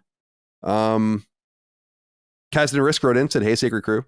The Callisto Protocol is free on PS Plus for October, and I'm curious on how we're feeling about the game after 9 months from launch. Worth diving into for free? Ostensibly for free, remember, Kazan. Thanks and take care. Certainly. Yeah. Certainly. Callisto Protocol is a steal if you don't have it on PS Plus, in my opinion. That's definitely something you should check out for yourself and see what you think. Yeah. It's certainly not Dead Space or Resident Evil 4 remake, but it's good. It's good. Yeah. If not highly manageable. Are you interested in this Weird West game? I've kind of been curious about it over time, but it's kind of just come and gone. Like it didn't get a lot of attention in my specific circle, so I just kind of forgot about it, I guess. I've been wanting to check it out for a while. I keep forgetting about it, and there's obviously so many new releases right now, but I heard good things about it, and it's also one of the co-creator of Dishonored. So obviously I love Dishonored, so there's hopefully some shared DNA there to some degree, at least in terms of it being an immersive sim, but maybe this will get me to check it out, but maybe not, also with there being so many other things to play. Cedric S. wrote in, said, "Hey guys, I got a question for you all. Last week, you three were talking about how Callisto Protocol dev Striking Distance is losing their leadership, another blow for that poor studio. Now it's revealed to be a PS Plus game for the next month. This month we get the Saints Row reboot, which I'm going to play. Another troubled game from another troubled developer. My question is, do you think Sony is just taking advantage of these deals because they know the companies are hurting for money, or do you think that these deals were planned in advance and this is just a weird coincidence? Knowing how much Microsoft is paying Game Pass games, I kind of believe it might be the former versus the latter. Maybe November's game is Gollum. I'm totally kidding. I'd love to hear your input." I think Gollum's way worse than Saints Row or Callisto Protocol, but I could be wrong. Yeah. I think that, Cedric, this is an example of the sides taking advantage of each other. Embracer, in the example of Saints Row, and I guess you would think Krafton with Callisto Protocol, are looking to extract some money out of the product. Saints Row was probably planned around the launch of the final DLC and was probably in place, but they're taking advantage of each other in terms of they need lump sum payments to kind of buttress the blow they're taking of being in the red with these projects. And Sony can get something probably for a little cheaper that might be somewhat compelling to their audience that they don't have to pay a serious amount of money for. So I don't think it's one side taking advantage of the other. I think this is just business. And I would imagine that both of these deals were lined up for months beforehand, especially the Saints Row one, just in the sense that the DLC happened to have concluded at that point. So that makes a lot of sense to go sell your season pass. And then as far as Callisto Protocol, I imagine that Glenn leaving has nothing to do with that game being on PS Plus. So I wouldn't read too deeply into it. But again, Farming Simulator. Oh, and what do you think? Farming Simulator only on Switch and phones this year. Strange, right? I don't know what that's all about. No, not PC even? No, not PC. That's fucking confusing. That's very weird. Are those potentially their biggest platforms? Yeah, I mean, it's possible. It does seem like something that would be at home on like a portable kind of system. Yeah. Like I don't. It's hard for me to imagine like you powering up your rig. You know, like just like pulling down a huge switch, sitting down in front of your 4K monitor that like is a big circle that envelops you, so you can pretend to farm. It's like that guy with the truck. Remember that guy with the trucking setup? That I was like, you could literally just go drive a truck. Just go drive a truck. At a certain point, just see if you're good at it at that point. But yeah, go make some money. Yeah. I don't know. That's curious. It's very weird. Yeah, I just looked it up. I can't imagine. Sorry, go ahead. Yeah. No, I was gonna say I can't imagine it's a hardware reason. No, definitely not. You know. What do you have to say, Dustin? I'm reading about this, trying to see if there's a reaction in the farming simulator community. Maybe that they're doing these versions first. The mobile and the Switch version maybe are a little more similar. Yeah, they're probably one in terms of their graphics abilities and different feature sets, and maybe we'll get the real farming simulator this year down the line. It just seems like a very odd choice. Agreed. All right, that's it for the news. 6 questions, comments, concerns, thoughts, and ideas to end our show as we always do. We draw these from patreon.com/lastdaymedia to support us over there. It only costs you $1, $2, $5, whatever a month you want to pay. You get different tiers and different perks for doing so, including Sacred Symbols Plus, early ad-free access to all the shows under the Last Stand umbrella, and so on and so forth. A thread goes live in the news feed each week, and we draw your questions from that. So keep an eye out if you want to submit. Emmett wrote in and said, guys, what's your opinion on the reaction meta on YouTube and Twitch?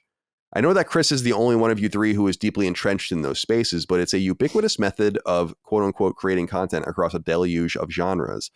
I'm sure you've all encountered the salacious title coupled with a wide-eyed, open-mouthed YouTuber in the thumbnail. Would love to hear your thoughts. Shout out from Korea. Thank you for writing in, Emmett. Chris, I'm curious, what do you make of the reaction meta? Yeah, I don't know. It's weird. I did a video touching on this a little bit, like I think a month or two ago, in regards to like the XQC situation, where that was like a huge one. Yeah, well, it is the B. That's a good one. Yeah, I clickbaited everybody into thinking it was B movie, but I don't know. It's strange because reaction content isn't really necessarily the problem. I mean, I would describe a lot of the stuff that I do as reaction content, or at least like responding content, where I'll respond to things that are happening, or I'll talk about things that are occurring. But there is this meta of just straight up stealing content. I mean, we talk about it earlier with our show, where it wasn't even a reaction, where somebody just clipped our 20 minutes of the show. Yeah, it's like just make your own content on Twitter. Yeah. And at a certain point, it's weird, but like I have noticed that it is a thing that it used to be shamed a lot for people to do that, for people to like react to videos and post it online, and there would be kind of laughing stocks. And now it's just sort of become the way you do things, specifically on Twitch, where a lot of people just sit and react to things, and that's the whole point. It's strange. I don't know really what to make of it outside of the fact that, you know, it only really became okay because people who were already popular started doing it. Whereas before you had people trying to make a name for themselves doing it, and they had like no real clout or no real reason or no real community built in to make justifications for it.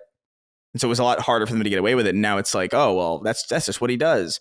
He'll make a 10-minute video watching a 9-minute video, adding a total of like 1 minute of transformative content. It's like, that's not how that's done. And maybe this is like an old school thing. Yeah, it's not fair use at all. But but the issue is that DMCA and all that stuff is it's such a nuclear option that even if you feel justified in doing it, it's better not to do it, because it just leads to this whole problem where it's like, even if you justifiably DMCA somebody, it's viewed as like overkill.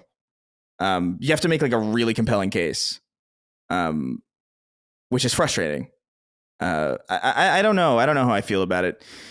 I'll react to things on stream sometimes, because some people will send me a video and then I'll watch it and then I'll have nothing to say, and I'll be like, okay, well, I'm not posting this. You know what I mean? Because to post it would be to steal. And I understand that there's certain scenarios where, like, if you're just watching videos that people send to you because they think you might get a reaction out of it, and sometimes you might get something and you'll stream it, and then you'll have actually a lot to say about it, and then that could manifest itself into some form of actual transformative content. And in the live nature of what streaming is, it makes sense that sometimes that's not always the case. That sometimes you'll watch something and you won't have anything to say about it, and then it'll be just like kind of wasted time, and you've just ostensibly stolen something. But I think the difference is whether or not you choose to upload that stolen stuff to the platform that you stole it from. Because Twitch and YouTube are very separate. Like, I don't care if somebody watches my video on a stream and then just that exists on the stream on Twitch somewhere. You know what I mean? Like, whatever. The issue comes when you upload your reaction to my video on my platform and transform it in no way at all, and show the whole fucking thing and don't add any value to it. That's where I have the problem. And so I think it's an etiquette thing. It's just like, feel it out and just understand what is and is not okay. And for some people, it's really fucking difficult, or they just don't care, which is the frustrating part. Where are you on this, Dustin? See, I was thinking specifically of the YouTube side of, I've noticed this weird trend, and maybe this is also it's different for the gaming space. When you think about watching someone watch a trailer or something, it's much shorter. I've noticed there's this thing with anime where people straight up watch entire episodes and I've seen that on themselves. Twitch, yeah. And that just, not only from I'm not even thinking about this from a content theft perspective, just why would someone want to watch that? But I'm looking at one right now where it's a 59-minute video where they basically watch this entire movie. The movie is a silent voice. It has 175,000 views.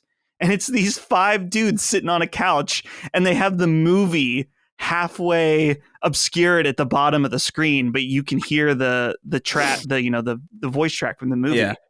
And I just am like, man, I don't know, am I getting out of touch now at this point where it's weird, man. It's weird. There's some, and dude, there are many creative ways that you can do something like that and make it not only transformative but make it your own. Like there's this great channel that I watch every night. I haven't watched them in a while, but like I like their stuff. It's called Pretty Much It. And it's just these dudes. It's like a Mystery Science Theater sort of thing where they sit and they watch movies and they kind of like improv and they riff over them. But what they do is they record a full commentary track for an entire movie that you can play along with the movie if you want. But their videos are just condensed highlights of that highlight reel. And so that's a super smart way, because you're making your own transformative content. It's definitely piggybacking off of something else, but you're not selling the movie. You know what I mean? It's actually like a super brilliant way of doing something like that. But that's what I mean. It's like, get creative with it. If you're going to do something that is so intrinsically based on other people's content and so intrinsically reliant on other things, at least, I don't know, man, show some type of creativity in the way that you're going to execute on it. Because otherwise it's just fucking theft. Dude, some of these reaction videos are totally ridiculous, where I've heard someone talk about this. So this isn't totally just my thought, but it's true. You see these reaction videos where it's like he listening to Bohemian Rhapsody for the first time. Yeah. No, you're fucking not. No, you're not. Yeah, it's insane. No, you're not. It's like a 50-year-old man. I just heard Bohemian Rhapsody for the first time, and he's like his mouth is fucking agape when he's listening to it. It's like, first of all, I have never. Was it you that brought this up, Chris? I'm sure. I've definitely talked about it before. Remember. I don't remember where, or like, I think it might have been on stream or like on a Snark Town. I don't know what the fuck. I don't remember where I've had this conversation, but I had this exact conversation where it was just like, dude, like, how are you hearing Bohemian Rhapsody for the first time as a fucking 45-year-old? No, you're not.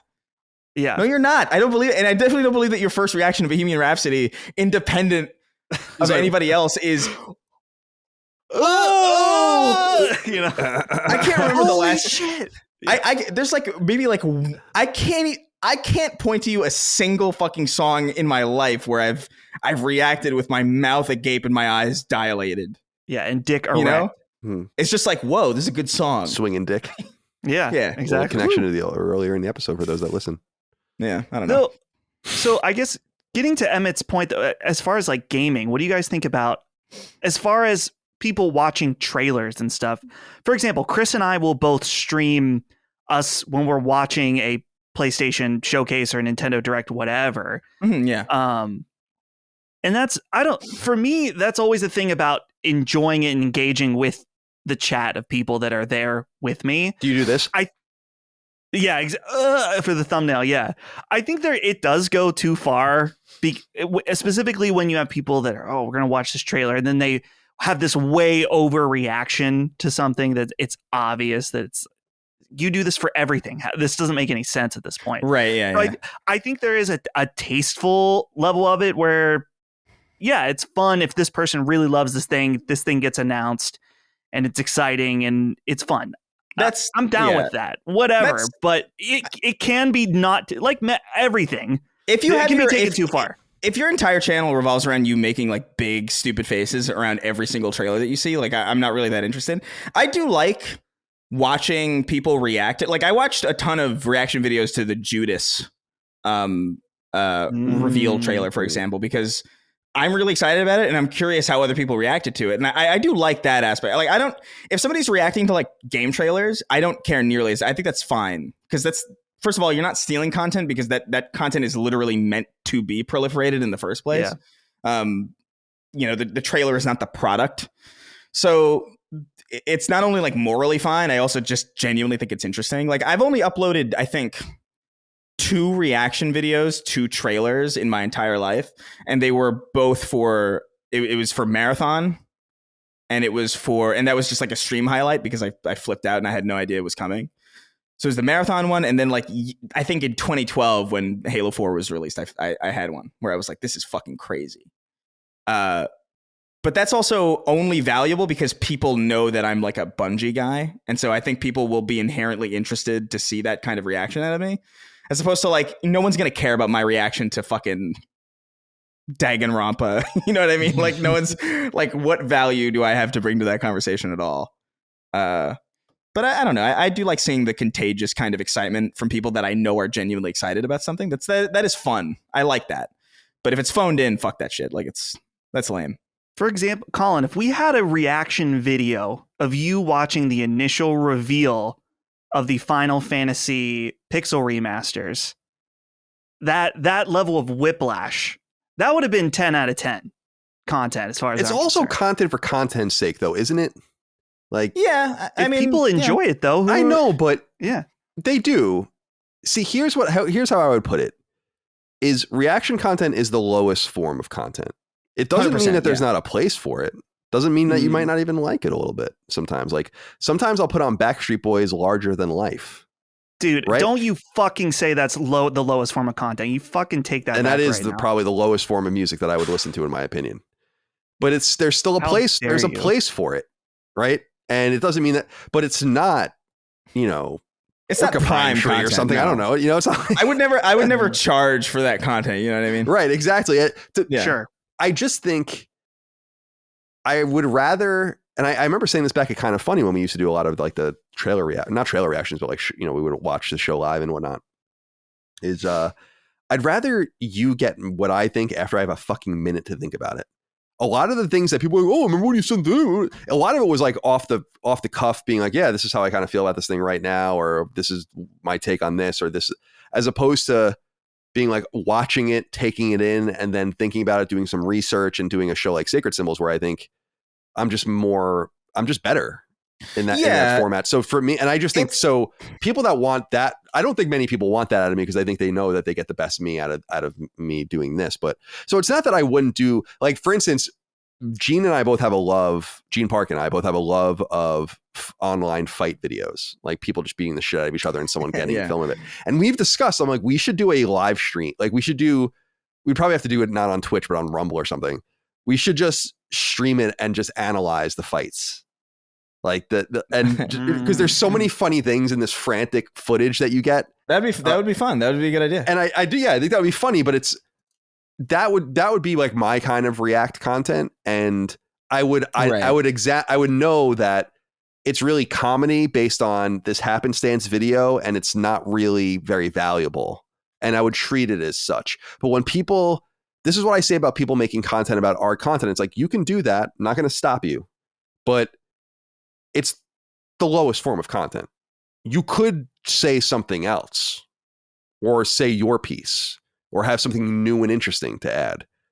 And I just think that content's just fundamentally better. So yeah, I don't get the react meta. I especially don't get it in games.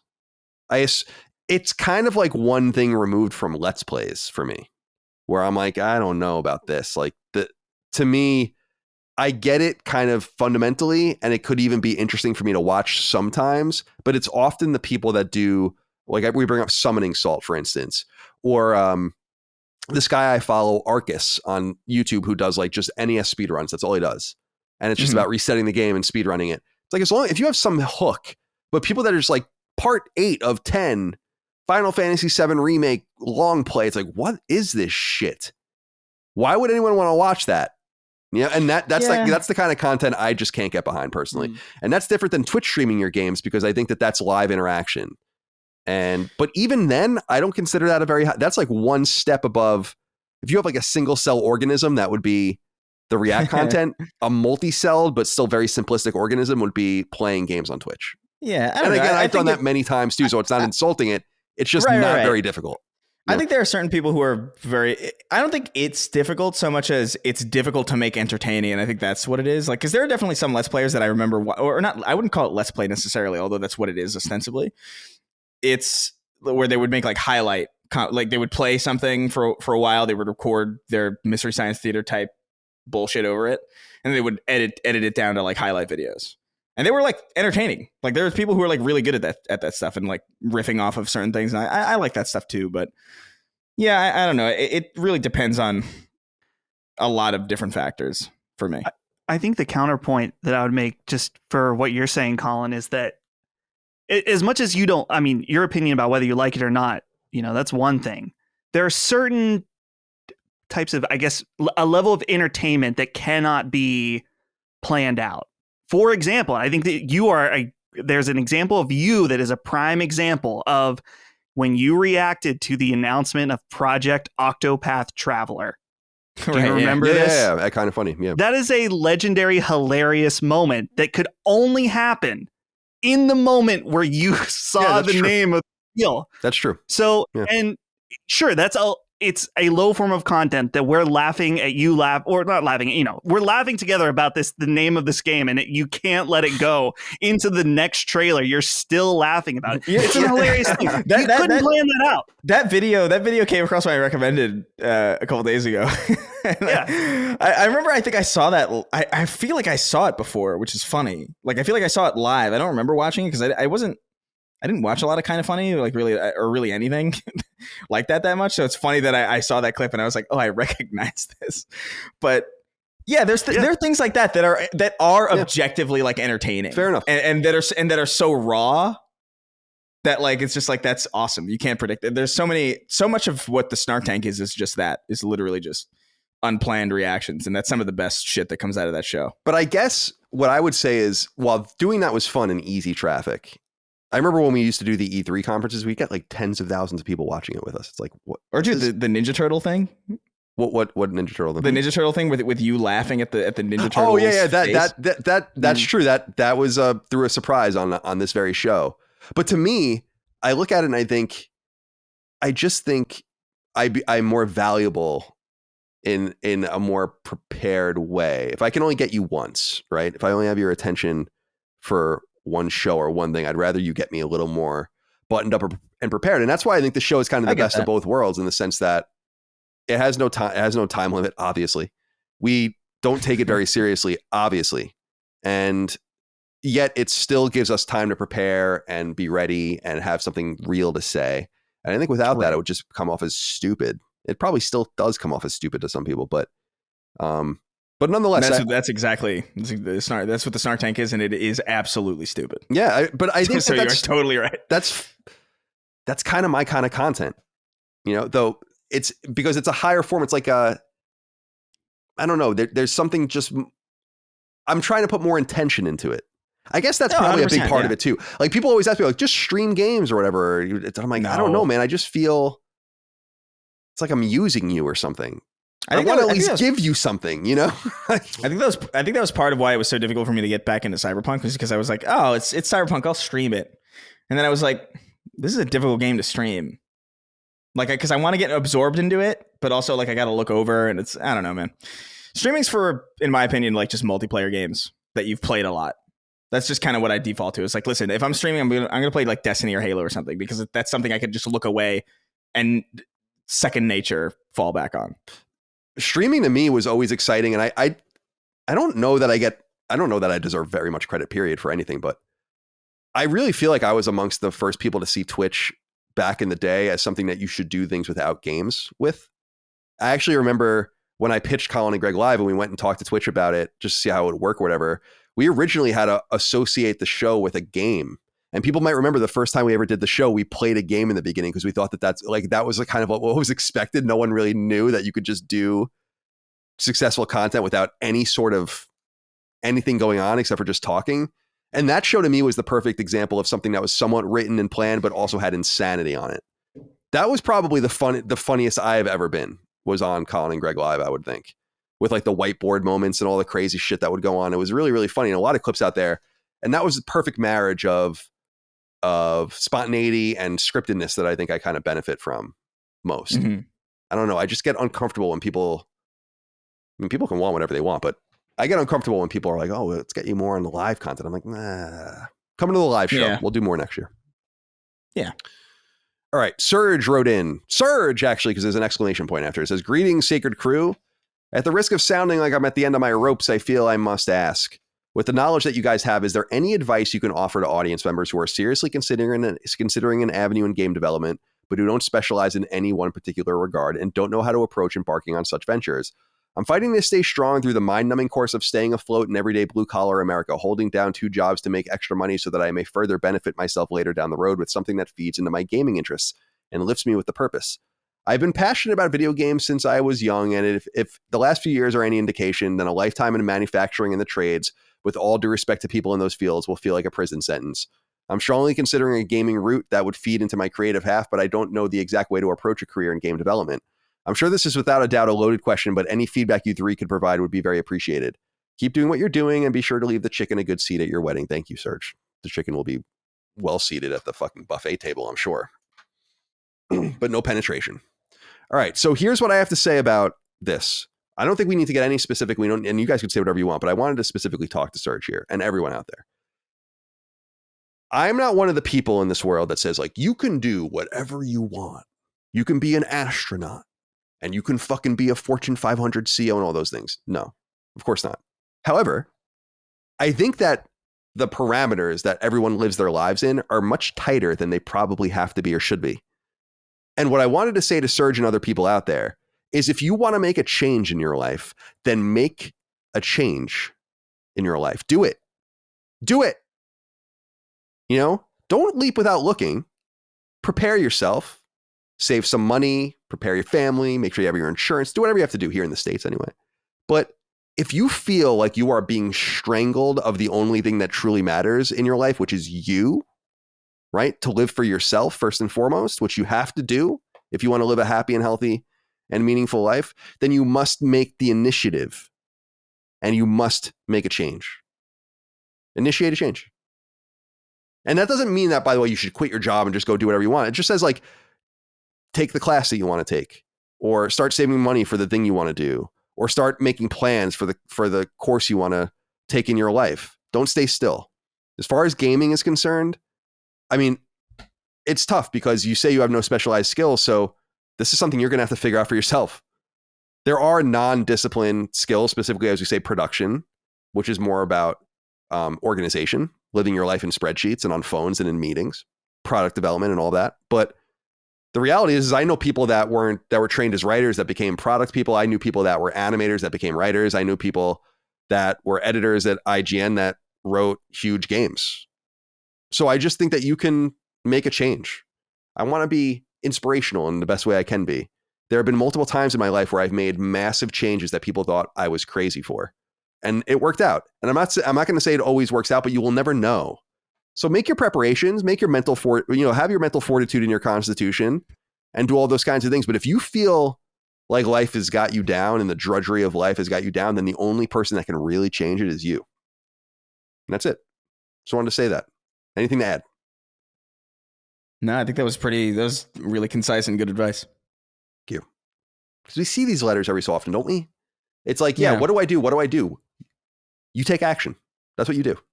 Yeah. Things don't happen on their own. No, certainly not. No one's going to change anything for you. Yeah. No one's going to walk into your life and change anything for you. So I know you're looking for more practical advice from a non-disciplinarian, but you need to do that work yourself. Yeah. You know? Yeah, you gotta pimp your own ride because, you know? Because X to the Z ain't here for you, you know? Because Exhibit's not here, man. Exhibit's not going to walk into your Ford Taurus and put an aquarium and a hot tub in it. You got to do that yourself. Did you see that story about like how like after the show was over, they would just rip all that shit out of the car and just leave them with a fucked car? Really? Yeah. Probably because they weren't legal or something. Like they're not street legal. Oh, totally. Yeah. Like they weren't street legal, and then like they would just leave these cavernous holes in people's cars after it. It's crazy. I remember one of the earliest like memes as we understand them now, or like meme images was like, I'm gonna put your I heard you like turtles. Oh, yeah, put yeah, a turtle yeah. in your turtle and make you turtle. Whatever. Like, oh my god. Exactly. Yeah. The exhibit pimp my ride meme. That's ancient. Mm-hmm. That's like 2006. I don't know if I meant to say this recently. Do you remember the owl image that was really or something like that? Oh, really? Yeah. Yeah.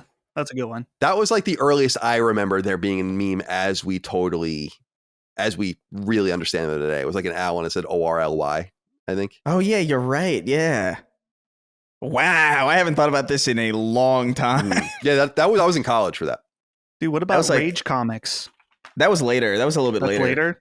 Yeah, that's like 2010, 2009. What about Dancing Baby? to Hooked on a Feeling. Oh, I don't even know what the fuck. That's seriously like late 90s. That's early as hell. That's like one of those like really email. Yeah. That's like a silly thing that like you would get in like an email. You know what I mean? Right. Which are like a early historian. There's got to be a meme historian. I mean, we have the memes. KnowYourMeme.com. Yeah. Yeah. But someone should write a book or do like a documentary. I think that'd be fucking awesome. Like a 4-part Netflix documentary about the history of memes. Star Wars Kid. Would be interesting. The Conan O'Brien episode 2 thing. Like all these early videos that used to go around that were hysterical. Your little QuickTime postage stamp videos. Good times. Surge, take action. I don't know how to say this one. Next one. Incontinentia buttocks. What does that mean? I probably should have looked this up. Incontinentia buttocks. What does that mean? I don't know. I'm going to look it up. I should have looked. I mean, I know what incontinence is. Oh, so. That's what. Oh, I see. Oh, okay. Yes. Okay. I don't know, man. You guys are fucking touched out there in the world, aren't you? Hey there, CDC. Halloween month is upon us. I know Colin recently played through Alan Wake and is looking forward to the sequel. Absolutely. But what other spooky or horror-themed video games do you like to play during the month of October? Would also love to hear about everyone's favorite horror movies, some recommendations going into the most magical time of the year. People get so excited for what I like to call Cocktober. But I get excited for October because my birthday is October 14th. Why do you call it Cocktober? Dagan and I just always called it Cocktober because we thought it was funny. It's like something that Dagan and I specifically we just think it's... Oh, I thought it was tied to like some tragic... I don't know, like some memory. It's like, oh, I remember October when I saw this man's dick at the bus stop or something. Well, that's another thing entirely, I guess. But it's like when Dagan and I, there's a Star Wars character named Zuckuss from Empire Strikes Back. He's like one of the bounty hunters on Empire Strikes Back. And we always call him Suckass. And we've just always called him that, but no one knows why we say it. So it's just another one of those things. But people really, really get jazzed up for Halloween. I've just never really been a huge fan of it, mostly because I don't like candy really. And do we really need to dress up in costumes? Can't we just be you? You don't have to be a pirate. No, come on. That's so fun. Like, I love Halloween. Do we have to have fun every once in a while? Do we have to? I mean, just be you. Go to the other side like this? I don't know. You know what it is? It's like Halloween is really fun for me because like I'm not like a cosplay person at all, like even slightly, but I respect it a lot. I think it's like really cool. Like people make their own like armors and stuff and make their own props. It's dope as hell. And I wish I had even a modicum of that talent and that patience to do something like that. And so Halloween is like the one time a year where you have like a license to kind of delve into that space without it being, without you taking it too seriously or without it being like a defining, oh, this is like what you do. Like I remember a couple of years ago, I went as like a Borderlands psycho and I was so proud of that costume. Like I had like the mask with like the light up eyes and shit. It was sick. I'm muted. And it's just fun. I don't know. It's a fun time. Like everybody looks goofy. Like no one really cares about how they look, which is nice. It's like this weird like freeing thing. Everybody's dressed stupid or silly or scary or whatever. And there is like a vibe to October that's really, especially because like I think all of us grew up in a similar type of area where like we had like the seasons. We would have like the fall. It would get colder. Mm-hmm. It's just something about it that I really find like really comforting and really, really enjoyable. But as far as games, I don't know if I necessarily go back to play specifically scary. Like it's awesome if a new scary game comes out in October, I'm all over it. But I don't know if I make a specific attempt to like go and play scary, especially now when it's kind of my job to just keep up with what's current. I don't really have the time, especially because fall is always so packed. But as far as movies go, like, dude, Evil Dead, specifically Evil Dead 2 is so fucking good. You know what I learned recently? Are you familiar with any of the Evil Dead at all? No, I'm not personally. I've seen 1 and 2. Have you seen Army of Darkness? No, I watched 2 last year, so maybe I'll watch Army of Darkness this year. Dude, I love Evil Dead 2, but like Army of Darkness was like it was like the sequel. It was supposed to be Evil Dead 3, and they were supposed to call it Medieval Dead because it takes place in like this weird like time jumpy place where it's like there's like medieval shit going on. And the studio was like, you can't call it Medieval Dead because no one knows what Evil Dead is. And I'm just like, that sucks, dude. Because Medieval Dead is an awesome fucking name. Alas. I wonder if they would have gotten sued by Sony for using medieval. Maybe. Who cares? Worth it. as far as this is who I want to dress up. I told Micah recently that I want to get a dead serious cosplay costume of this character, and then I will dress up as Halloween. I'm putting it in the chat now. This is my favorite G.I. Joe metalhead. You can put this in the show if you want, Dustin. I'll leave it up to you. But that's I want this character. He has like missiles all over his body, basically. And I've always wanted that, a serious one. But you know what I dead serious want? Like a real costume is a biker scout costume. Just totally from Star Wars. Oh, from Star Wars? Oh, Return of the Jedi, yeah. The biker scouts, they're the coolest. The coolest. And you can buy like a real costume of it. So one day I'm definitely going to do that. And I was telling Micah that it would be cool, you know, the old style, putting a piece of armor in your house somewhere. It would be cool to have just the biker scout armor set up as if it was like a suit of armor in an old classical setting. Anything you'd like to add to this conversation, Dustin? I every once in a while, last few years, would play a little bit of Bloodborne around Halloween. I don't know if I'll be able to this year. I don't have too many traditions, but I do like Halloween. It's been nice that that one director, I can't remember his name, they release a Netflix series almost every Halloween time. Oh yeah, the Bly Manor guy. Yeah. And this year it's Fall of House of Usher is the new series. Yeah, Poe. And IGN gave it a 10. Yeah, Micah said that. That's exactly what she told me. She said IGN gave it a 10. Yeah. So I don't know. I was going to check it out regardless. So that's been nice. Every October having a nice mini series. Edgar Allan Poe. Baltimore's always been a little scary, hasn't it? When it really comes right down to it. Yeah, it's cool. I had no idea that was happening. Mm-hmm.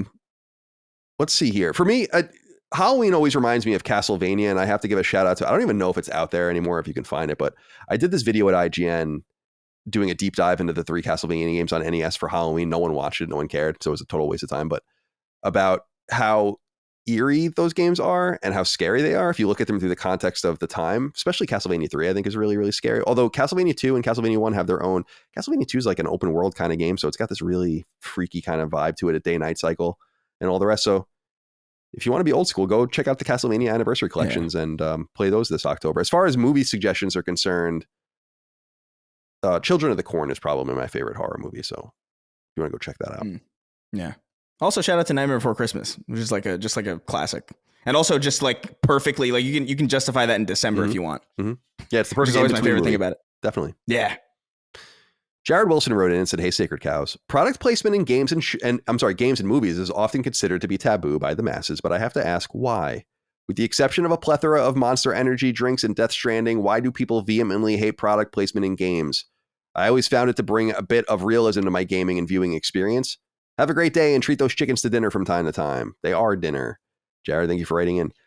How do we feel about product placement? Dustin, does it bother you? To me, so here's the thing. If product placement is realistic and complimentary, then I think it works. But if it's something that becomes too overt or too obvious, then it just goes. So games are just too crazy with it. The Monster Energy drink thing is just too weird, as opposed to something like very, very sophisticated, like Mad Men, we always bring up, where a product will be a real product that they're doing an ad on, but you don't see it everywhere in the show, or it seems like it's adding realism, but not being a forced thing for marketing. What do you think? Well, there's a difference between product placement and just products in a show or a game. I'm thinking a good example is Sopranos, where they have a Coke on the table or something, and it's awesome because it's from the 90s. And so there's all these different things where you see it and you think, oh, I remember when the packaging looked like that. It feels very natural in something like that. I find it to be distracting in games because it does the opposite for me, for what Jared's saying, where he says it adds realism to that. It kind of often feels out of place and takes me out of it. But I mean, the monster is the most egregious example of that. And I think that's where I said earlier, there's a difference between products being in something and product placement, where when you're driving around Forza Horizon and they have a Verizon ad on the thing, it just feels blatant like you're being advertised to, which would take me out of the game. And this is something that Sony is especially guilty for in their movies.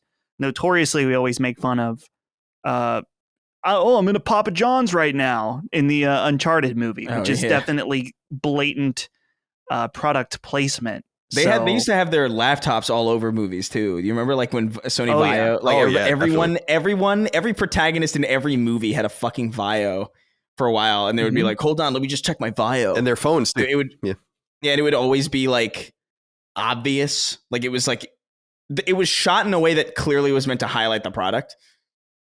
It happens a lot with cars as well. In certain shows, you'll notice it's like this is literally a shot out of a Lexus commercial, but it's just in the middle of this NCIS episode. But so there is a difference between stuff that's like realistically placed and stuff that feels like a little bit too egregious. I know like Alan Wake had that Verizon, right? Verizon billboard. Oh, that's it. When I played, that's what's so funny. We talked about that on the Knockback episode Sacred Symbols Plus of Alan Wake, was that peculiarity that in playing the remastered version, all of that stuff for Verizon and Energizer or whatever is taken out. And so I never even knew that until I read about the game that that was in there. And I wonder how I would have felt about that if it was. Yeah. Anyway, I don't know. I have no problem with the realism of product placement as long as it's done respectfully. And sometimes I wonder if products are meant to be on it, or if they're just being alluded to, or if they have permission, or if they need them. You were talking about Sopranos. The Sopranos shows the N64 once or twice and the Dreamcast once or twice, but I don't know if that's just, that's what AJ. Yeah. Oh my God, dude! Sonic. What is it? Sonic 06 in Breaking Bad. Yeah, and do you remember that? Yes, and Rage. And Rage, right? Was Rage, also right? in it. Yeah, Rage was in it. Yeah. But it was supposed to be like some VR version of Rage, I think, or something. But my favorite example of shit like that is I think it's an episode of Dexter where he's playing he's talking about outsmarting his enemies, and he's playing Halo 3 on a computer, but he's like using the keyboard only. And so he's moving this first person shooter. He's very dexterous on the number pad. Oh, dude, it's crazy. This dude, you got to see him. All right. James wrote in and said, "Hey all, radical video game fans are currently stating that the Steam reviews for Starfield couldn't be bombed due to it not being able to review a game unless you buy it and keep it, no returns. Let's be real, these people do not shut the fuck up about this console war all day, every day on Twitter. Do they really think that they don't show themselves as being crazy enough to just throw $70 out the window so they can leave a bad review? I have to admit, these pettiness is funny for things that don't matter as much, but when you start to think that this kind of behavior is mirrored in politics, we are truly up poop creek without a paddle." I wanted to bring this one up. Thanks for writing in, James, because I wanted to say two things. First of all, I think Steam reviews are so sophisticated and well done that it's hard to kind of have a problem with anyone reviewing something, even if they just played it for 1 hour, because it literally says it. Like, I love how Steam is just like, this is how much time you played, and this is how serious you can do it. Then you can thumb it up or thumb it down and have all of that. I don't know. What I wanted to say about this, James, was part of the reason that this vicious cycle of fanboyism exists is because people are playing into it and reacting in such visceral ways. I think there are people I want to reach out to, and there are people I've reached out to in the past that I see kind of quarreling on the internet all the time. And I'm like, why are you doing this? Like, what is the point? I want to pull other people out. Gene was talking about that on a podcast appearance he did recently, I think, where he was saying how I'd message him sometimes when I see him getting into it with people or getting upset. I'm like, just remove yourself from it. And I think people need to remove themselves from this Starfield drama too. It is really pernicious and unfortunate. And I do think we need to remain active in terms of, and aggressive in terms of combating some of this stuff. But Steam is like the last place you need to worry about, in my opinion. And I don't know that Bethesda really gives a fuck. You just paid them $70 for a game and then you give it a 1 star. It's like, okay, you just paid us. And people are still going to buy it by the millions. So I don't know. Don't worry about it. I just wanted to bring this up. Let's stop reciprocating the rage with the rage so much. And see how that works. Yeah, go ahead. I looked into this because I made the Duke thumbnail about this. And I find this really weird because if I remember correctly, Starfield has a good rating still on Steam. It has a mostly positive rating. It's just that it tipped slightly less positive than Fallout 76, which current players of Fallout 76 are very happy with that game. So I don't think there's any kind of review bombing going on. I think that there's just a mixed response to Starfield, which I think is accurate based on how I've heard people talk about the game. Dude, review bombing is the corniest shit. Like, imagine it's so weird. Imagine how sad your life has to be.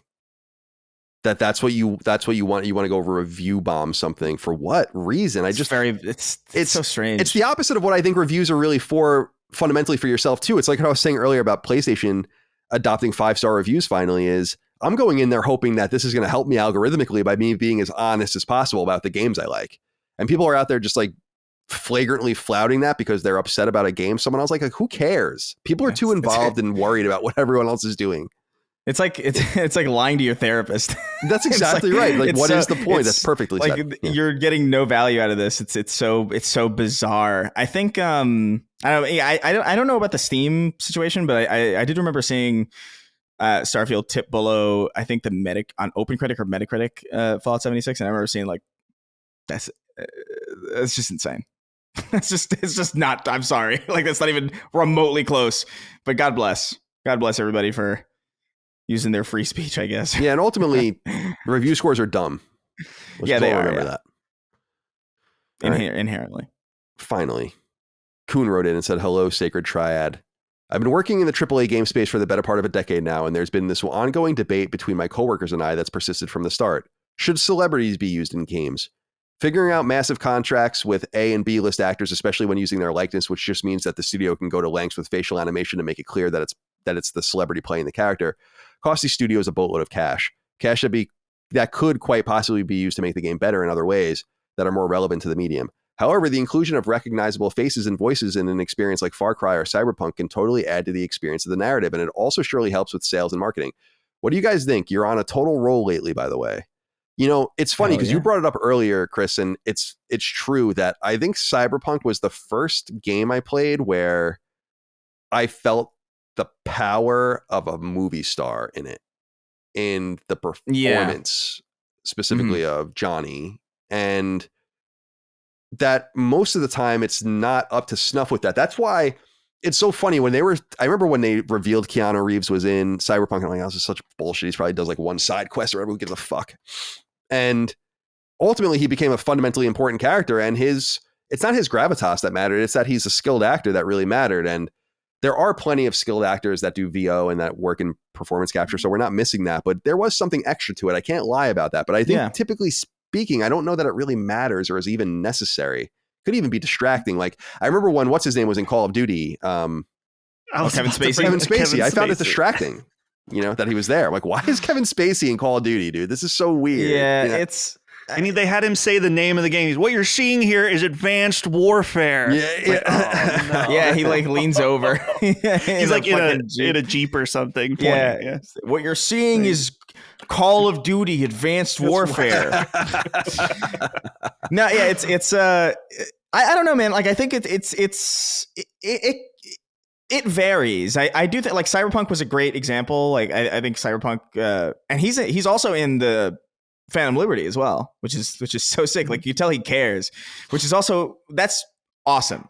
But as far as like I mean, I guess this is a multifaceted conversation because we can talk about this from a multitude of different areas. We can talk about it as far as like, you know, somebody who's like directly scanned into a game. Like we have like, you know, Keanu Reeves in Cyberpunk or Kevin Spacey distractingly in Call of Duty, or the reason why I think this conversation is even being brought up in the modern in the modern context of the conversation is Megan Fox in Mortal Kombat 1, who's not playing Megan Fox, but you know, she's clearly only in the game because she's a celebrity. She would not have gotten that role also if she had to audition. Originally leaked here on our podcast that she would be in. That's the game. true. Yes. Mm-hmm. Although, like, I think our information said that she would just be in the game as Megan Fox or something. No, or like that's what we thought. Yeah, it was. Well, she was somehow involved in. And what was the other guy? I don't remember his name. It was I don't remember.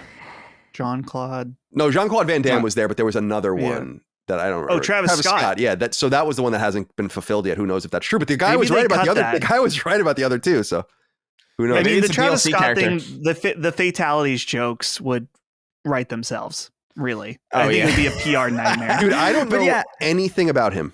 I don't know anything okay. about It's all Travis right. Scott. Not There's one a thing. I know big what he looks like. controversy last year.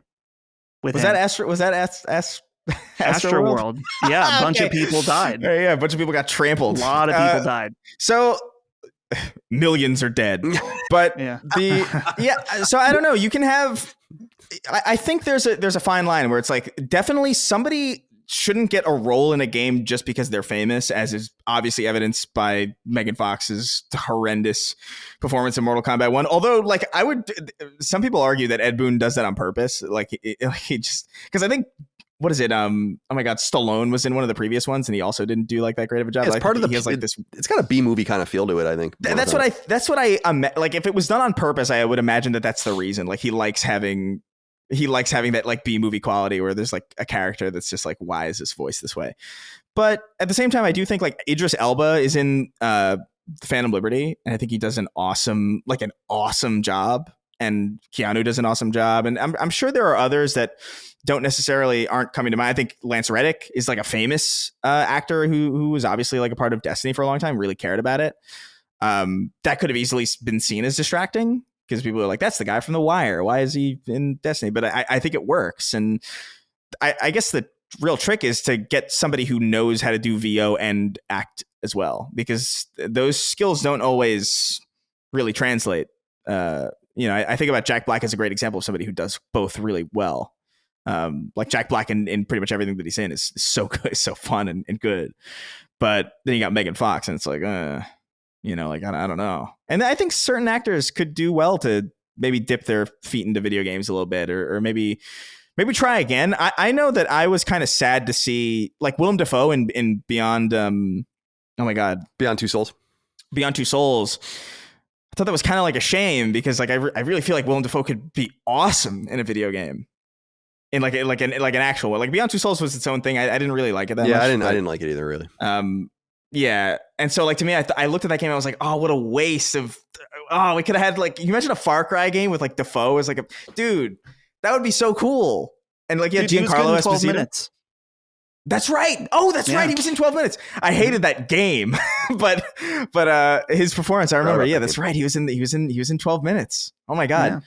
Yeah. I don't know. I like this kind of synergy that's happening, like that more actors are getting involved. Obviously they need to be good at what they're doing, but I don't mind it really. I think it can add a lot.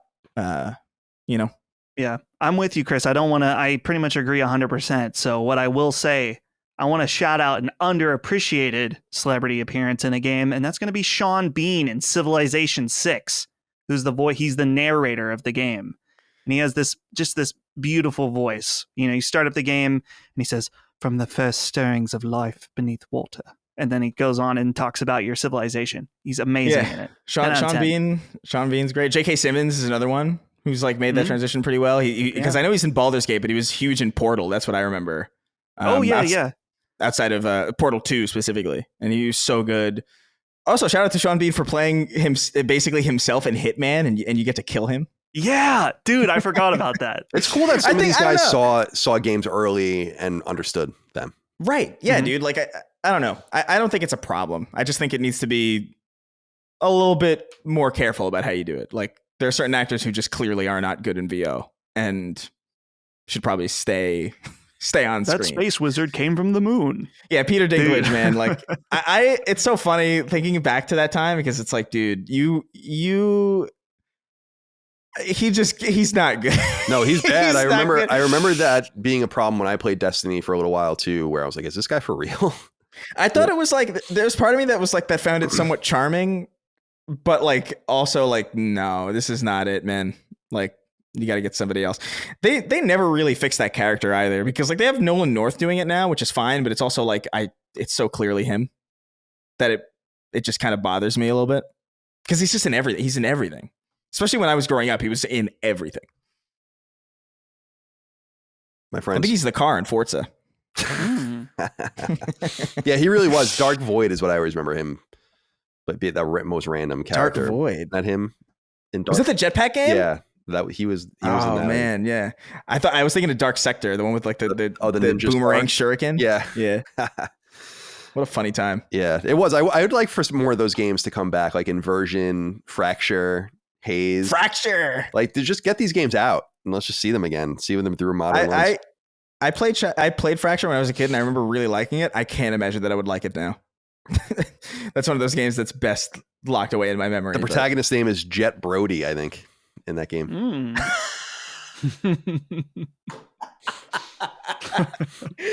What the fuck? I don't know why I remember that, but I do. All right. Let's get the hell out of here. Let's go around the horn and say goodbye to everyone. Chris, thank you for your time today. Appreciate you. Sacred Symbols is over now. It is. I'm going to go play Fracture. Oh, sick. Good for you. Yeah, I'm excited. Very fun. I remember that the key art was like the Golden Gate Bridge, I think. Right? Something like that. I don't know, man. I remember Fracture was so weird. I remember it being oddly striking for some reason. Like it looked pretty, I think. But I think it was about earthquakes, right? I just Googled Fracture and man. Yeah, that's wrong thing. Yeah, wrong thing to Google. Google nonetheless. Dustin, goodbye to you, my friend. Goodbye. All I gotta say right now, YouTube, fix your shit. I uploaded Defining Duke 17 hours ago. And it's not processed. I uploaded another version 6 hours ago. Not processed. Hell, I don't know if this show. I don't know if this show's gonna come out on time. Channels equally. I don't know what to do. Everything's fine. I don't know what to do. So I'll leave you with this, Chris. Gulping sea monkeys by the gallon, my tummy feel crazy. Goodbye. Oh, okay. More of that. This shit ain't nothing to me, man. This shit ain't nothing to me, man. All right, my friends. That's it. That was a fun episode. Thank you for your time today. Hope you guys are well and continue to do well until we meet again. And thank you all out there for your love, kindness, and support of all things Last Stand Media, Sacred Symbols, etc. You know the drill. Patreon.com/Last Stand Media, laststandmedia.store for merch. Are we going to do another final run of Crying Jim stickers? Oh, yeah. We need to do that. We'll do another run, but we have a restock and another merch. We'll do that all at once. Okay, that sounds good. So just soon. Yeah. All right. In the meantime, be well. We'll see you next time. Goodbye. See ya. Take care, guys. Sacred Symbols, a PlayStation podcast, is a product and trademark of Last Stand Media and Collins Last Stand LLC, and is proudly recorded in the USA. The show is conceived by, is written by, and is directed by me, Colin Moriarty. My co-hosts are Chris Raygun Maldonado and Dustin Furman. The show is produced by executive producer Dustin Furman. It's edited by associate producer Ben Smith. All of Last Stand's theme music is by my best friend, Ramon Narvaez. As you know, all of Last Stand's shows, including Sacred Symbols, are fan-funded on Patreon at patreon.com/laststandmedia. The following names are at the producer level on Patreon, our highest tier, and we're grateful for your thoughtful and kind contributions to our independent endeavor. Thank you.